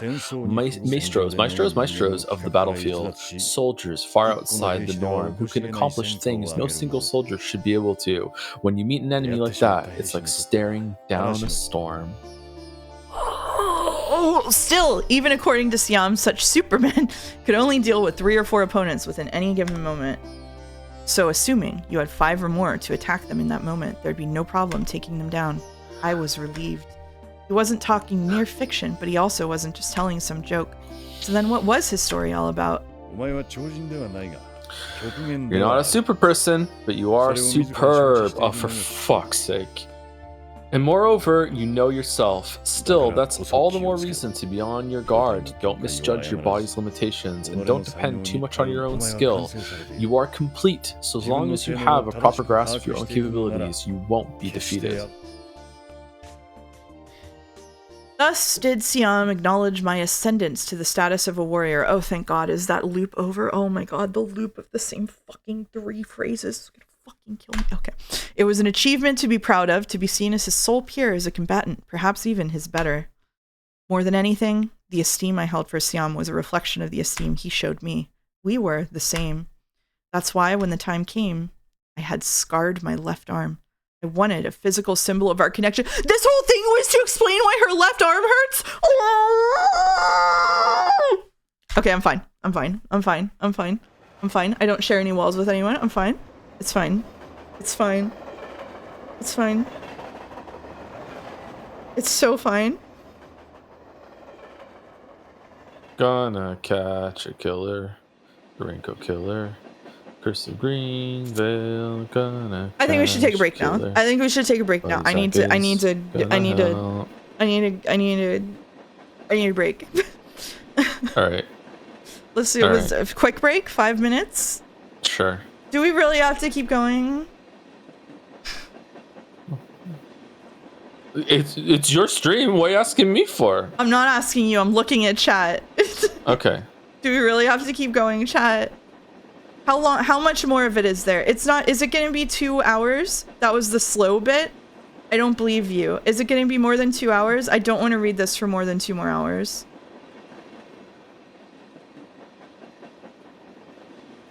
I don't know. No way it's over 2 hours? Okay. All right. Okay.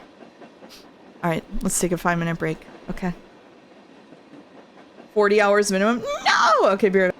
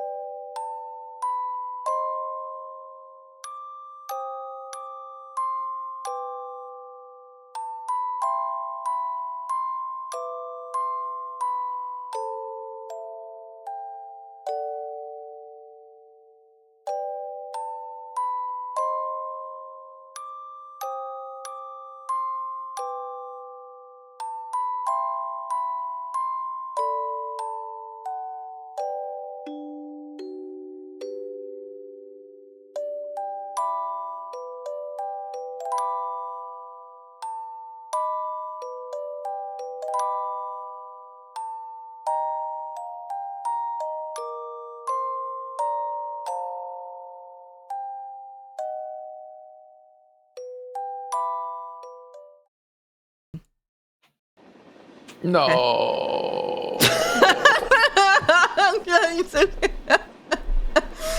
Oh, chat.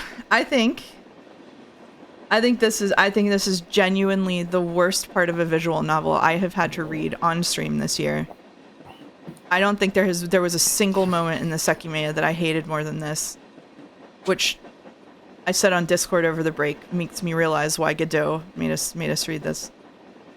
Oh, okay. Well, you know, Godot must have made their point now, right? So the art is nice. Yeah, the art is nice. I do like the art. The art is nice. Is it better or worse than Steins Gate? I have not read Steins Gate on stream, so immaterial.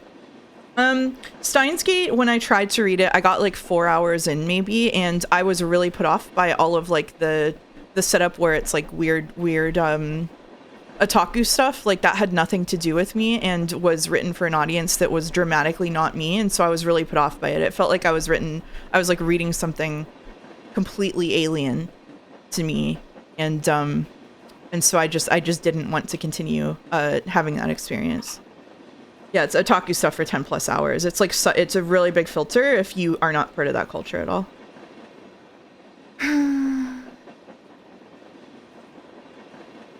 What is this clip? Oh god, I don't even remember what this clip. I'm clicking this clip before we continue because I don't remember what this clip is.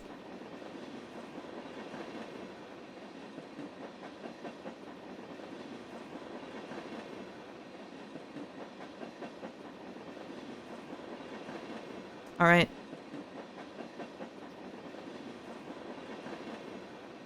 Yep. Droning. Endless, boring, fucking droning. Oh, this is the clip. This is the clip where I called it "Fate Stay Fuck." I said that I can't let them redeem visual novels because they'll redeem Fate Stay Fuck, and then we let Godot do it for free. Fascinating. All right. It's not even a otaku culture. It's like online memes at the time, so even people who like anime now wouldn't understand half the references. Yeah, I was just completely... So I tried to read Steins Gate at the point after I did the thing that I talked about before, where I didn't play any video games or except like some Final Fantasy 14, and I was not part of any online communities for like 8 years. I did like an internet detox, and then my brother really liked Steins Gate, and I was kind of interested in visual novels because I read Doki Doki Literature Club, because even the normies knew about that, and I was like, oh, I'll try to read Steins Gate. My brother really likes it, and I got like 4 hours in, and I was like, what the fresh fuck is this? And then I was out. I was out. I have a running theory that the Type Moon, the Fate Author's Extended Universe wiki, is written by the Fate Author himself because the language is so obtuse. That'd be fun. Write your own wiki. Yeah, it's like those super isolated native tribes that get Coca-Cola airdropped to them. Yeah. Yep. It was exactly like that. I was like, what the fuck is this? Okay, anyway, you can read now. Do I have to? Do you want me to keep reading? I can just read for the rest of it if you want. Nah, it's okay. It's okay. Okay, all right. Eat your veggies. It's okay. Do you know that Slipknot song that goes, "I did my time and I went out"?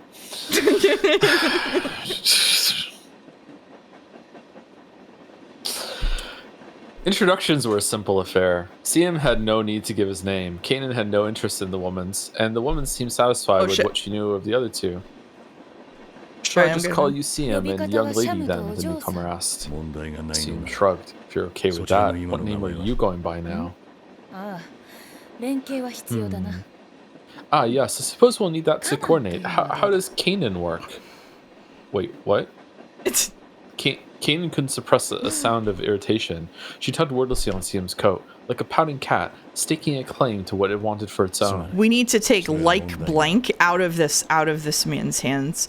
Do you want me to read Alphard now? Because because you're reading the narration too. What do you mean? We don't Switch. know it's Alphard. Sorry. I'm so sorry. Kanan 2. Do you want me to take Kanan 2's dialogue? Yeah, you can have Okay. Kanan 1 and Kanan 2, and I Okay. will be CM. Okay. Yeah. Sorry, but that might pose a problem, CM replied. I'm joking, the woman Ima said. Sadaka de I'm actually going by Sadaka these days. Sadaka? In Islam, this refers to the act of giving spontaneous voluntary charity to the needy. It is distinct from zakat, a form of obligatory almsgiving. Now then, shall we get down to the matter at hand? To defeat. Sadaka explained how the job would unfold. They'd wait until the train had traveled for an hour beyond the border before moving against their objective. Hopefully they could finish the mission on an hour before their arrival in Amman. Kanan peered at Siam's face as he and Sadaka spoke. His color was, as always, blue.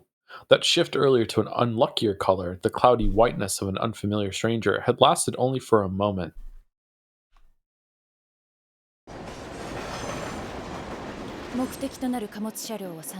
Our objective is in the freight car, number 3, Sadaka explains. 7 guards apiece are stationed in cars 2 and 4 to either side. It looks like 2 of the guards from car 4 leave to patrol the back end of the train at set intervals. And speak of the devil, we're gonna have 1,500 seconds!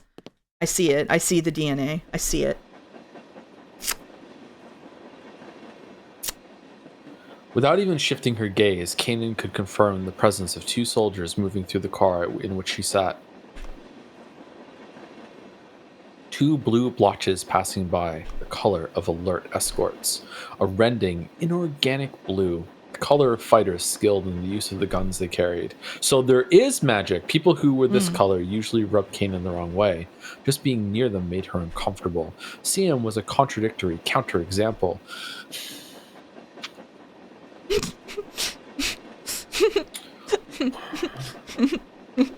So an example?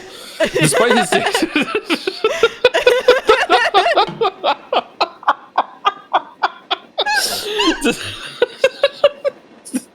Despite his dangerous hue, he eased her nerves.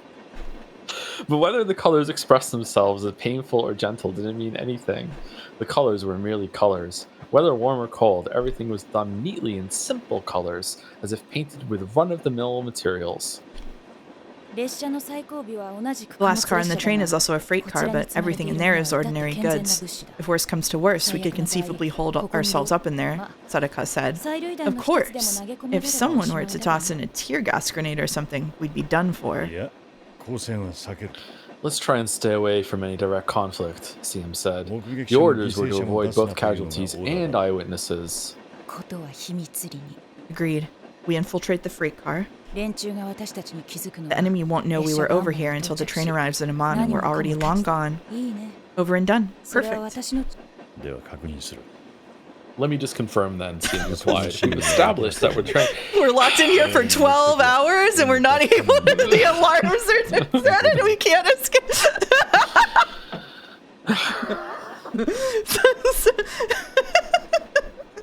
that mean that we're not allowed to leave for 12 hours? And every 2 hours, Godot tells us in chat there's only 2 hours left. Oh! We've established that they're transporting the weapon. Now our objective is to recover it and get out. Any changes to that? None. You do your part and I'll do mine. It's been just over 5 hours since they boarded the train. Can we see a flashback of them getting on? Kanan felt a sense of relief that at long last the action she'd been anticipating would finally commence. Oh, me too, buddy. Only 2 hours in Fadium. No! Their objective was to recover the parcel in the freight car toward the front section of the train. They would infiltrate the car without alerting the guards, acquire the payload, and then disembark from the train as if they were just normal passengers. Yeah, we know. Top priority was acquiring the item. Secrecy was secondary. If it turned out that they needed to take the payload by force, they'd be given permission to initiate combat. Violence was definitely on the table. If it came to that, if they were detected, they'd wind up in a 3-on-14 shootout aboard a train. Okay, Kanan said, in English. I know what you and I are doing, Siam. What's her job, though? What is our sponsor even here? Why is our sponsor even here in the first place? She's a code-breaking specialist. Ordinarily, they wouldn't have sent the sponsor personally, but time was of the essence. When the plan fell into place yesterday, she was the only operative available to make the rendezvous. So they sent a code breaker? Don't be like that. She's an expert at what she does. This will be a good experience for you.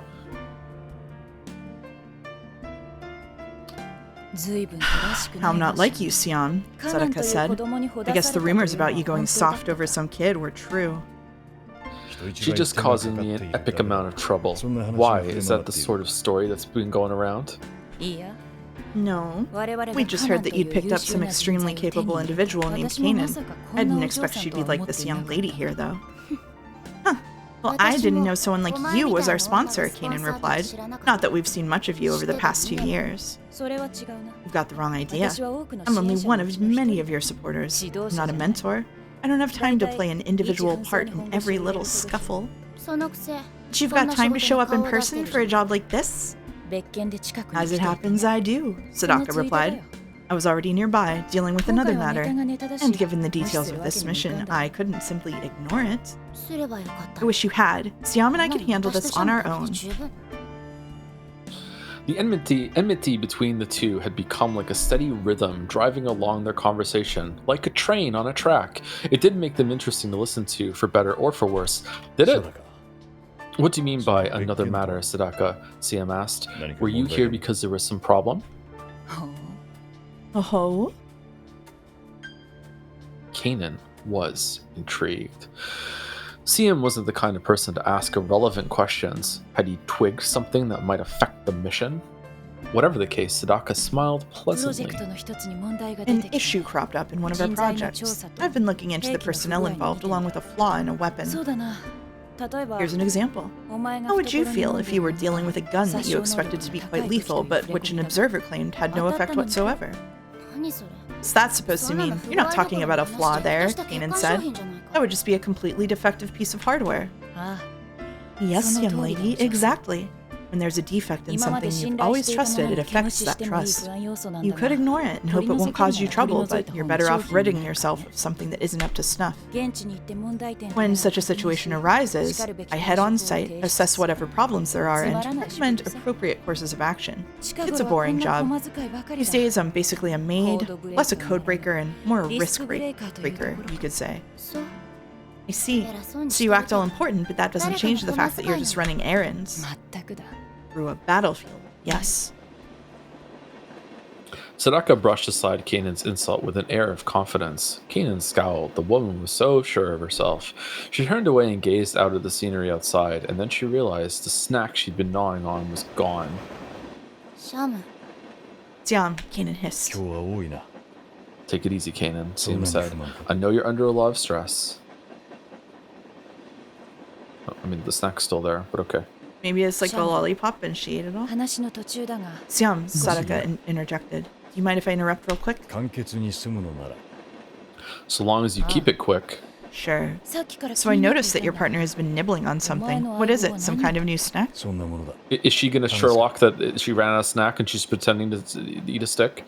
That's right. Want to try some?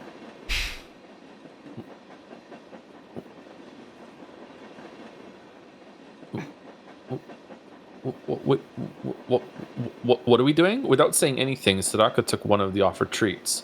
She tore open the paper wrapper on one end and then stuck the contents between her teeth like a cigarette, just as Kanan had. Kanan watched her resentfully, knowing what she was tasting. A simple, unpretentious sweetness. The purity of concentrated sugar. Godot says, this is one of Nasu's famous tricks. He makes a badass but makes them cute with some little habit. Okay. Sugar? Sadaka said. Is that really all this is? Yes, hardened sticks of sugar. They're dried and formed into shapes. We've become big fans ever since we found them at a market. Nowadays, they use injectors to shape them. The best ones come from Japan, I hear. Kanan focused on gnawing her own stick, not really listening to Siam's explanation. There was a brief silence. Sadaka let out a sullen sniff. You have strange tastes. You really like these things? Yeah, I like that there's nothing to get in the way of the flavor. Sadaka raised an eyebrow dubiously. The time had come. They got up from their seats without a sound.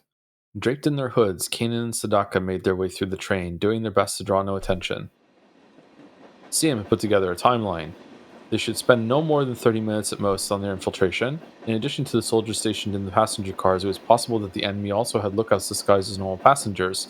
Seat left open for too long might arouse one's suspicion, so he planned to sit there with his arms crossed for 30 minutes. The team needed to sneak into the freight car, obtain the payload, and return to their seats without a single minute wasted.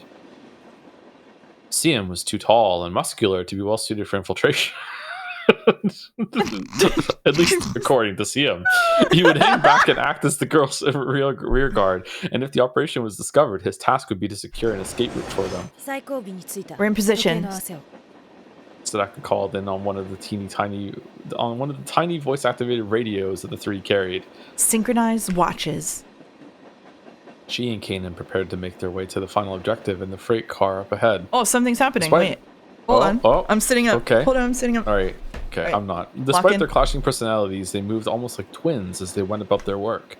It was evidence that their training had instilled them with similar priorities. Just so I'm clear on this, Sadaka said, all you're bringing is that Beretta and one spare magazine? Yeah, hope you're okay with that. Yes, if it comes to a firefight, I'll let you handle shooting back.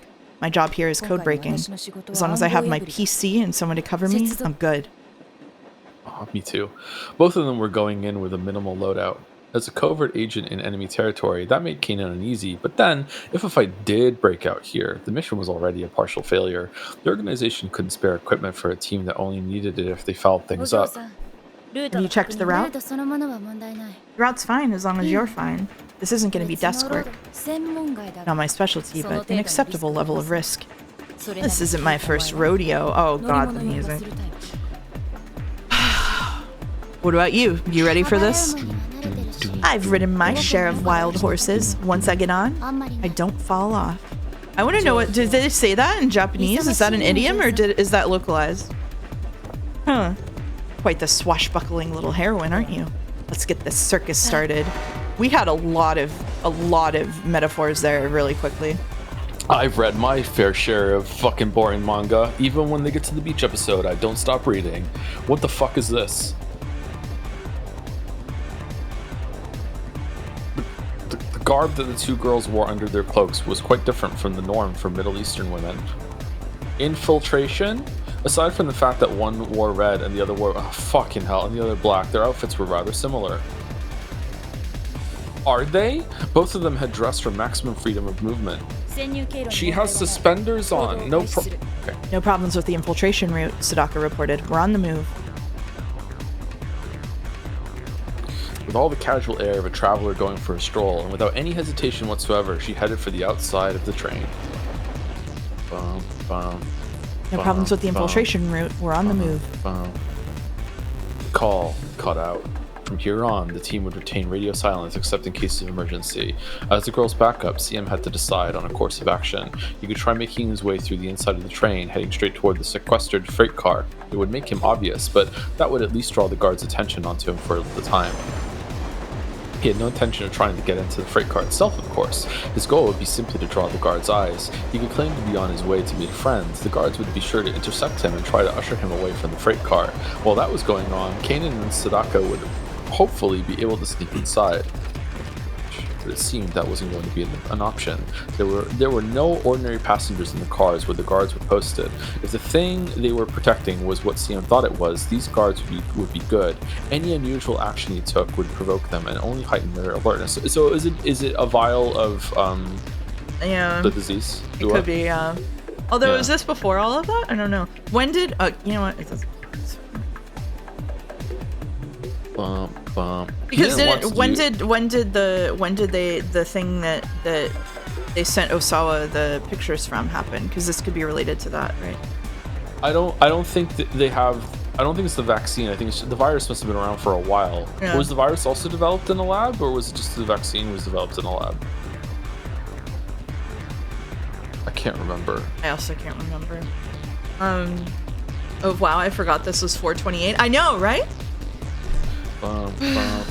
He didn't want to do anything to complicate things for the girls. He decided that his best course of action was just to stay ready in case things went bottoms up. He checked the gun he'd hidden at his feet.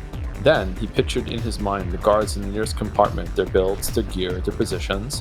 Veteran fighter though he was, he could think of no good way to make up for the sheer difference in numbers. In a fight, if a fight did break out, it would still be 1 against 7. To break through in any position held by soldiers who knew what they were doing, he'd have to completely abandon his own better judgment. And as I told Kanan earlier, superhumans could only go against like 4 or 5 other people. Like 7 is way more than that. You're just out. You're just done. Those who are willing to rise above themselves can overcome any stroke of luck. Dictum. He was reminded of a story he'd been told as a student, a fable involving a board game. Life was represented by the board. There was a clear, defined endpoint. One proceeded toward that end, but dire pitfalls had been set up on the way to the goal. It was a valuable lesson. One shouldn't have a goal in life, or rather, one shouldn't think of the end as the goal. The proper way to live one's life was to realize it was already over. One must focus on the moment. Sure, this game was striving for the goal, for the end. That was just a way of rushing headlong toward one's death.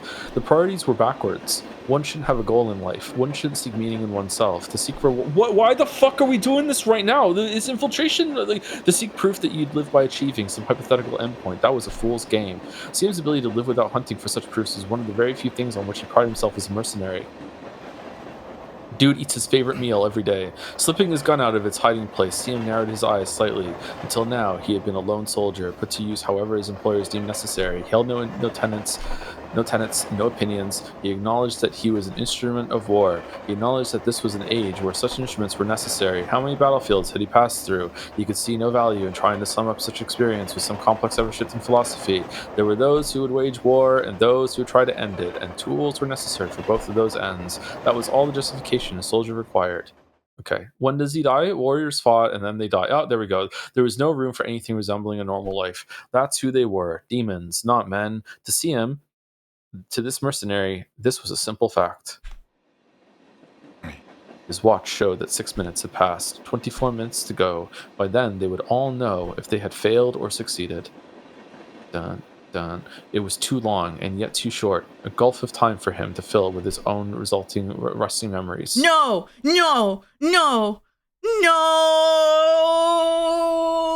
Not the triple flashback across different perspectives! No! He'd been born into an age of enduring conflict. 1948, the First Arab-Israeli War, which started with the declaration of the establishment of the State of Israel. First Arab-Israeli War.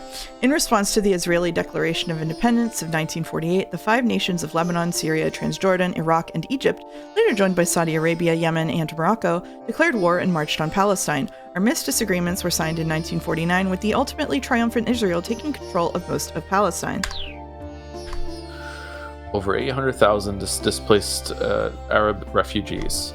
Conflict between those who had formed their own nation at the end of their wandering and those who would now never be able to return to those lands. 1956, the tripartite aggression over the Suez Canal. Any attempts at negotiation or diplomacy were ineffective. The Middle Eastern hegemony shifted into the hands of 2 nations, further deepening the turmoil. What are we playing? This is 428. Tripartite aggression. In 1956, Egyptian President Gamal Abdel Nasser declared the nationalization of the Suez Canal. Opposing this move, the United Kingdom and France backed Israel in an invasion of the Sinai Peninsula, leading to a violent conflict with Egypt. In 1959, the United States and Soviet Union intervened, arranging a ceasefire.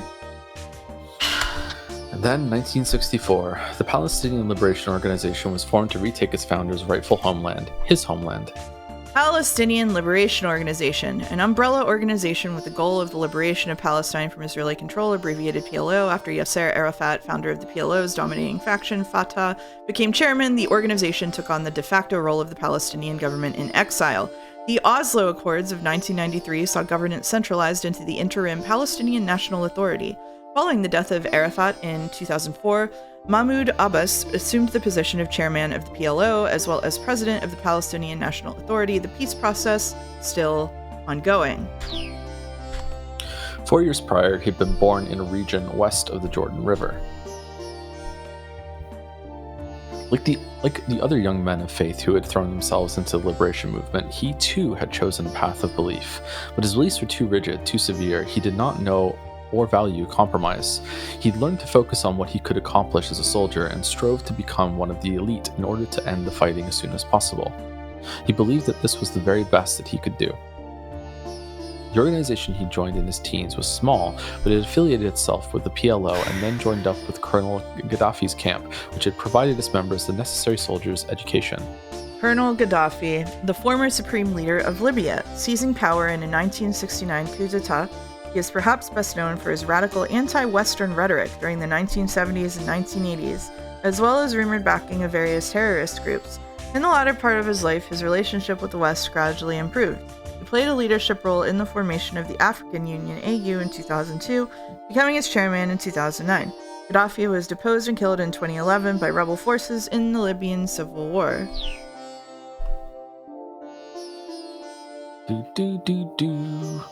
Infighting, however, gradually reduced the organization's numbers. He'd used the 82 Lebanon War as his opportunity to temporarily distance himself. Are you enjoying doing all this? To distance himself from the PLO and had thrown himself instead into the fighting in Afghanistan. The Lebanon War, 1982 war in which Israeli forces invaded the neighboring country of Lebanon to retaliate against PLO forces present there. PLO leadership moved to Tunisia and a multinational force was installed in Lebanon, with the United States providing its core constituents. That was when he'd acquired the name Siam. He'd acted as a military instructor for Islamic volunteer soldiers from Thailand. His students had bestowed upon him the former name of their kingdom. Islamic volunteer soldiers. When the Soviet Union invaded Afghanistan in 1979, Muslims from all over the world joined up as volunteer soldiers to fight the Soviets in the name of jihad. After the withdrawal of Soviet forces, these volunteer soldiers did not completely lose ties with one another. Some of them went on to form international networks such as Al-Qaeda. This is punishment to me for trashing the VN, to just talk shit about foreigners in like a shallow and insubstantial way. Now we get an entire history of Middle Eastern conflict. Personally, I'm learning a lot. That's good. A new name. And when he accepted this new moniker, something that represented something other than himself, he had ceased to be the young man who'd sacrificed himself for his ideals. At the request of some former acquaintances, he'd returned to the PLO in 1990. Yet again, infighting had brought the organization to the brink of collapse, and he'd been tasked with helping to restructure it. He looks like Dojima here. It was around then that he'd reached his current standing. The sub-organization that he belonged to was in dire financial straits, and so to keep it solvent, its members had begun taking on mercenary contracts for covert ops from the PLO and Islamic extremist groups that were former affiliates. He'd been a soldier for over 30 years. Through all that time, he had fought, and he had survived. The fighting had honed him on every level. Much of it had been purely mercenary, to secure funding to keep his organization afloat, but he recognized that as being meaningful in its own way. In order to tip the balance in the fighting within their own country, his compatriots needed to encourage other nations to go for each other's throats. Accepting this as the evil that it was, they continued to wield the hammer of justice. Just like laughing August. at the message, horrible vegetables in chat. Horrible vegetables. Eventually he had seen so much that he no longer felt the evil, and then he no longer even felt the justice.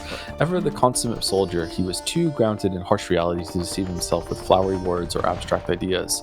Everything that he truly understood he'd come to realize while on the battlefield. And one thing had become completely clear: the fighting that raged through his homeland would not end during the lifetimes of his generation. His own existence was nothing more than a blip on the battle radar, a tiny detail in the midst of something vastly larger than himself. Bit by bit, his once rooted faith gave way to something more nihilistic. Times changed, and so did values. At some point, the human heart went on to change as well. His changed convictions left him alienated, and he reformed himself into a solitary soldier. Remember the story about this? Was a really sweet and sad about a hospital, and some kid died and It was gave the so heart to the other good. one? It was so Yeah. good. That story was so good. Yeah. He longed for battle, yet felt no commitment to any particular conflict. And so, despite his legendary record in uniform, he became a mercenary outside the military establishment. His compatriots began to view him as nothing but a warmonger who fought without beliefs, and they were not so far from wrong. In that song, it's so very far from wrong. No longer a true partisan of any cause, what he was much harder to define. No, I think it's pretty easy. Ultimately, he was a jack of all trades. Recruit training, guarding VIPs, intelligence operations, subversive activities, he tackled them all. One thing led to another, until he arrived at the last major job he'd undertaken as a soldier. The theater was the Iraq War. There was a battle on the fringes, unrelated to the main conflict itself. And there, he'd found a girl who had lost everything, her kin and community, all victims of collateral damage. The tragedy that struck her had unfolded in a single day. When CM found her, a chance discovery as he was making his way through the area. Oh, so he wasn't a part of it. Okay, I was wrong. It was a miracle that she was even breathing. According to the reports, the entire population of the village had been annihilated. Friend or foe, there were no possible survivors, and yet CM had found one. He had taken on this war, and that included aiding any civilians once the fighting was over, even if he knew it was someone unlikely to last much longer than another day.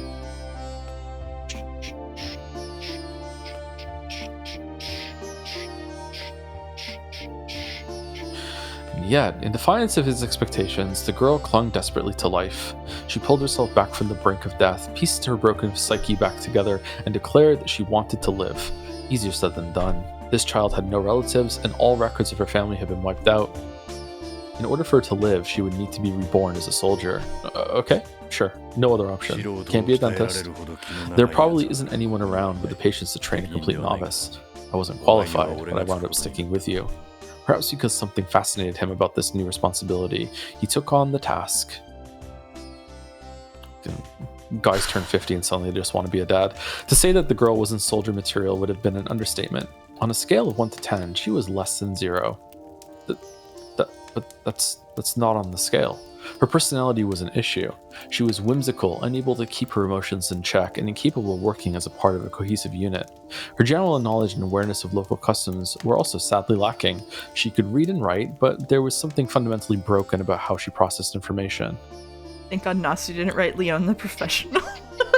so fucking deranged. She called the sun blue. There we go. Alright, so blue sun. At first, Siam figured that she'd simply been taught the word blue to refer to what most people acknowledge as yellow. It wasn't long before he was disabused of this notion. The girl wasn't wrong. Everyone else was.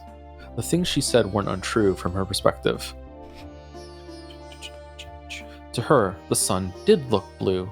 She was still able to distinguish the color of yellow from the color blue the same as anyone else, but she had a very peculiar condition, very rare but known to humankind for centuries. Synesthesia. Wow. She was just like us, except in how she perceived the world. Words would come to her as shapes, sounds as smells, moods as colors. I want to know how they tested that she sees blue as yellow. You can't do that. I guess you could hold up something that's blue and say what color is this, and hold up something that's yellow and say what color is this, and then point at the sun and say look directly into this, and then write a side story for a visual novel. But the colors relative that she's holding up, she wouldn't even know what they're called. Like, how do you determine? Like, me and you might see blue as green, and we have no idea that everyone else sees it differently, right? You can't have that reference point. Is there a way you can do that? I don't fucking know. I mean, there's a thing that's collectively described as yellow, and a thing that's collectively described as blue, and you see which one she calls blue, or if it's both. You know what I mean? It had isolated her within her own village, and thereby saved her life. That isolation was also why she had no initial aptitude for soldiering. She struggled to work within an organization as those around her struggled to understand how she operated in a group environment. CM had no doubt she was the only soldier he'd ever trained who could make eye contact with another person and instantly understand where they fell short and what she could do to make up for it, because this synesthesia is just magic. Running her in a standard squad was almost impossibly difficult. CM soon found that he often needed to give his new novice his undivided attention. He's still afraid of guns. In terms of trained reactions and physical skills, there was nothing more that he could teach her. She'd mastered shooting and all the fundamentals of his standard physical training. Okay. And yet she was still an astoundingly timid girl. Afraid of the battlefield, afraid of guns, afraid of the trigger. She even seemed afraid of loading a magazine. Every day, CM found himself thinking she wasn't cut out for this. But every day she threw herself back into the training, facing all the things she feared. Revenge, he began to suspect.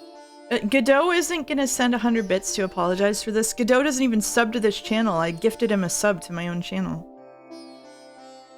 Do do do. Do do do. No doubt she wanted the ability to fight so that she could strike back at the nameless bunch who had taken her village and her family away from her. She wants to be like me, CM thought. She wanted to kill. No, she wanted the strength to be able to kill, and then immediately to put that killing behind her. その必要はない。死が怖い You don't have to be afraid of guns, you know. You fear death because you've known safety. Leave the fear behind. You need to conquer your past, but you also can't forget that safety does exist in this world. She was still a respectable human being, not a soldier. He and she were cut from different cloth, but also the same cloth at the same time. Realizing that made him wonder if there was anything he could truly teach her. 当たり前のことを Sharpshooting is 守 all れ about fundamentals, he said. Fire only at targets within range. Fire from cover, fire first. That's it. Easy to remember, but hard to pull off. Make it your own. Oh, and one other thing. If you do get into a gunfight, make sure the other guy never gets back up again. Yeah, you gotta burn the body, put some traps around them, yeah. They might necro up. She wanted it, that much was clear. And while she might never make much of a rank-and-file soldier, there were better things for her to do than learn regulations and squad tactics. She could survive best on her own. Away from the conventional battlefield, she began to achieve startling results on extreme solo missions. The more skilled her opponent, the more she rose to the challenge. She was a natural-born duelist. No, that wasn't quite right. The girl was an assassin. CM had to admit that she improved each and every day. The almost daily change of pace was good for him, too, as a teacher. The only problem was the source of her motivation. お前はまだ You're 復 still 讐を thinking 考 about えているん revenge, だ aren't you? She fell into her typical sullen silence, a scolded child, unwilling to tell a lie. Inwardly, CM acknowledged his misstep in judgment. She might have the makings of the perfect assassin, but the assassin's life would never be a good fit for her. それはいい Good, he said. 復讐は忘れ Hold on to your 一族の恥 vengeance. 辱は注げ Repay? Yeah, repay the insult to your people. But don't stop there. You're capable of much, much more. Don't become a machine stuck repeating the same motions. Take the easy way out. Give yourself over to hatred, and you'll die inside. Maybe there were no more physical skills to teach her, but he still needed to give this girl the mental training a warrior required to survive. Remember this, Kanan. Hatred for its own sake is meaningless. If your hatred isn't tempered by a sense of duty, you will be lost. That lesson, more an admonishment, was the one thing he'd held on to in the wake of his own disillusionment. His heart bore scars that would never heal. Revenge was a prize without reward, claiming it could break you if your heart was made of anything less than steel. And so, he told her to harden her heart into something that could not be broken. He only hoped it was enough. Even steel wore away over time, bit by bit. Fucking Christ. I think revenge is based, actually. I hate this anti-revenge kick that we're all on. I think revenge has its place. A year had passed since then, a year that felt like a day. Now, one thing in particular rose in his mind before this job, perhaps the first time ever. Kanan had asked him for something. She wanted a tattoo just like his. He'd had no choice but to agree. There had still been one day to go before the job, so they'd gotten it done on location before boarding the train. Is it the shitty fucking Life is Strange 2, Wolf? The tattoo, a snake, represented bad luck and loneliness to the locals. She didn't care. She saw it in a kindred spirit, a creature driven by the same nothingness that fueled herself and CM. The timid girl and the black snake. If he gave himself over to sentiment, he might have said that the black snake looked somewhat uncomfortable there, coiled on this arm of this girl bent on survival. So, is the tattoo different from the scar that she did, or is this the same thing, or... Oh. Wow. Okay. Really? They're going under the train. I can start reading if you want. Sure. Kanan and Sadaka slithered silent. Okay, snakes, we fucking get it! Silently along the underside of the train, suspended just above the ties, hurtling past beneath them. The slightest mistake, and whoever made it would be instantly reduced to an unrecognizable smear of meat. Sadaka hissed. Pick up the pace! Oh, I guess you can read her now that I'm doing the narration. She was taking point. Kanan silently complied. She concealed her foul mood, but not so well that Sadaka couldn't see it. Clearly, she didn't like their chosen route. Isn't she a computer person? Would you have preferred the roof? Sadaka asked. Kanan rolled her eyes. The roof is death, but you did lie. This is no circus. Fucking. Sadaka let out an appreciative chuckle. Had the little princess been expecting some more elegant means of reaching their target? This doesn't suit you. I guess you'll just have to play King Kong next. You like the Empire State Building, yeah? I don't know what you're talking about, Kanan said, but you're making fun of me, aren't you?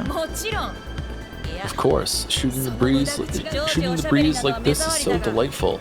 Normal small talk is just a bother, but when you can mouth off in a situation like this, you'll never be bored. Kanan furrowed her brow. She might not ever find it in herself to like Sadaka, but it did seem that they shared a very quirky sense of humor. The doors to the freight car were shut with combination locks. It seemed like an outdated technology for protecting the classified material the car was carrying. Evidently, the enemy had been forced to make use of what they had available. By the way, Godot said that this is an inoculation technique to ensure that neither of us ever is tempted to stream anything by Nasu, no matter how much we're pressured to. Is it working for you? It's working for me. Okay. It's working for me so much. I believe in vaccines, yeah. It's working for me so much. Sadaka quickly punched in a numerical sequence and the lock opened. She had acquired the code sequence before arriving on the train. Due diligence for a code breaker. Vaccines wear off. We'll just have to reread this once a year, I guess. I'm sorry. Is finding out the code and knowing it before you come here, is that code breaking? That just sounds like just knowing the code for the door to me. That's knowing the code. Yeah. Okay. What? That's their security? Sadaka said as they stepped into the car. I was expecting a crowd inside. Either they're really confident or complete idiots. Or it's a trap. This is more like an inoculation, and someone said more like a lethal injection. Oof. The break-in had been disappointingly easy. They surveyed the freight car's interior, still anticipating a further challenge. The space was divided into two compartments. One was sealed and held the item they were after, while the other, in which they now stood, housed a console room for managing the first. Can you see it through the observation window? Sadaka said. That's what we're after. In that case there, the object itself is small. It was made at Fort Detrick. Apparently Mossad struck a secret deal with the U.S. Biological Warfare Experimentation Unit deployed in Iraq and got them to hand it over to the Israelis. Fort Detrick, a United States Army installation in Frederick, Maryland. Maryland? How do you say that? Maryland? Fort Detrick also, I think. I think I've heard this out loud before. Is Detrick? Okay. I'm not sure. The 5 square kilometer grounds are dotted with various biological and medical research and development facilities. The name is sometimes used to refer specifically to the U.S. Army Medical Research Institute of Infectious Diseases, USAMRID, a key institution in the U.S. efforts to protect against naturally occurring microbes and diseases as well as biological weapons. Based on what I was told, it'll be in something the size of a briefcase. Oh, the attaché case. Kanan mused. So we just bust the door down and smash open the case? I was advised not to break anything. So we go in like we belong here, open the case, and go out and get out before anyone's the wiser. You just sit tight. Your part of the job assumed there'd be guards. The rest of this is my area of expertise. You can work that console? I brought my own, but what a mess. The thing that's craziest to me, Mouse, is people can read things like this and fill up reading club with discussions on it. It's unaccountable to me. Sadaka scowled at the slapdash array of electronics. Talk about a headache. Look at all these exposed cables. Is this someone's idea of a joke? I was looking forward to a challenge, but this is low budget internet cafe level. Sadaka grumbled as she hooked up her laptop. The security here was laughable, even considering how much of a rush the enemy had been in to arrange this weapon transfer. It looked like she'd need to do little more than input the password the Sheik had given her into the terminal. It's like they're not worried about counterintelligence at all. Are the Israelis seriously this lax? You know, Israeli IT engineers are supposed to be better than this. How could this level of idiot strike a deal with the US military? Or are both sides this dim-witted? No, Kanan murmured. You like the Pentium M, don't you? A CPU released by the Intel Corporation, originally developed in Israel. Its design focused on power conservation for use in laptop computers. Its compact size and brand appeal making it popular in many countries, including Japan. Why the fuck are you How could I not? Israeli engineers are the coolest. What the fuck are we doing? Oh. Kanan frowned. She might be loath to admit it. Loading. But their opinions really were very similar. Oh yeah, she also loves the Pentium M. My favorite CPU. Sorry, I just saw this single, the suspender strap. Yeah. It's normal for it to be a single one in the back, but it's... This or Higurashi? I would take Higurashi. The PC booted up. Sadaka logged into the terminal and entered the password. She worked with a skill and alacrity that would have made any codebreaker proud. I would take this. By the time you get to the hacking stage, the job is practically over, she said. The days of having to decrypt things on site are largely in the past. Quite frankly, there's no better way to break through security than social hacking. I would say that like 60% of Higurashi is a better experience than this. I take those odds. And the rest of it is at least on par. Social hacking, Kanan asked. What's that? Sort of like detective work, getting information in ways other than relying on computer know-how and programming techniques. Both these characters feel like they're completely different in this scene. Nobody knows more about the security of a site than the people that are responsible for it, so negotiate with them, run surveillance on them, even root through their trash, Sadaka explained. There were only 3 people involved with security on this job, so it was a breeze. Normally for something with this level of secrecy, I need keys from 10 or more people, and hey, let me have one of those sugar things. I need something to put in my mouth. I'm always saying this. Kanan frowned, but handed her a sugar stick. Choo-choo. She's so chinchilla coated. Yeah, give her an apple stick. So then why did they call you a code breaker? Kanan asked. Aren't you basically just an on-site troubleshooter like me? What are you talking about? Sadaka asked. My point is simply that people are easier to hack. She continued working at the keyboard as she spoke. Ideally, that'd be how you get all of what you need, but that's not doable in practice. Besides, social hacking is all about plugging in numbers too. You're just wasting your time researching someone's emotions, personality, and history if you don't find a way to turn the results into numerical form. When you're done, you arrange the info you've gotten, and the way to derive, say, a password becomes self-evident. She'd unlocked the 3rd layer of security as she spoke. There was the access password, an infrared scanner lock, and then a lock linked up to the wheels of the train that prevented the compartment door from being opened while the train was in motion. Alright, that's done, she said. See, the thing we're after is still a prototype, so I can log in under one of the researchers' names. Then I can use the research lead's account to give me admin rights, and... Nani? Sorry. Something occurred. Not So Neato has redeemed a wheel game with Seen It Twilight from the Nintendo Wii, a movie trivia video game developed by Screen Life Games about Twilight. You'll be so good at that. I will be so fucking good at that. Thank you, Not So Neat. Actual goated wheel redeem. Maybe we'll just elevate it to a stream game and not even bother with the wheel, but I'll put it in the wheel for now. We might just fucking do that. Do you wanna we can do it in the back half of a Yeek stream? We can Sure. See if I can get any of them right. That'd be pretty fun, actually. You might have just run the streams. We'll never be spinning the wheel again. It was all a farce to sink your coins. Yeah, maybe. Just pivot right now. Yep. We could just put it on. Put it on in the corner like Subway Surfers. Okay. All right. Is something the matter? Kanan asked. They've changed the passcode. I tried the 3 highest priority ones I had, but none of them worked. How arrogant that she is that she thinks that they changed it instead of that she just didn't have any of them right? I just messaged my brother that I was reading my first Nasu visual novel and I needed him to understand fuck this bullshit. How has he read Fate? Let's know what he says. I will. What does this mean here? 1 hour remaining, Kanan asked.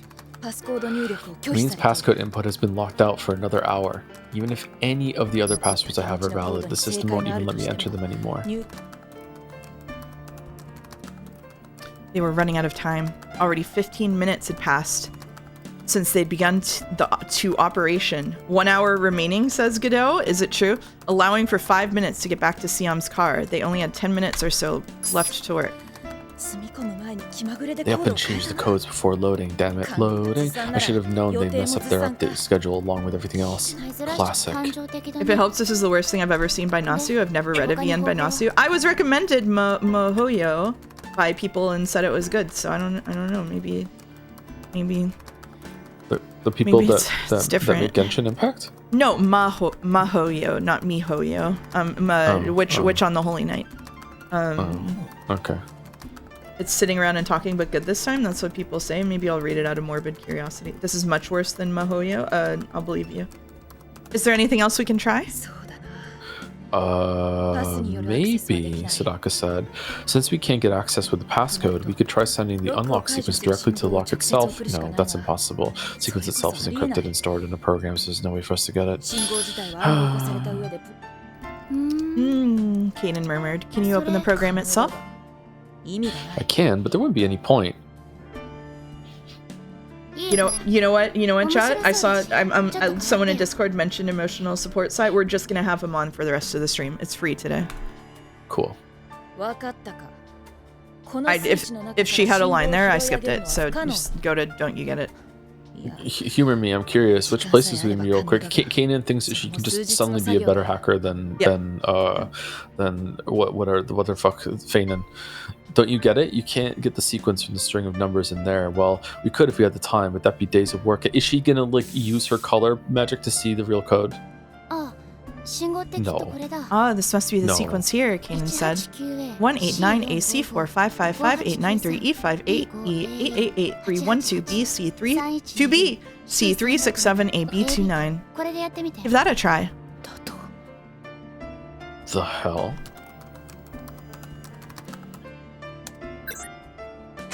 Glaive says, I want to say this is largely considered Nasu's worst work. This part was infamous even before 428 was localized. That said, I've never read any of his work, not even this, so I can't confirm if he's actually written anything good. Thank you, Glaive. Did that work? If it did, I get to have what's inside.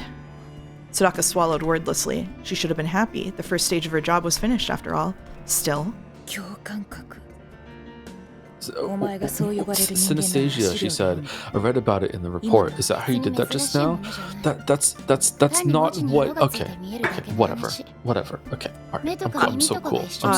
I have it now because I'm seeing red. I knew someone with synesthesia, and they used to like me sending them things that I wrote because they said it tasted good. Think about that. It's just a different way of understanding things. I can see what colors the numbers and letters are. That's your explanation? You just see things differently? You're telling me that you intuited that code just by seeing how all the numbers looked? Synesthesia. A curious condition found in people all over the world to varying degrees. It was defined as the tendency to experience the stimulation of one sense with additional perceptions in one or more other senses. Human beings have 5 senses. Thank you so much for explaining this. Sight, hearing, taste, touch, smell. People who process 2 or more of these individual senses simultaneously are known as synesthetes. Letters could have colors. Crazy that we're putting text that would have been in the tips just in the text proper. Yep. Sounds might have shapes. A word might taste sweet or sour. There were many variations, each a unique way to perceive the world. The condition was not generally an impairment. The letter's color could have real meaning. There was a reason that each sound had its particular shape. Synesthetes picked up on this additional sensory information, not intellectually, but intuitively. I'm sorry, we're saying that people with synesthesia are sensing patterns in the universe that everybody else just can't understand? What the fuck are we? This is fucking stupid. Okay. It can taste intent. It went beyond vision and hearing simply working as a combined sense. It created a new form of perception in its own right. The senses themselves didn't literally fuse into one. Great research for the VN I want to do. Just so you understand how smell crime. Just so you understand how much of an industry darling Nasu is, not only did this not tank his credit as a writer, this was expanded into an anime. Oh my god. For synesthete, their 5 senses could complement each other reciprocally. For instance, visual information. You literally just said.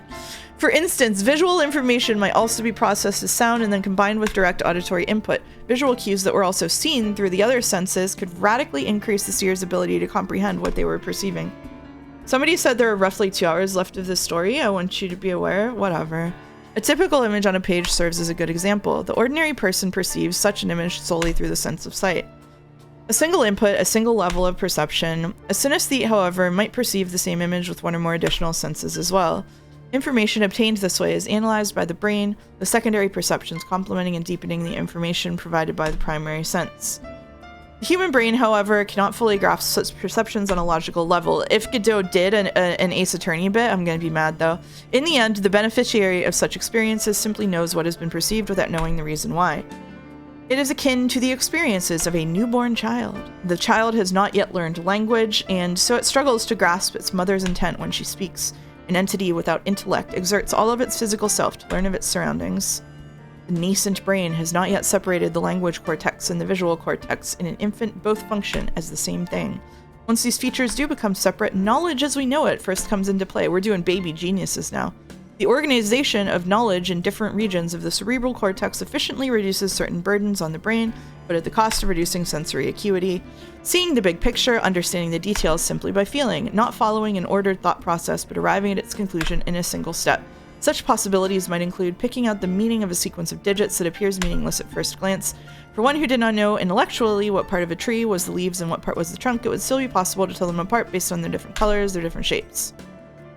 The simplification of things, the condensation of stories, instinctually understanding solutions without having to follow some process of derivation. This was how a synesthete like Kanan perceived the world. I'm fucking bored now. I'm bored, Henry. 違う表現色や形でそれが何であるかを読む So even if you don't know what some code or message is trying to express, the colors or shapes will let you interpret it anyway? Sadaka asked. The only characters from 428 in the Kanan anime, other than the ones in this chapter, are Maria Isawa and fucking Minori Kawa. That's right. Yeah, it's like how when you look at a whole sentence, you can sort of tell which parts are important and which parts aren't. When I'm reading things out loud, even if it's for a visual novel, if I'm saying like incorrect, like confidently explained, radically incorrect statements that sound like real science, I get really fucking uncomfortable. Like, I don't like having to read things out loud with my human voice that sound like a fucking right-wing grift. It makes me really upset. Okay, anyway, if the text as a whole contained some story, if the programmer's intent was there in the cipher, she could pick up on it in those colors and flavors, feel the touch of that meaning on her skin. Because of her very nature, Kanan could look at a sequence of unknown information and immediately sense which parts were important. Megakiko says, if you see this message is highlighted, you have synesthesia, according to this VN. She had learned to accept that she couldn't understand the why behind it. こうなったのは2年前からだ I've only been able to Did do you know this. that before color TV, people dreamed in black and white? Did you know that when Persona 5 gave me this fact, the chat argued with me for 10 minutes that it was true? I'm highlighted, Henry. I like the chat has correctly identified that I am just so checked out that I'm not even looking at chat unless they highlight their messages or do an at me, because that was absolutely true. I'm looking now. I've only been able to do this since about 2 years ago, though, she said. Before that, I could only feel things in my skin. But now I can do the same with sounds and smells, which lets me see better than before. Well, they say synesthesia is something you're born with, Sadaka said, wasting precious minutes of the time that they have before fucking whatever the guys at CM has to come and rescue them if they're in here for too long. So did some kind of accident or treatment make yours stronger? You know, such as... The fact that we've only lost like 10 viewers in this segment is unreal to me. That's fucked. I don't even have the viewers on. I don't even know. Her faculties hadn't improved through random happenstance. Perhaps when she was on the brink of death, some of her bodily functions had broken in order to keep her alive and had somehow changed while she recovered. They say, is this you? This is you. I feel like this and Yeek and also some other shit that we played on stream really goes to prove that there's a huge portion of people online that have never really experienced anything truly good or truly bad when it comes to writing, and they live in this like weird like bubble of their own where like the extreme good side is like Persona 4 and the extreme bad side is Yeek.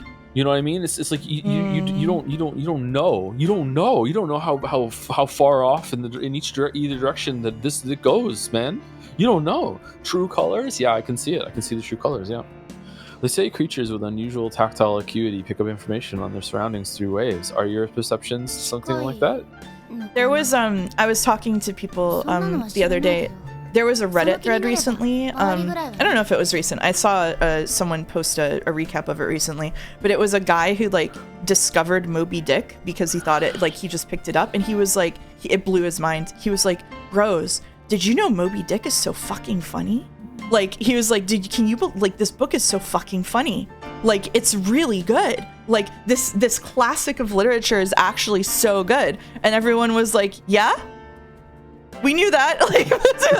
Like, but I feel like it's not even just online. Like it's not like even just like just online people. Like online people have their own brand where it's like Persona 4 and down the line. But like I feel like even people in like on non-online people, like the peak they've like peak for them is like Percy Jackson or something, and then like the worst thing they've ever read is like, I don't know, Court of Thorn and Roses. Like so like they're living in like the book talk wavelength, and then like only rarely are there books in that area that like will transcend that. Like sometimes there are standout ones, but like popular literature that exists in that middle spectrum, like is all that some people read, and some people don't even read that. So it's, I don't know. I was waiting for you to finish because I didn't want to interrupt you, and then George Washington stole it. Yeah, I blame high school English classes. Like, yeah, they that's teach, true. Yeah, they teach it in such a horrible way. Like Shakespeare is really good, but like you fucking like teach that in class, and it's like, first of all, you shouldn't be reading it. You should be watching it. You should be seeing it performed. Yeah. And you just like it's so fucking boring, and you can't even really understand it. You need like notes on every single side to understand it at that age. Like it's fucking irritating. Yeah, poetry too. Poetry, I strongly believe is meant to be read aloud. Like a lot of time it does stuff on the page. I think you need both for the experience. But like nobody in my high school ever read a poem out loud to me. And poems are all about like rhythm and movement in the language. And I feel like because you don't have that, like you miss out on vital parts of what makes poetry good, or what makes stage plays good, because you don't have the blocking, you don't have the way that they're interacting with each other. Like I feel like the richness of some of these media like just don't get taught. Boulder says if sorry, go ahead. Sorry. No, I was gonna say I really like Cummings when it was like things on the page really matter. That's really cool to me, but that's the exception, not the rule. Almost everything needs to be read aloud. I would say most prose also needs to be read aloud, like we are doing right now. I think it also benefits. Sorry. Boulder says, if I was any more generous, I'd assume the synesthesia bit being overly verbose was an intentional choice to make you feel like you've got synesthesia by burying the intent of the text into an avalanche of words like an unending wall of simile, which you have to extract the meaning as if it was buried under a pile of... Thank you, Boulder! I think Nasu could not conceive of writing a character outside of a magical setting at this point and had to contrive a way. That's a good point, yeah. Yeah. Have they told you how characters like exchange magical power in Fate yet, Joe? Alright, don't worry about it. Fucking? Yeah. Okay. They say they say creatures with unusual. Did we read this out loud already? I don't remember.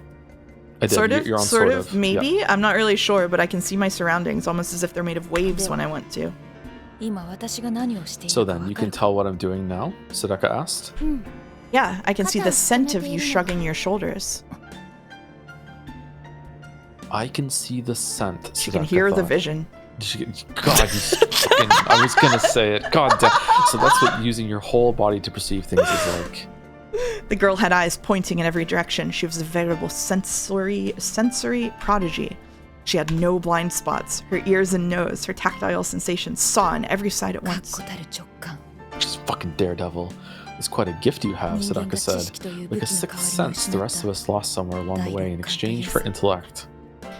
Maybe it wasn't so remarkable after all. It was something all human creatures had once possessed, an early gift taken away from them by the serpent of primal knowledge. Progress, not regression, had cost mankind this capability. Sometimes true evolution necessitated the loss of some superior power in order for a species to thrive. Humans had grown more complex through language, culture, and thought, the only creatures on Earth to distance themselves from their animal nature.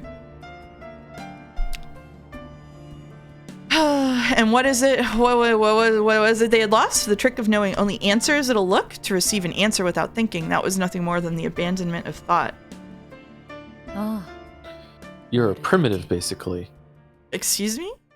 Sadaka smirked inwardly at the thought. It's true. It's Octopath Zero is better than this for the 4 hours that I played it. The girl was such a simple creature. No wonder CM's edge had dulled from having to deal with this. I'm sorry. She just proved to you that she basically is psychic and just intuit things Yep. in addition to just being a normal human, and you're concluded that she's beneath you, not above? Yep. What? Yep. Sadaka, Sadis. The sudden sound of the radio snapped her back to attention. They had under 5 minutes left to go. Oh, they did waste all that time. No problems. Things went a little bit awry, but the young lady here managed to resolve it. Roger that. Try to hurry. The guards have started harassing passengers here. Something about a spy. We've got 2 minutes tops. Thought we had 5. Same as ever then, Sadaka replied. We'll be back before the firing squad lines up. Do you even have 2 minutes to get from under the train, even if you left right now? Okay. She stared at the briefcase-like container in the open compartment. It really is portable then. Alright, are we going to have an Indiana Jones moment right now? I've already confirmed the contents via the terminal. I know it's unwieldy, but would you mind carrying that case, young lady? And whatever you do, do not open it, no matter what. One misstep and every living thing for miles around dies. I choose death, Pichetto. Wait, what? Keenan said. Wait, what? Wait, what? Wait, what? Wait, what? CM, she radioed. I forgot to ask. What are we acquiring here? One of the smallest, most sinister weapons in the world. Sorry, I can't look at that sentence formation and not think about it. Okay, whatever. Okay, alright. There was a brief silence, but Kanan already knew what his words implied. A chill ran up her spine. I'm glad that you also have that infection now too, yeah. Did you see the stream title? She could feel What's the stream title? The stream title, presciently. Yeah, the most awful, most tragic stream series conclusion in all of it. Yeah, okay. Am I wrong? Oh no, you're not wrong. You're not wrong. No. She could feel the latent threat before her now. Sim, this is...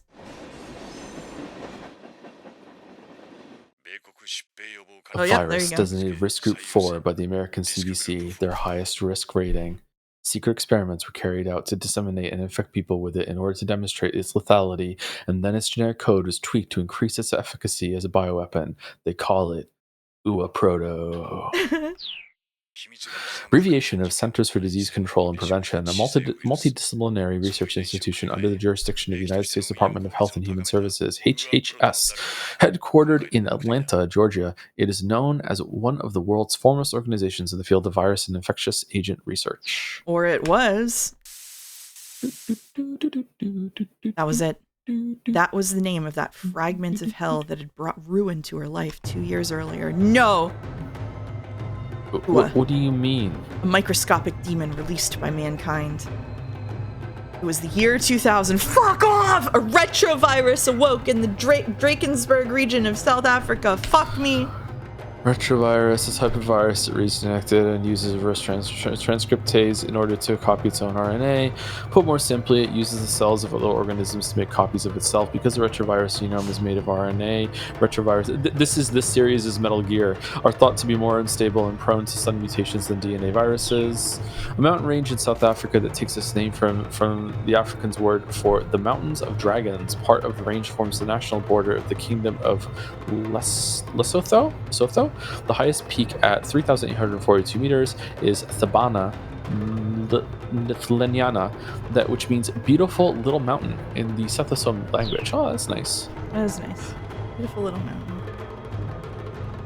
Deforestation carried out in the name of advancing national development unleashed the pathogen upon the land, rapidly infecting a local village. The virus's combination of a high lethality rate and a high infection rate wiped out the entire village in a matter of days.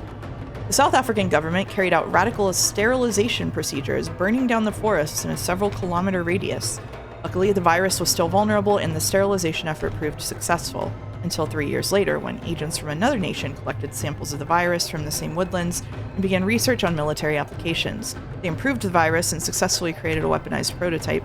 The demon awoke. I don't mind this section because it gives us context for the main story, but this is the only section that's given us context for the main story. They chose a village already engulfed in the flames of war as a test site. Under cover of the conflict in Iraq, the weapon makers carried out their experiment. The virus was unleashed and the village vanished.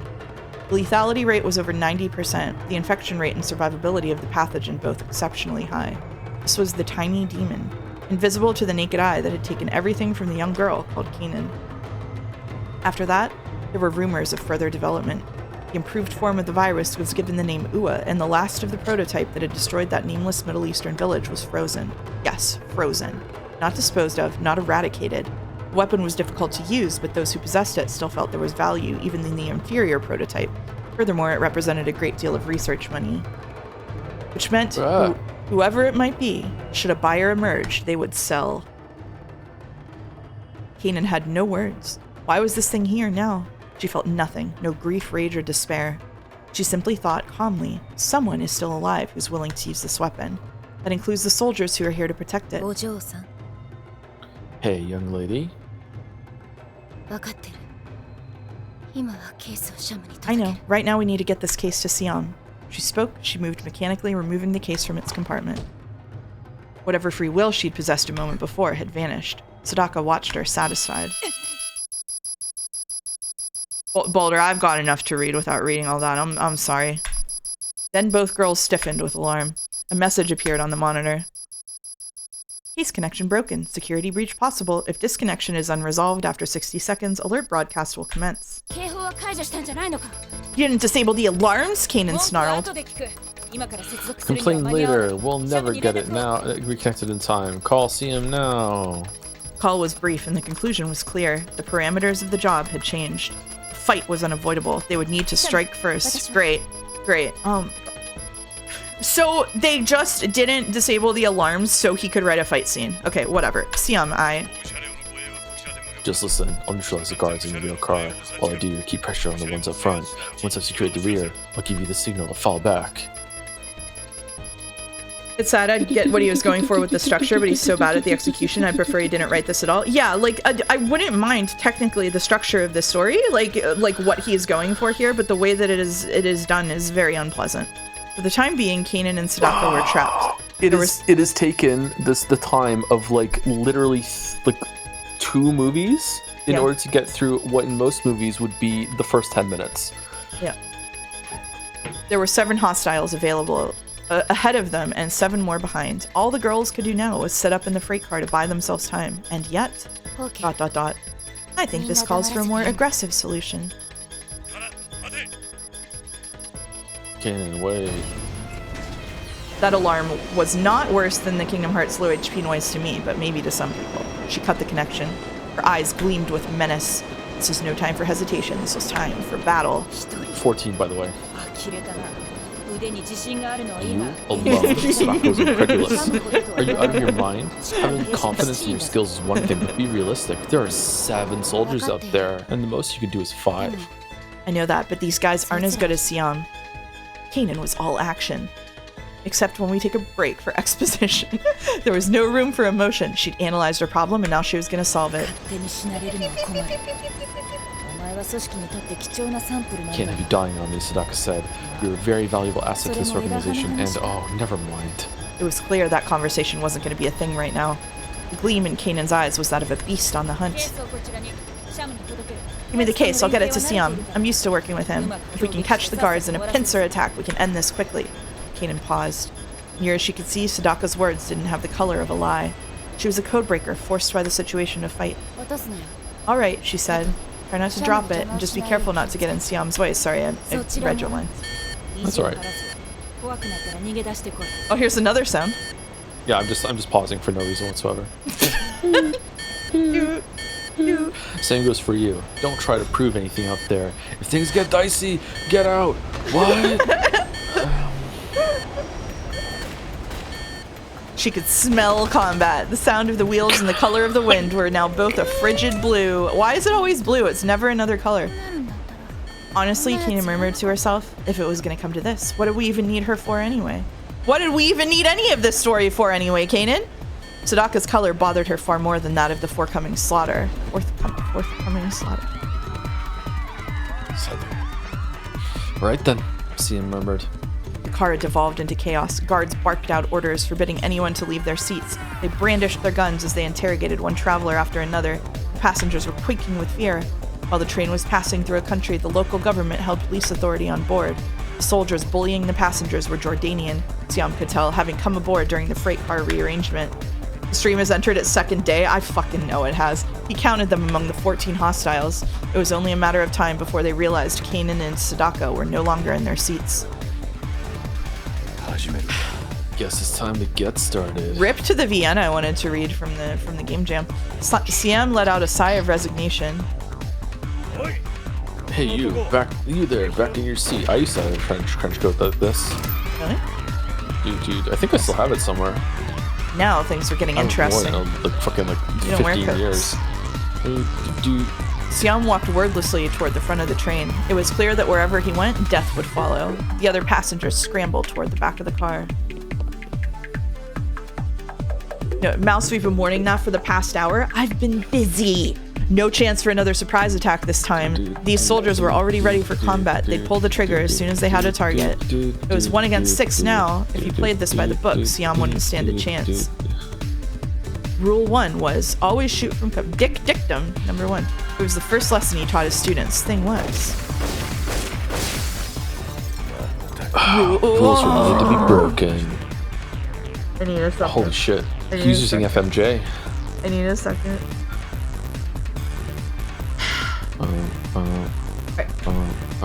So much for playing it by the book. Fastening the top button on his custom bulletproof coat, he strode forward. I am a wall. Walls feel no pain. On top of the train.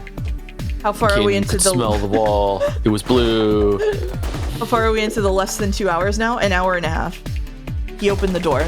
Bullets ricocheted all around. He cased his enemies, assessed their firepower. He might get injured, but he was confident he wouldn't go down. Right now, there were only 2 guards in the dining car ahead. Time to improvise.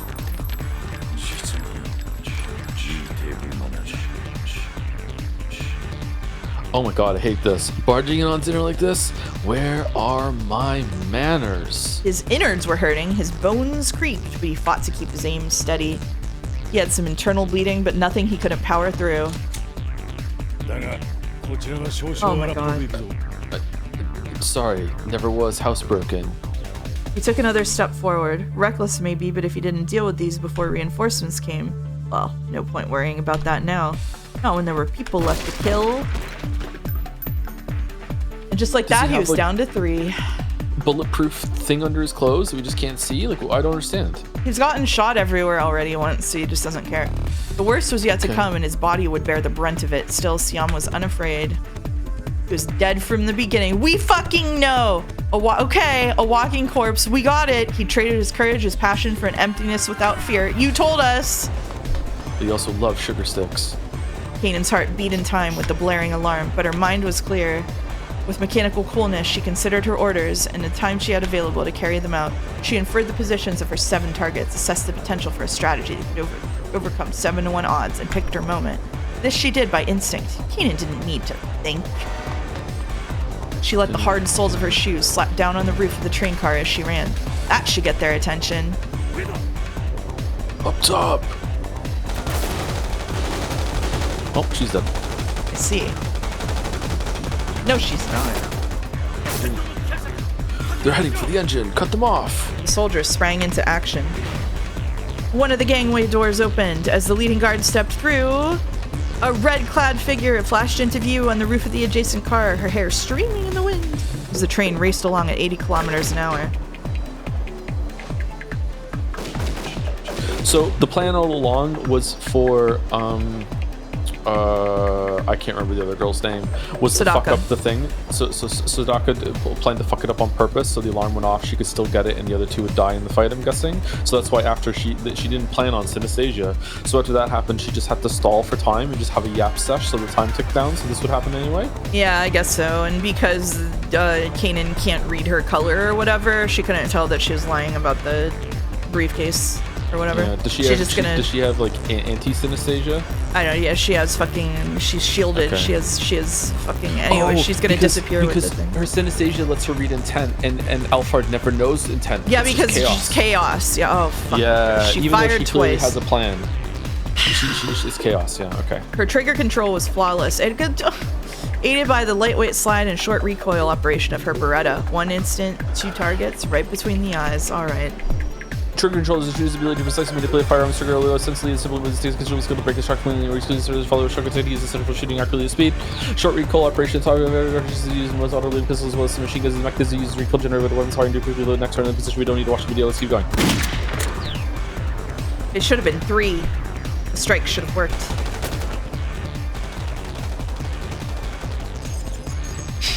But she only got 2. It failed. She'd missed her shot at improving her odds to 4-1. Or maybe instead of blaming herself, she owed her enemy some respect. They moved well. At this rate, failure was just a matter of time. She didn't have the firepower to go up against 5 well-armed opponents head-on. At the moment, they were on equal footing, both sides cowering under cover. She'd never be able to pick them off one by one. But sooner or later, the soldiers would realize that they could lay down enough suppressive fire to force her to stay down while some rushed her position. And if she tried to rush them instead, the instant she emerged from behind her seat, she fell victim to a hail of bullets. Kanan sighed. For the moment, it was a stalemate. She couldn't see the enemy, and they couldn't see her. Then she heard one of the soldiers. No capture necessary. Just eliminate. Cover me. Guards were using hand signals, but Kanan could perceive them as sounds. There. What? The vibration of the guard's movements, the sound of breathing, the scent of gun. If I had synesthesia, I would be so fucking pissed off reading this. The scent of gunpowder, that was enough. They weren't on equal footing anymore. Her 5 heightened senses melded into a single potent awareness. Jeez, the enemy was on her turf now. The angle of the floor and walls, the strength and positioning of the wooden seats, the humidity of the air, subtle cues of friction and impact, there was nothing she could not detect. Wait, hold on. It's okay. Battler isn't in this scene. Her synesthetic perception precisely mapped the interior of the car inside her mind, showing her everything she might need to know. This was no vague impression or rough calculation. She had innate grasp of the exact spatial relationships of everything on this limited battlefield. Now all she had to do was wait for the approaching enemy soldier to reveal the last bit of information she needed. Man down. How the hell did she shooting from there? This is such a fucking gambit by Godot. I cannot believe what Godot has done here. Sorry, I just stun locked for a second. She could feel the guards confused. A full year of building up goodwill with me, leading up to this. This is giving me the same vibes as all the shows that use autism as a superpower. Yeah, it's exactly the same kind of vibes. She could feel the guard's confusion. Her snapshot shouldn't have landed, yet it had caught the advancing soldier right between the eyes. The survivors were breathing raggedly now, even their lungs betraying their alarm. The unexpected counterattack brought bewilderment and then a rush of fear. Still, Kanan knew that if she simply tried the brute force approach and charged the enemy position, she'd only provoke them into bringing their full firepower to bear. That would limit her options. She needed to modify the parameters of the fight first. Kanan was outgunned. She wasn't going to be able to change that. She might be able to drop one more of them with another quick shot, but then she'd only wind up getting overrun. She had one... At this rate, do what Airbagged does and read it silently in your head while talking about completely unrelated things. Harder to do with a duo stream, I think. Can't she just see through walls? Isn't she basically Daredevil with her synesthesia powers? Just fucking shoot through the benches, Lameo. You know where they are. You can smell it. Like, just go. She could abandon cover, go for broke. Shit, that wouldn't be as cool as this, though. She'd need to drop 4 targets in the span of a single breath, or she'd be done for. Had that raspy laugh in hers, or the enemy's. The guard's leader took aim at Kanan's forehead, his finger on the trigger. Huh? She picked up the dead man's gun, not for ammo. To carry out the plan she'd envisioned, she knew she needed something more than her Beretta. What are you doing? Shoot her! The leader of the guards cried out. The subsequent barrage was too uncontrolled to be called suppressing fire. Really a tip Suppressing here? fire, gunfire intended to prevent the enemy from moving, frequently used when an opponent is behind cover. It can be an effective means of gaining a tactical advantage by forcing a foot to remain in a given position. The four men fired wildly, trying in vain to follow Kanan's nigh-inhuman movements. Kanan sped away. She could read the ripples of the air, could even predict the movements of the soldiers' muscles, the angle of their gun barrels, the trajectories of their shots. But she knew she couldn't hope to dodge every bullet. By the way, before this gunfight started, they had already mentioned suppressing fire, so they could have put the tip for suppressing fire before the action sequence without interrupting themselves and gutting their own pacing. Just saying. Oh, good criticism. So before the storm could yeah? The tooltip makes you feel like you're being suppressed from continuing, and you're being suppressed by the tooltip, like the fire is suppressing the character. My god. It's postmodern. Ryukishi has done it again. So before the storm could strike, she dived out the door of the car. Before the storm could strike, we did Life is Strange. It was fucking terrible.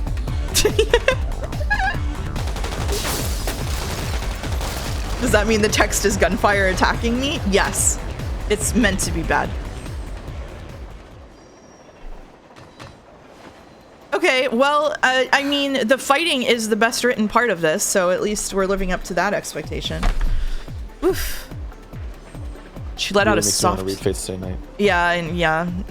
She let out a soft sigh as her combined senses became distinct once more. Are the sex scenes when they trade powers this descriptive? I don't know. You'd have to dig up one of the old versions before they took it out. She'd needed to neutralize 4 targets in the span of a single breath, and that was precisely what she'd done.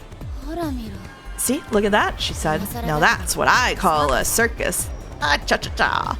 She landed with a flourish back inside the train car. They said, oh boy, Joe, you'd have a laugh. Oh boy. She had cleared out all the soldiers stationed in the forward compartment. They'd successfully recovered the payload and wiped out the enemy force. Now her task was to evacuate ASAP.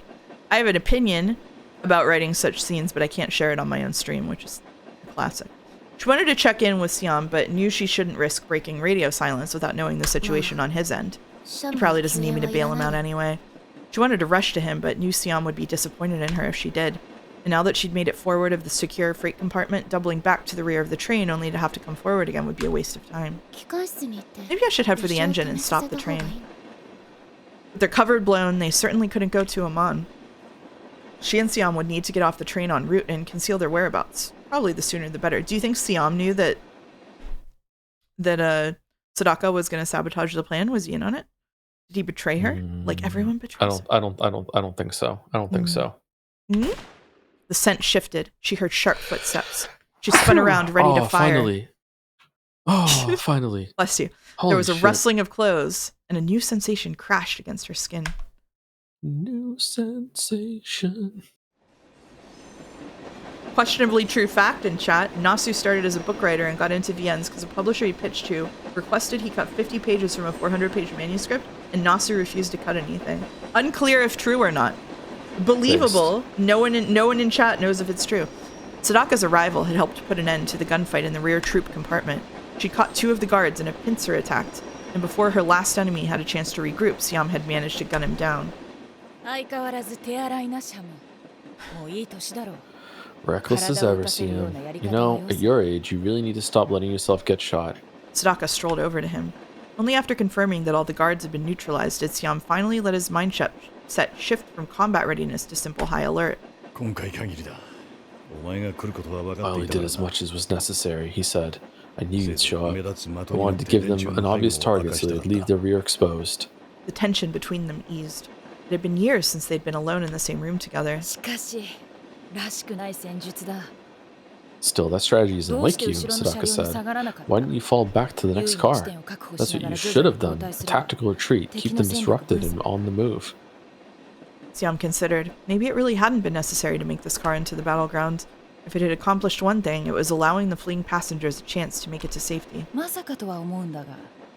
Don't tell me you've finally grown a conscience, Sadaka said, as if she'd read his mind. I'm just thinking about our employer. With our cover blown, the enemy might have been able to ID us. Had to do what I could to make sure you guys wouldn't get a bad reputation with the Liberation Front. If you say so, Sadaka said. So, this was all over the UA, which means this little spate of bloodshed is on the Israelis for trying to get their hands on some weaponized virus, and we're just meting out punishment to the thieves. I suppose is a good thing if you say so, but it leaves a bad taste in my mouth. How so? Neither of us like wasted effort. And look at all the trouble I've put you through.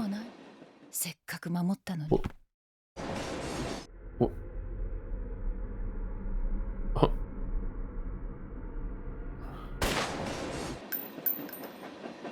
Oh my god, it's a gun.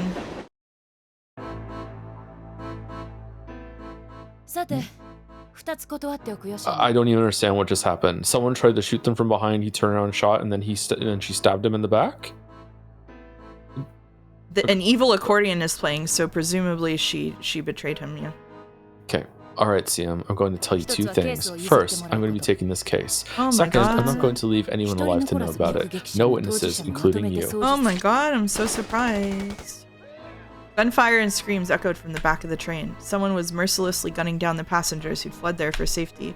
Yeah, no way, I can't believe this betrayal out of nowhere. The Liberation Front only sent 2 covert operatives. I brought more. That's who you're hearing going to work back there. And after you risk yourself to protect those people too. Oh, so she's like cartoonishly evil. Okay.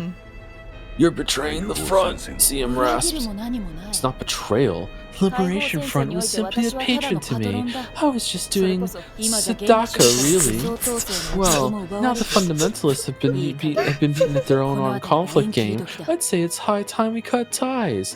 One who believes absolutely in a particular religious doctrine used to be referred to as Islamic fundamentalists. Sorry, Islamic fundamentalists. These include radical anti-American and anti-Israeli factions who repeatedly come into armed conflict with the Israeli military. The slaughter continued. Several passengers who hadn't managed to flee to the rear of the train still cowered, trembling in the car where Siam had battled the soldiers. Survival that would take an ironic turn when the butchers doing their work farther down the train reached this car. This doesn't make sense, Siam said. If the Liberation Front gets this bioweapon, they'll become the danger that you've always wanted them to be.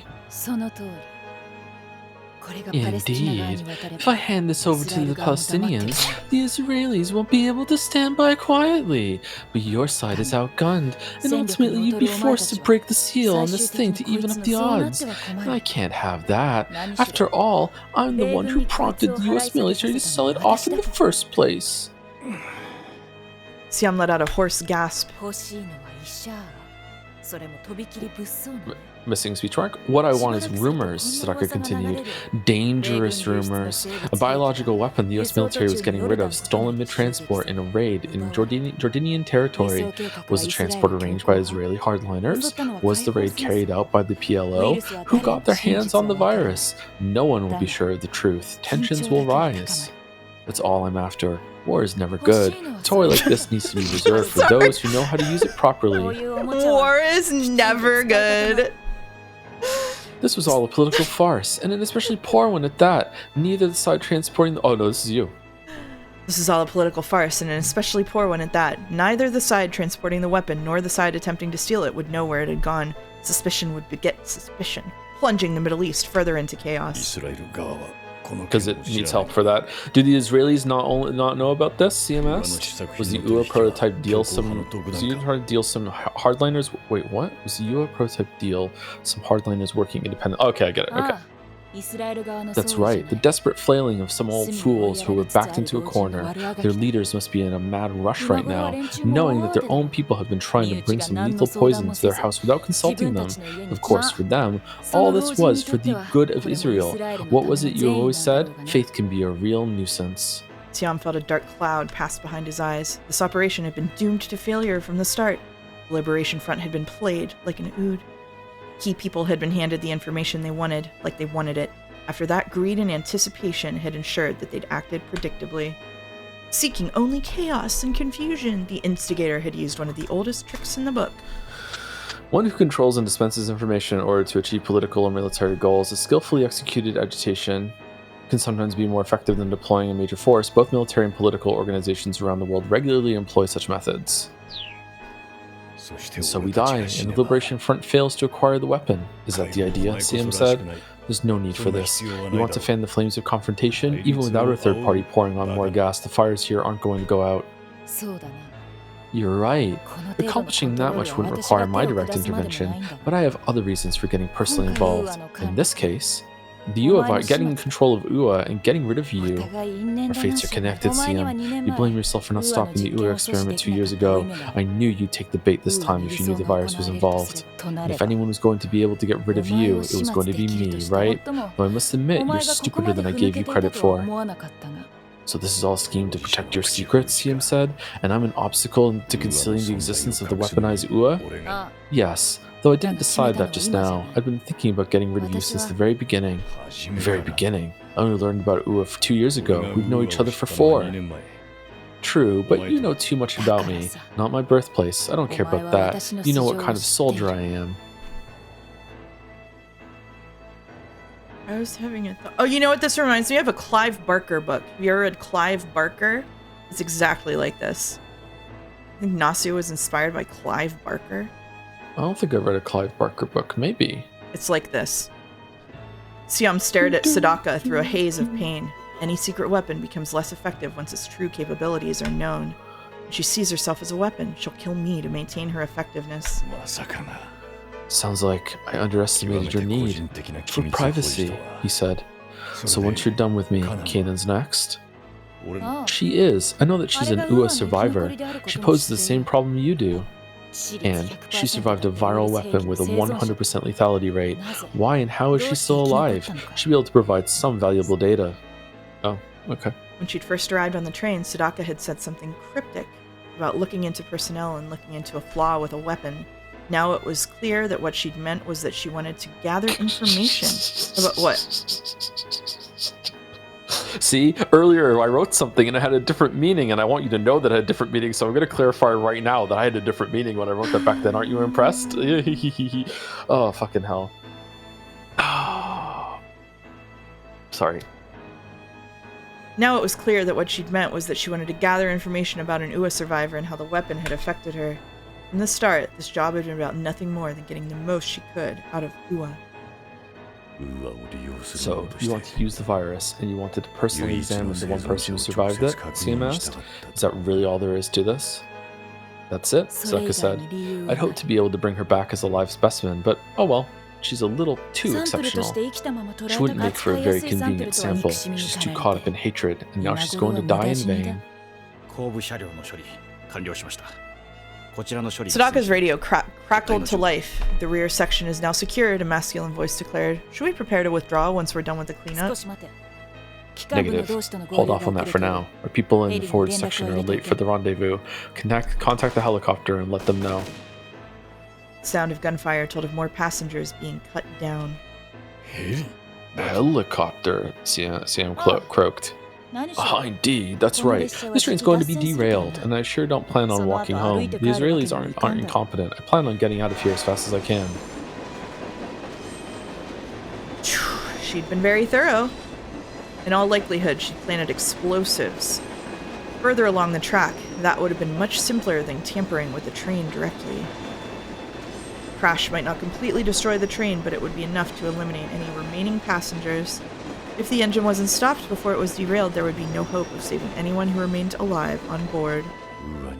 So anyone at all involved with Ua, the people who helped you steal it, even anyone who happened to be on board this train, they're all going to die. Thorough, if a bit excessive, CM said.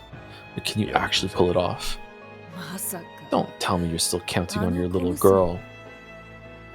Sadaka sneered. It was a crueler, colder expression than any Siam had ever seen before. She's of no use to me. I thought she might have some promise at first, but her hatred of the virus has made her lose control of herself. It's compromised her abilities. It's disappointing, really. All your efforts wasted.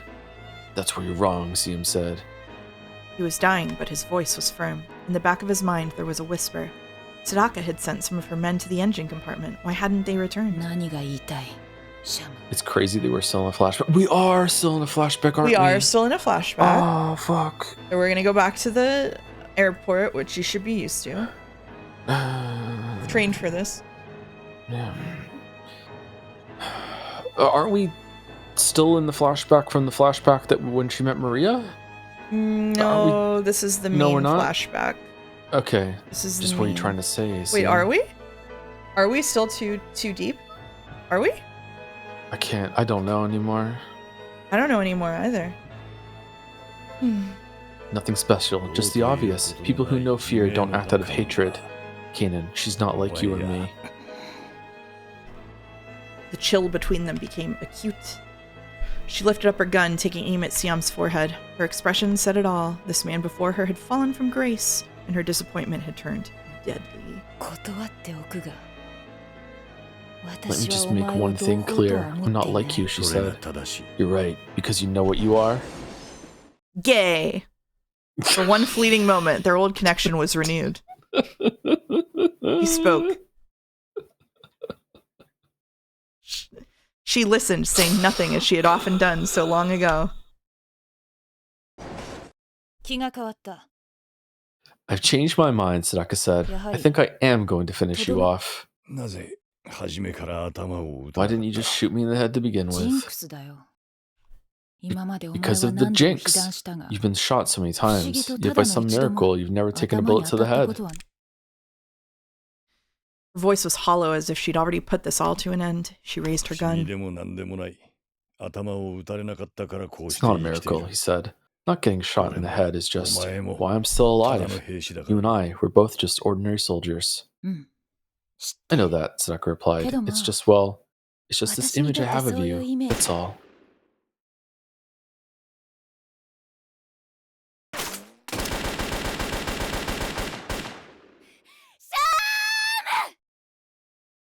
Siam!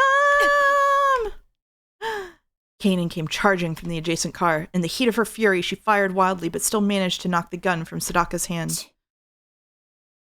Sadaka instantly retreated. She sensed instinctively, to her chagrin, that she couldn't defeat her young rival now. Under the circumstances, this was prey she wasn't ready to hunt.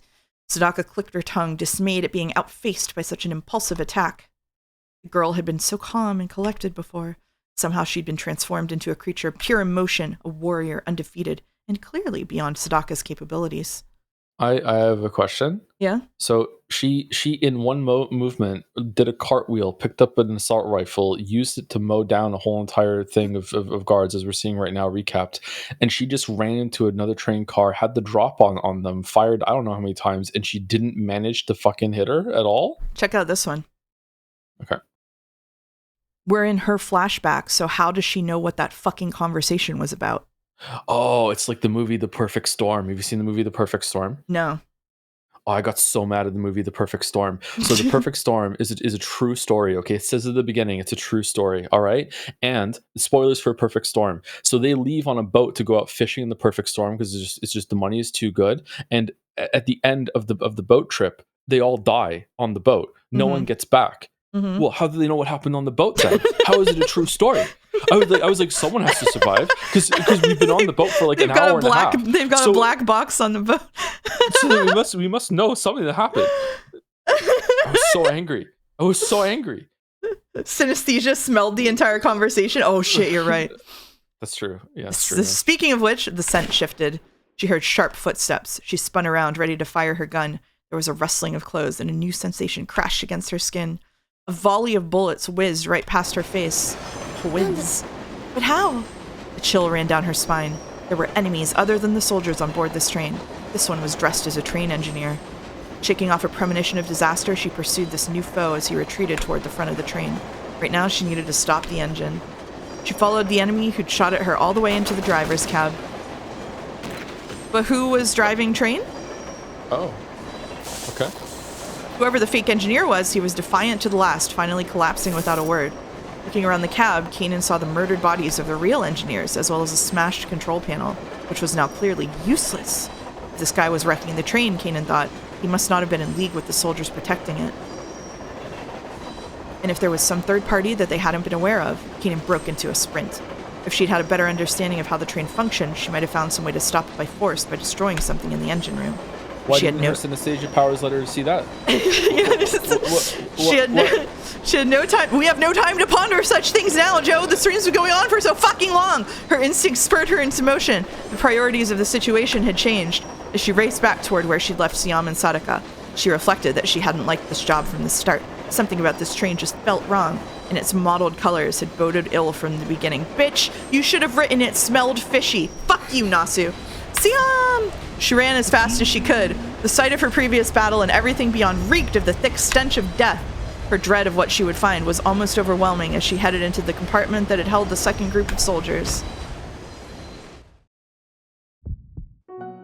All at once, she saw pure, excruciating red.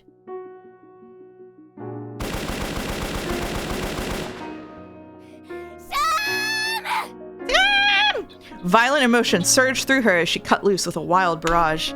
Kingdom Hearts. Kingdom Hearts finale after this will hit so fucking hard. Oh my god. We're doing the Kingdom Hearts finale tomorrow. Violent emotion surged through her as she cut loose with a wild barrage. It was the first time since she'd first picked up a gun that she'd fired without certainty that she'd hit her mark.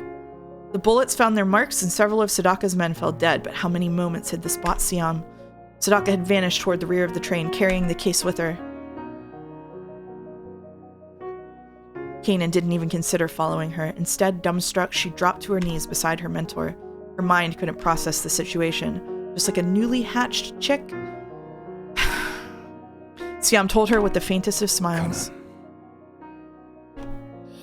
Kanan. No. She shook her head, not wanting to hear what he would say.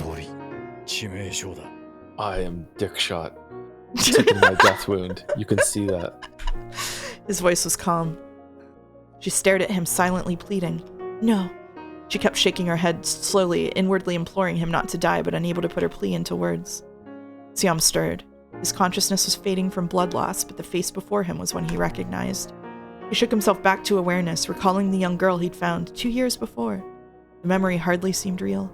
These days of mundane, everyday life hadn't really been his to live. Kanan, you need to accept this. No, I can't. I won't. She knelt, still shaking her head, as Siam calmly told her what had happened. Sadaka had betrayed them. She had stabbed him and had stolen the case with the bioweapon. The train would soon be derailed and destroyed.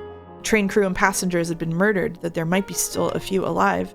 They'd failed miserably, and the situation was only getting worse. Sadaka was getting away. I don't care about Sadaka, Kanan wailed. We need to get you medical attention. If we can just stop the bleeding, we can still. That'd be a waste of time. There are other things you need to do. Open your eyes, Kanan. There is nothing special about this. Me and her, we're soldiers. Nothing more. Soldiers toss away their humanity. Soldiers get shot. Did I ever teach you to seek some meaning in that? No, you're wrong. You're not like her, Siam. I don't know what she's like and I don't want to know, but you're different. You're a good person. What the fuck? No, he's not. Maybe you can be cold, but you're not a monster like her. Yes, he is. He had no response to that. Wasn't he a monster? Well, perhaps not. He had recovered enough emotion to feel guilt at what she said, at least. Though that hardly made him human. You need to focus, Kanan. Assess the situation and form a plan of action. Remember, our job is to get that case back, stop this train, and eradicate the Uwa virus. It wasn't fair. He knew how to press her buttons, eradicate the Uwa virus, the very words that would transform Kanan from girl to soldier. Kanan, tell me, what happened at the head of the train? I took down all the guards. The engineer was one of that woman's companions, and he wrecked the control panel. So now we can't use it to stop the train. We'll have to destroy the engine room itself, or maybe use the brakes on each of the individual cars. Were there any other survivors? Nobody ahead of the secure freight car. The only ones alive are you and me. Good. I'll stop the train. You go after her. No discussion. Kanan held her breath. Leaving Siam here, wounded as he was tantamount to letting him die. And why should he worry about stopping the train when they were the only passengers still alive? Kanan couldn't imagine leaving him to spending his final moments alone. Kanan, look around. How many survivors? The soldier's edge wiped away her sentimentality. Tell me, Kanan, how many are there? She lifted her downcast eyes. In all their time together, he had never once relied on her exceptional nature. He'd never shunned her for being different, always accepted her together with her curse, her gift. Now he needed her help. My brother says, I am deeply sorry. The only part of his universe that I have at least mostly enjoyed, Fate Zero, was written by a different guy, Gen Urabochi. I think Nasuverse stuff has interesting interpretations of history that make cool things to read about on a wiki page, but watching the story play out is not fun. Thank you, anime brother. Thank you, There are brother. 3, she said, gazing around, reading the colors of the fallen. Only 3 people are alive. Only 3. Yes, only 3. Amidst the sea of blood that surrounded them, 3 of the passengers still clung to life. Not worth it. Let's just go. Yes, that's right, she said. She doubted they had any chance of survival. Even with medical care, probably none of them would make it. That wasn't how Siam saw things or how he wanted her to see it. Can we take a break and then have 2 hours of flashbacks to all 3 of those people to see their lives? No, she corrected herself. There are 3 whole people we can save. I'm gonna need 3 more people to save the train. The funniest part of the Fate series is all the best works in it are written by people other than Nasu. Fair enough. At that, he nodded, and maybe, just a little, he smiled. I'll handle the train. I'll undo the coupling so that we're able to apply the brakes. I'm pretty sure I've got enough strength to pull that off. Your job is going to be a bit more difficult. I know, but I'll be right back. Her voice, her emotions under control at last. She was the consummate warrior now, just like he'd trained her to be. I'm getting the vibe that this guy absolutely does not need to die. Like, this is just like he could probably just leave. You were victimized, your past stolen from you by war. She was defeated, her past swallowed up by power struggles beyond her control. Your paths as warriors began in similar places, but you have walked them in different ways. Thanks, man, because we just needed someone to fucking explain it to us after the outfits and the fucking origin stories and the positioning them across from each other on the train. We just had to fucking put the subtext in the text because visual novels just can't fucking trust their readers at any goddamn point in their fucking lives, no matter who fucking writes them. Sorry. Okay, before you go, let me tell you about this experiment they did with molecules, protons going through a fucking double slit experiment, and they split up when they go through, and you are one, you went through one slit and she went through the other, and now you're going to meet on the other side. This is it's all been about it wasn't protons, wasn't it? What the fuck was it? Electron? I don't fucking know. Baldur will know if he's still awake. Siam's gun slid from his hand. Photons. Yeah. It was photons. I'm sorry. It seemed in that moment like a symbol of his life. A heart. Oh, fuck off. I'm sorry. Like, it's not like I need everything to be in subtext. I don't need every fucking thing I read to be a mystery. But, like, when you've already put indicators in the text and the visuals and the blocking, like, why do we have to have this extended exposition of your themes? Like, for 5 minutes, trust your readers. On the flip side, if you're just going to explain what they are, why put all that other shit in and waste my time? You know what I mean? Like, it's just fucking... Anyway. It seemed in that moment like a symbol of his life, a hard and deadly weapon, a killer of many, now abandoned. It's not only is putting it in text, but it's also a metaphor. I know! Soldiers born in destruction make hatred into a weapon, Siam said. That's what made her and me so empty inside. The hatred just burns inside until all else is burned out. Remember what I told you? We can't trust a fate reader. It's an Ouroboros of a problem because if all of these people are we're in the middle, all of the people in the middle band, right? This middle band of people reading nothing really good or nothing really bad. If they continue, if the media that they consume continues to fucking feed them all of this stuff like pigs at a trough, like if we're just going to fucking spoon feed people, metaphors like this too, by the way, it's why I don't like it. Like if we're just good, that was what my big metaphor crash out was about, is if people exist in this middle band and you just fucking spoon feed them everything and they never learn how to read into things. Like, you know, these people, the fans talk about this thing endlessly. Like, some of them would stumble onto how to intuit themes at some point, presumably. I'm sure that some people with degrees like mine or whatever, or training like mine, you don't need a fucking degree. Like, I'm sure some people are just naturally good at it. Like I'm sure some people in that community would do that. Like, this community could self-educate on how to read things like this, but instead we're perpetuating a cycle of low media literacy by just having the, like, you underestimate your readers and then you give them shit and then they don't ever learn how to read things that aren't shit. Like, it's just like fucking, it's just, I just like don't even know what to do with it. Like, it's so frustrating. It's so frustrating. And then when you hit, let's bring Yeek into it, and then with those same people, when you hand them something that doesn't do that, they're like, oh, it's pretentious. It's like, no, it's not. Like, that's like that's like.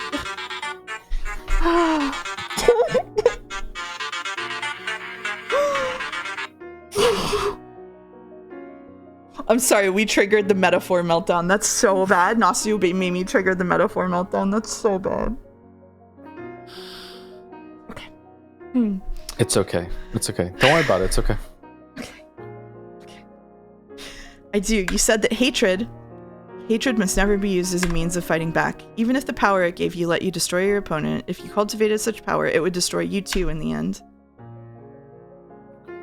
Well done, he thought. Perhaps he really had managed to pass on all that he could. I'm hungry. His lips, me too! I was supposed to make food like 3 hours ago. His lips curled into the ghost of a smile. He'd once said that death was the great equalizer. What is this where Ryukishi got that? No! No. That it came the same for everyone, no matter who they were. Now Siam's time had come, and Kanan realized with a sudden and surprising calm that she'd accepted it. My last request, he said. Don't let Sadaka get away, and save whatever lives you can.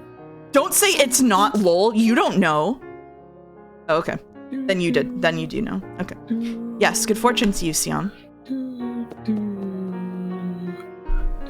There was no grieving. They simply parted ways, each reflecting on the past 2 years and needing nothing more than that.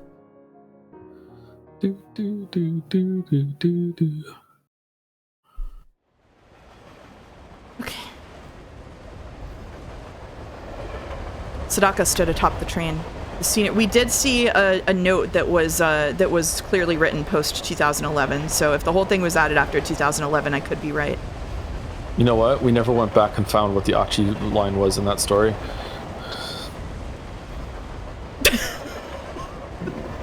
The scenery, a uniform brown for much of the journey, was now dotted with green in places. They were drawing close to their destination, the destination she had chosen, and hopefully the fucking end of this shit show. Very shortly, the train's usefulness would come to an end. We're 3 hours into this. It's going to take less than 2 hours. There were less than 2 minutes to go before the rendezvous with the Black Hawk. Black Hawk, an assault helicopter manufactured by Sikorsky Aircraft, first saw combat with the U.S. Army during the invasion of Grenada in 1983, and in more recent years has seen service in the Iraq War. It is used by over 20 nation states, including Japan, Australia, Egypt, and Israel. Sadaka carried the case in her left hand, handcuffed to her wrist, and gripped her gun with a tip in her right. Gun. The FN Fate Stay Knight 5.7, a semi-automatic pistol produced by Belgian manufacturer FN Herstal, uses 5.7 by 28mm cartridge with high penetration power, typically sold only to law enforcement and military agencies. However, there are less powerful versions that have been made available to the civilian market. Gun. The preparations had been flawless. The helicopter pilot was highly skilled. He would lower a ladder to her at her position, and she would simply ride it right on up. She'd accomplished most of what she'd wanted, and now her retreat would be swift. She should have been wholly pleased with the situation, and yet she was wholly dissatisfied. Of course, that would have been the case regardless of the result she'd obtained. It was not in her nature to ever be content, only by striking out at the world around her could she even keep herself sane, and now her thirst for vengeance was worse than ever. I feel like I felt at the end of the Sekimea stream when we were going through the thing again and we just kept reading and we kept reading, and it was like a sunk cost fallacy, even though I wanted to be done like 2 hours earlier, and I was like ready to fucking McLose it. I feel like that now. I do. Do you want to go get a McFlurry after this? No.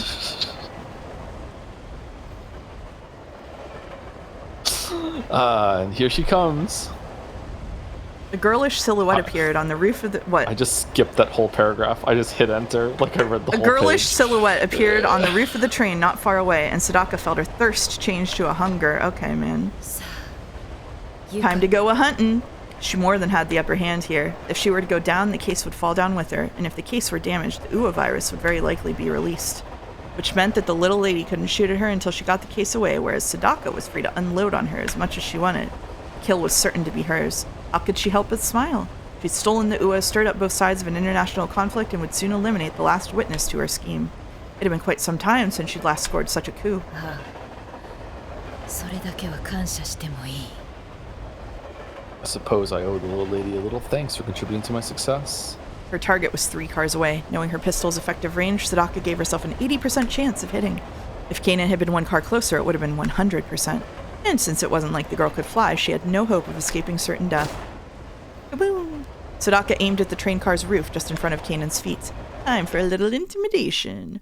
Let's show this upstart what real skill looks like. She needs to understand that a step closer to me is a step into certain death. Alright, little lady, let's see how well you dance.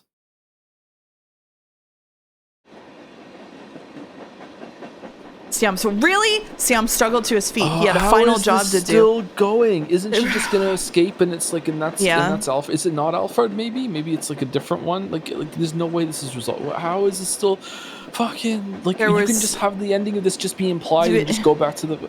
Oh my fucking god. There were 6 meters and a door between him and the coupling that linked this car to the next. Easy enough under ordinary circumstances. Once he undid the coupling, the automatic air brake would kick in and stop the rear section of the train.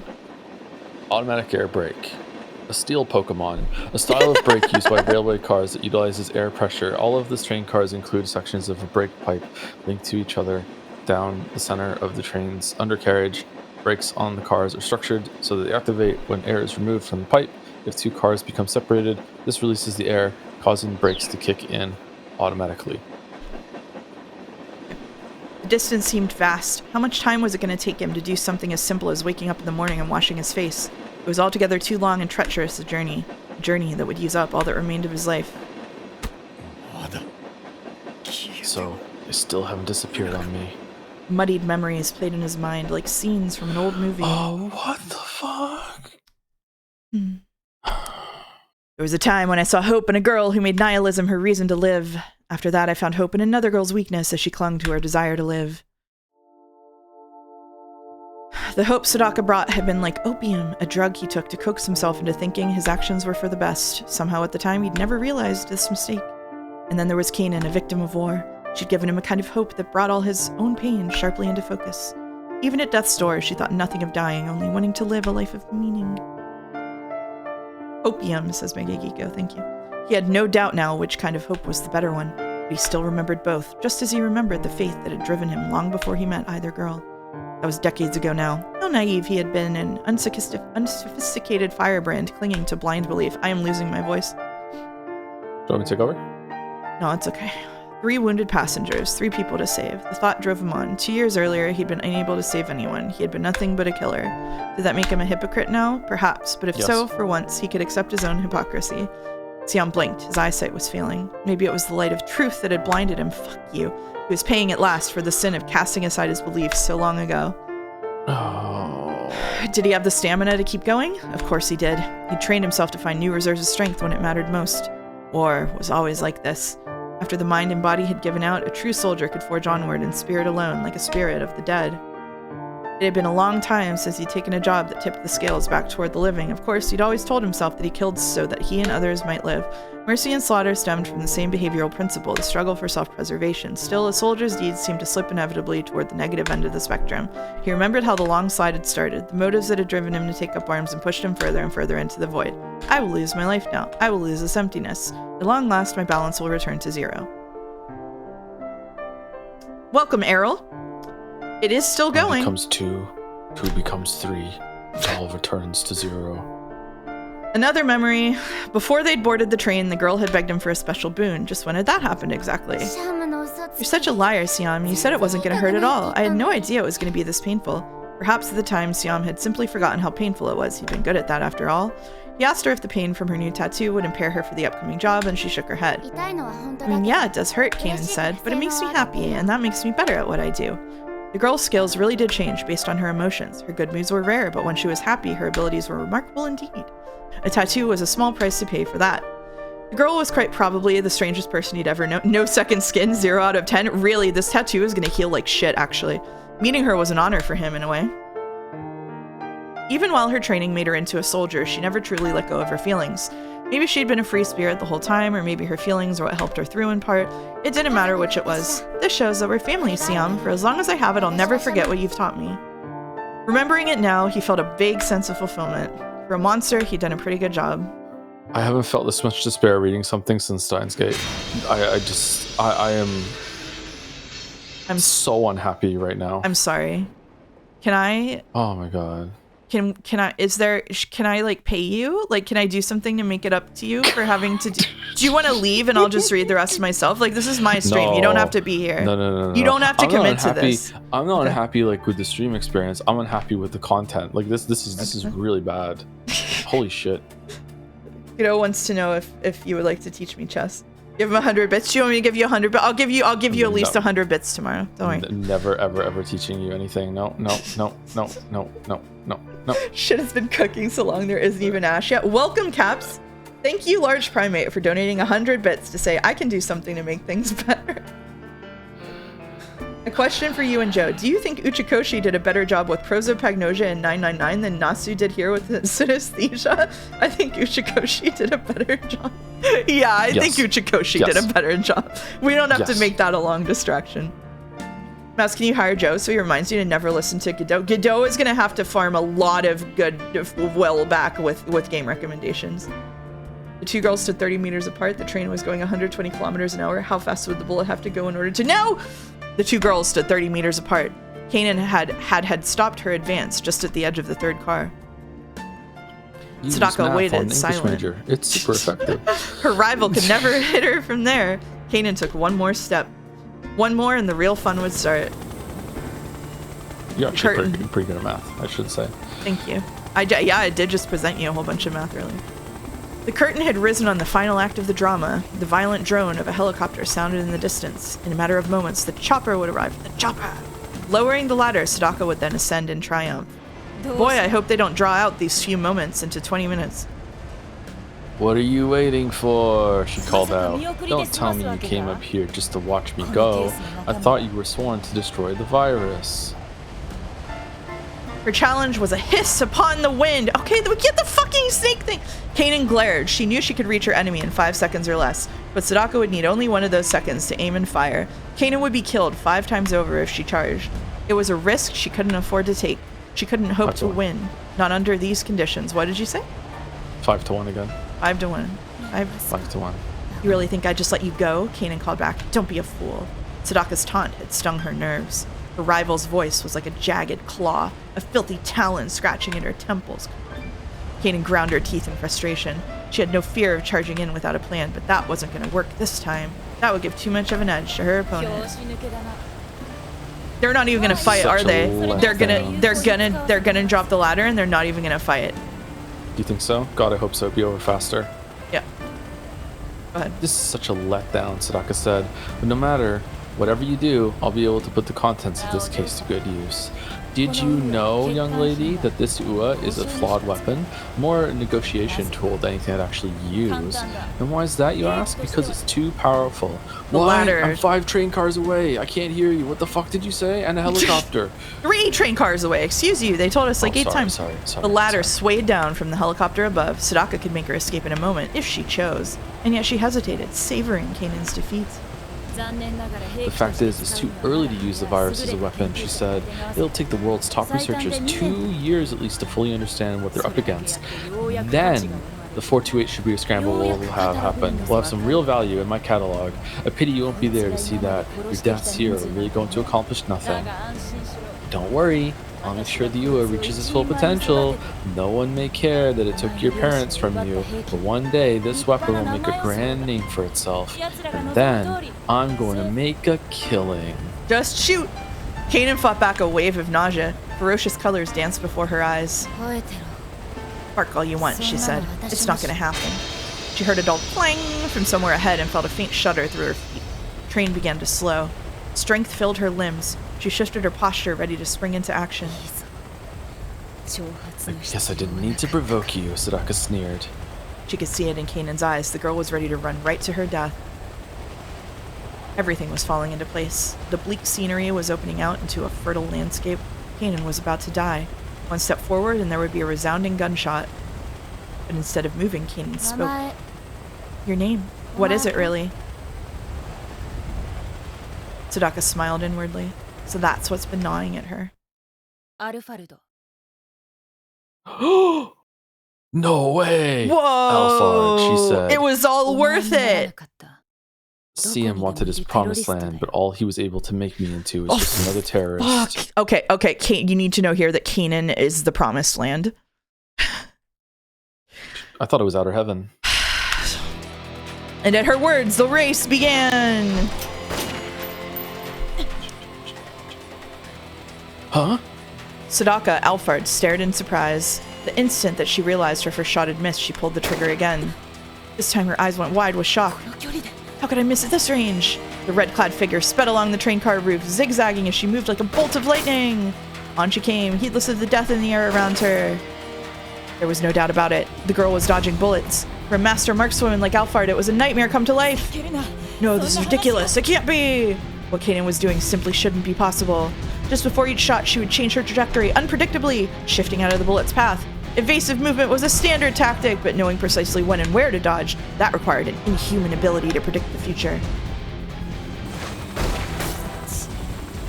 It's like she can practically see the bullets! Doshikyu, know why she can see— That simply wasn't possible, was it? Alphard's mind raced. She fought a rising wave of panic. The girl had almost reached her now, but Alphard still held one advantage, the case in her left hand. The girl would have to go for the case before attacking her directly. Alphard would just have to kill her before that. It was simple. Just pull the trigger, Lamau. And yet, she'd begun to doubt that she could hit Kanan. She struggled to comprehend what she was up against, her mind recoiling as she began to understand the full extent of this demon's powers.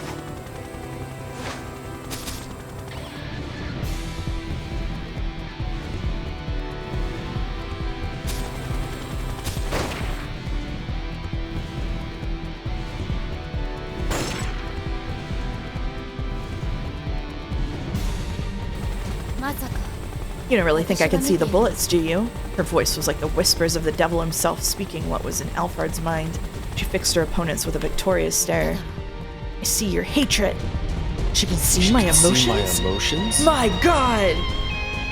Of course! This girl could discern emotions like they were colors. She wasn't looking at the bullets or even at Alphard's movements. She was reading her enemy's expectations. She could tell exactly when Alphard believed that she would hit her mark, exactly when she would fire, and that was precisely when she'd dodge aside. So long as a foe had human emotions, this girl could predict what that foe would do an instant before it happened. Oh, so it's just a QTE? That's right, she's a bit of an empath. This was it. Kanan was all confident. She was closing in for the kill. Of course, Alfred laughed. The only way to ruin her enemy's predictions was to do something wholly unpredictable.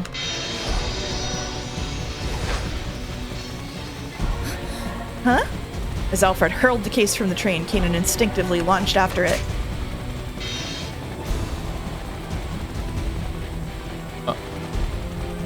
Bye! Ugh! Realizing she'd been baited even as she was tumbling through the air, Kanan clutched the case to her chest and rolled to face her foe, reflexively bringing her gun to bear.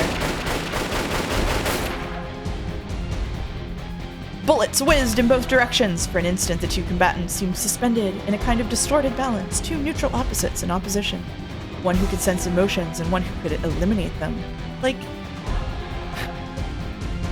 an unstoppable force meeting an immovable object. I love it. I didn't understand what they were doing until this moment, so I like this. Yeah, that's good. But by all rights, they should have been evenly matched, but Kanan's own emotions tipped the scale in her favor. Alphard had let herself get too drawn in, so she had forced herself to swallow her hatred for a moment and fired as the girl as if at a simple obstacle. She would find a color of determination that Kanan could not see. And yet, even those shots failed to strike home. Even with her hatred suppressed, her intentions could be read.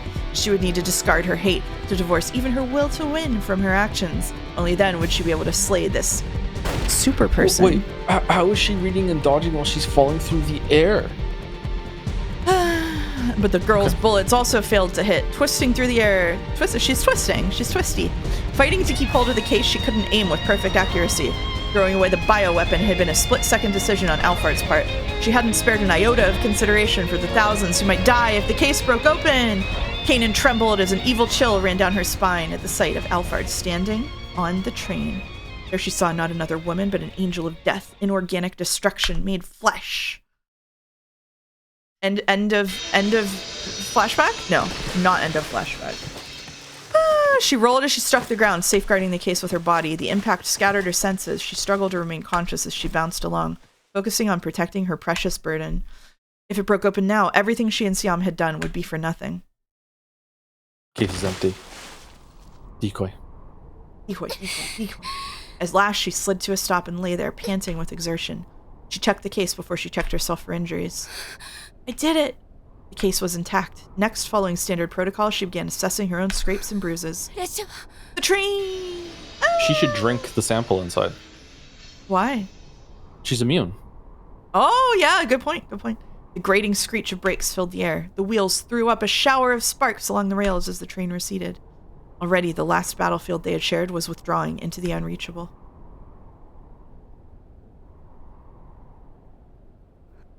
Siam. There was no sadness. They had already made their farewells. Instead, she felt a grim contentment and a steely pride. Anyone with her abilities could have handled the challenges she'd faced, but Siam had been on the brink of death, and yet he had succeeded at a task that would have been difficult for anyone. He'd finished things as he had lived, a trustworthy soldier to the very end.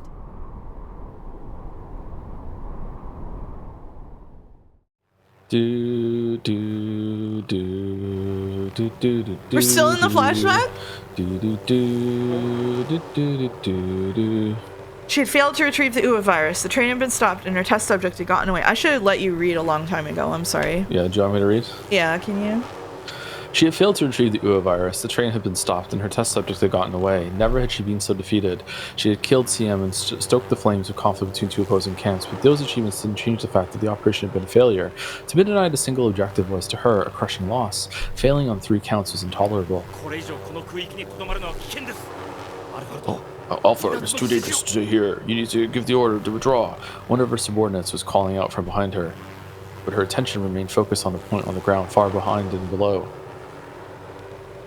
It was over. The U in that case was, after all, only an old prototype. She had other options. There was a pharmaceutical firm already performing research on a superior form of the virus. There was no need to stay and risk capture for the sake of the virus. Take us down, she said. I want to make sure he's dead. But it was hard to take her eyes off the girl. The girl was crawling along the bare earth beside the track, a bitter reminder of failure. Her thoughts shifted back to Siam. The man had fallen from grace. In the 11th hour, he seemed to have embraced that saying from the old Quran that for whoever so killeth a human being, it shall be as if he had killed all mankind.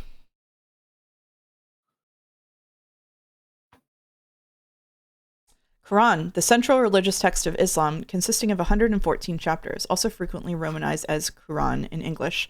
It is the most important source for Islamic law, taken as the revelations of Allah to the Prophet Muhammad, compiled by his companions after his death. He'd refused to continue being a tool to that very end. Destroying him was no betrayal. She never regarded him as kin. Her decision to eliminate him had been motivated by the simple fact that he'd been in her way. After all, as he said himself, "You're right, because you know what you are." She smiled darkly as she recalled his words. "You're strong. You obtained a kind of perfection. You don't know failure. You can accomplish incredible things all on your own. But that magnificence is like a sterile room with nothing remaining within." Well, I thought it was gay. He was right. Yet he failed to understand that there'd never been anything there to begin with. She was an empty shell with no false dignity to protect. She'd never had anything to lose but flesh and blood. Siam should have recognized this. The man was himself a broken being. Alfred had never really been alive, and now he was being broken. Alfred, you're unstoppable. But if instead of striving for some empty goal, you could find something that truly matters to you, then you could be so much more. It was laughable, really. Conflict was what mattered to her. That was her driving force. She lost her. Was this before or after she blew up Jack Stanley's brother? Oh, God. At a university. Know. I think after. I think Jack Stanley was like 4 years before the events of the visual novel, and this is 2 years before, maybe?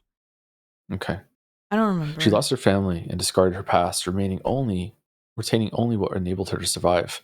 The ashes of her former self were scattered across the world. Every weakness burned away in the crucible of conflict. She couldn't imagine anything but hatred for the rest of humankind. Now her eyes were like fire as she stared down at the girl below. Kanan might still be in range of the right kind of weapon. Hey, do we have any automatic rifles on board? Negative. There was no mention of rifles in our orders. Sorry. I see. Never mind. Looks like this is your lucky day, little lady. Do you want me to read Do you this want to guy? read the guy? Yeah, sure, go for it. Alphard, our ground support intercepted a transmission from Amon air traffic control. A recon chopper has been dispatched from the Badia. We're out of time. You have to give the order to withdraw from the operations area. いい離脱しろ Fine, pull out, head west. The helicopter circled around and headed westward, passing directly over the girl beside the tracks. As it did, Alfred and Kanan exchanged a silent stare. Boss, you should get that looked at. Hmm? あ Ah, yes, of So- course.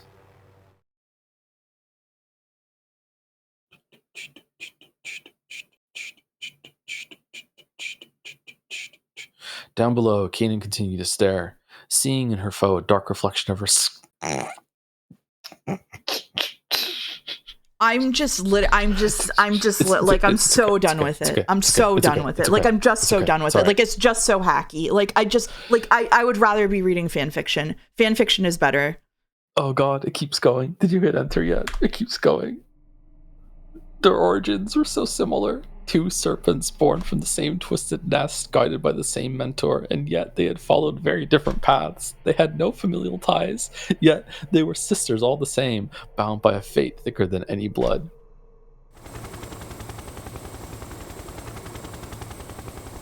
Brother! Kanan didn't take her eyes off of the helicopter until it just disappeared over the horizon. Her hatred was a potent force. Mine too. Even stronger now was her sense of duty. Duty.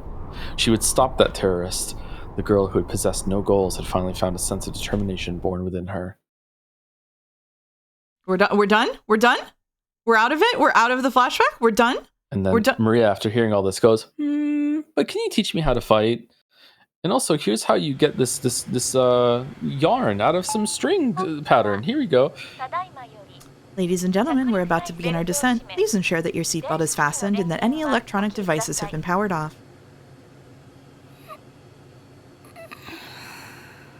Kanan stirred. Her eyes slowly drifted open. A long dream receded. She'd been on the ground within the hour. She'd be on the ground. Once the plane had landed, she would disembark by a different route than the other passengers, then board a helicopter that would be waiting for her on the runway. She stretched and resettled, steeling her resolve. After the mission in Jordan, she had gone on to learn of a certain distinguished family wiped out in a political conflict, and how its sole surviving daughter had been trained as a mercenary.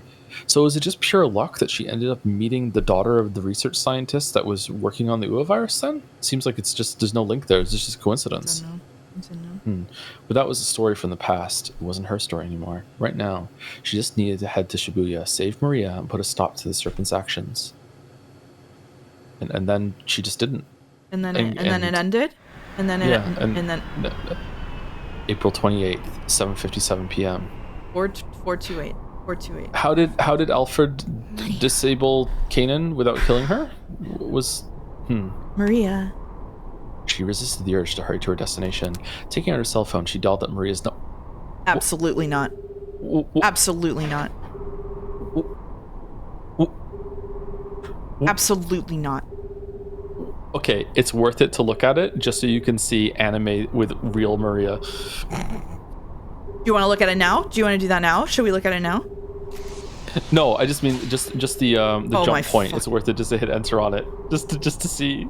Yeah, she knew it was a pointless act. Surely Maria would be unable to answer the phone. Still, she couldn't resist the urge to try. Huh? What? Incredibly, the call connected. Kanan gasped as she'd seen a ghost. Maria? A sound of sobbing came through the receiver. Maria, is that really you? She didn't actually need to ask. Kanan could tell just from the sound of the breathing that it was Maria on the line because it was blue. She felt a rush of joy. She wasn't too late after all. Thank goodness. Oh, thank goodness. Maria's voice was happy. Her tears were tears of joy. Kanan let out a strained laugh, feeling that their positions had been strangely reversed. Maria had been concerned for her well-being. She heard in her happy sobs the sound of a dear friend who had somehow survived a very long and harrowing day.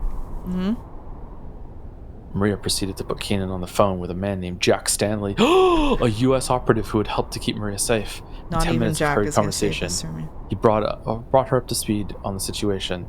The people of Shibuya had managed to stop the Ua virus from running rampant through their city. But there was one worrisome detail. The CIA took Alfard into custody? Oh, it is you. I'm sorry. It was Stanley's superior, Gordon, who had escorted Alfred away. Keenan recognized the name. She was certain that Gordon was one of the Serpent's collaborators. They're extraditing her to the US, Kanan asked, unofficially with no due process? She was appalled at the naivete of the Japanese police. They hadn't arrested the terrorist. They had merely taken her into custody. Thanks to Gordon's intervention, Alfred's whereabouts were now unknown. It would be extremely difficult to track her down. Still, I bought myself an hour this morning that she wasn't expecting. What? I'm sorry. Was the plan that Alfred did was like hack into her account and maniacally switch her flights so she got on the wrong plane or something? Like what do you mean? She allowed herself a cautious smile. If Gordon was acting on his own, he'd have to use the airport. She probably had about 30 minutes left to act. For an ordinary person, that would be a hopeless situation. But Kanan wasn't an ordinary person. At a facility with this many people, this many colors, the color of danger would stand out clear as day. All right, she said once Maria was back on the line. Leave the rest to me. Once this is all over, I'll head right over to see you. She hung up the phone. Her anxious pacing had ceased, stilled by her steely determination to confront her enemy at last. Oh, do we have 15 minutes left of the fight scene at the airport that we only... going around pretending that she's me? What an outrageous deception. Something had changed in the Serpent. She was toying with her far more than usual. All right, if that's how she's going to do things, I'll just have to pay her back in full. It went against Kanan's own sensibilities, but trickery seemed like the perfect tactic to use against these foes. Maria and her companions had been played like puppets. It was time to return the favor. The sound of propeller blades cut the air. Voices were barely audible beneath the roar as the craft prepared for takeoff. Oh, excuse me, miss? Might you be Miss Kanan? The agent, obviously a last-minute deployment, looked like a nervous wreck. His scent was startlingly harmless. He hardly seemed suited for the job. That's right. Are we ready to go? Yes, of course. I just, I'm ready to fly, miss. Is this your first time doing this sort of thing? Yes, my first mission. Thank you, miss. She decided to ignore his bumbling. Her first impulse was just to kick this dolt, but obviously that wouldn't do. Since befriending Maria, she'd become far less inclined to casually strike out at fools who got in her way. Do you have my firearms ready? She asked. Right, the guns. They've been prepared for you, of course, but, how do I put this? Kanan stared at him. Is there a problem? She asked. Yeah, it's kind of difficult to say. The situation, you see, just a little earlier, I heard that it was all cleanly resolved. She held her tongue, all part of the act. Resolved? It seemed best to feign ignorance just to be on the safe side. This man's color was trustworthy enough, but the hue of the copter pilot on standby was harder to read. An unsightly blue, proof that he'd had contact with a killer. Why is it always blue? Because she's red. Oh my god. Better play dumb. She couldn't risk blowing this golden opportunity. Oh, now it's gold. I'm sorry, but would you mind explaining? She asked. Of course, just please don't be mad, okay? The man explained the situation profusely, apologetic all the while. He told her about the panic that had been falling Shibuya. It took him 5 hours to say it. He had to switch lines a lot. The existence of Shibuya had been exposed. Alfred had been taken in by the CIA, and Maria Osawa was now under police protection. I see. Well then. Yeah, so I guess this whole journey was pretty much a wasted trip for you, Miss Kanan. He was a man of far too many words. That's so fucking rich coming from you, bro. No matter, she could understand his unease. From his perspective, she was an uninvited guest. To the good agent here, she was a meddler trying to usurp the CIA's rightful target. To the helicopter pilot, she was simply a nuisance who'd arrived a few minutes ahead of schedule. But the fact was that they were the ones who had no part to play on this stage. No, not if her plan was going to work anyhow. Maria and the others had slipped through Alfred's fangs, unexpectedly providing Kanan with one last chance. Now it's up to her to seize it. Looks like Shibuya really was a poor fit for you, terrorist. Sorry, you should have read that. She shrugged off a momentary twinge of self-doubt. Maria had survived so far without Kanan's help, but it did seem a bit outrageous for her to get involved now. And this novice agent was right about one thing. Her initial plan for the trip had in fact been a total waste, but she still felt her excitement for what lay ahead. Perhaps she'd secretly been hoping it would come down to a single desperate encounter all along. Another moment when fate took a strange twist and everything changed. Like that hectic day, more night, on which she first met Maria. Absolutely not. No, I don't care. I don't care how much faffing around we did. I was told that it wouldn't be more than 2 hours. We did not do 45 minutes of fucking around. I'm done. I'm dropping this. I'm done. I'm not doing it. We were lied to and I'm fucking done. Who was it who said it was 2 hours? Godot. I do think it was 30 minutes of fucking, but I'm down to drop. If it was 30 minutes of fucking around, then we would be done right now. We wouldn't be going into a flashback that has a whole fight scene after it. There's no way. I don't think there is a fight scene. What do you think? Do you want me to just speed read through the Rex like Solus? Just done. I can do it. I'll just read everything, and then we technically finish it. Just fucking go for it. All right. She gets her mind back to their first encounter. Here we go. That unexpected brightness. Let's be friends, Sadiki. How about this? It felt like so long ago. She'd seen this wayward stranger, comforting color, a hue that felt inexplicably familiar. And suddenly, after all this time, she realized why. Sure, all right. How strange that she'd never realized before. Maria shone with the same color as Kanan's older sister. No wonder she triggered so many memories of youth. Kanan had been isolated as a child, spending more and more time alone with her peculiar senses, yet she had remained close to her family. It was their warmth that had tied her strange self to the world around her. Maria didn't literally resemble her lost sister, but she had brought her warm color back into Kanan's life. There in the prop wash of the waiting helicopter, Kanan giggled despite herself. She felt ridiculous for only realizing something like this now, but she was glad that it happened nonetheless. Huh? Are you okay, ma'am? The novice agent stared at her in confusion. Kanan nodded reassuringly. Maria was safe for now, but she still had one last job to do. I came here to save my friend, but since she's okay, I guess this will just be a regular visit. Kanan took the gun she'd been provided, then flashed the agent a girlish smile. And really, isn't that so much better? Turning away from the hired chopper, she headed for the main concourse like an ordinary tourist. Because now she was. Still going. Her long journey was over now. She had finally found something stronger than hatred. Isn't that right, CM? The parting seemed ages ago now, but she'd lived up to the training he had given her to be a warrior, to live for something greater than revenge. That training had gotten her to where she was now. She would not be something hollow like the serpent. She would hold her head high, strive to meet CM's ideal, and fight for her future. We have one last game to play, Alfred, my old rival. Let's see which of us snakes will survive in the end. She had come to protect Maria, the friend who showed her how to hope again. Now it was time for a final showdown. It was time to make that hope a reality. Okay. All right. Is this the end? Is this the end? Is it? All right. Flashback? Okay, it would have been funnier if we quit 5 minutes before the end, though, because I was so mad about the flashback. It would have been way funnier if that happened. Right? Thanks really from funny. Dawn Yeah. for 1,000 bits to say, hey Mouse, hey Joe, thanks for finishing 428, Glorp. Dawn has had that message typed into chat for like 2 hours. Do you know, apparently I quit Steins Gate 5 minutes before it gets good? Oh wow, that's crazy. Writer Kinoko Nasu, you motherfucking piece of fucking... Well, that poisoned my entire experience with this visual novel. Not really. The rest of it I still feel the same way about, but wow. That was deeply unpleasant.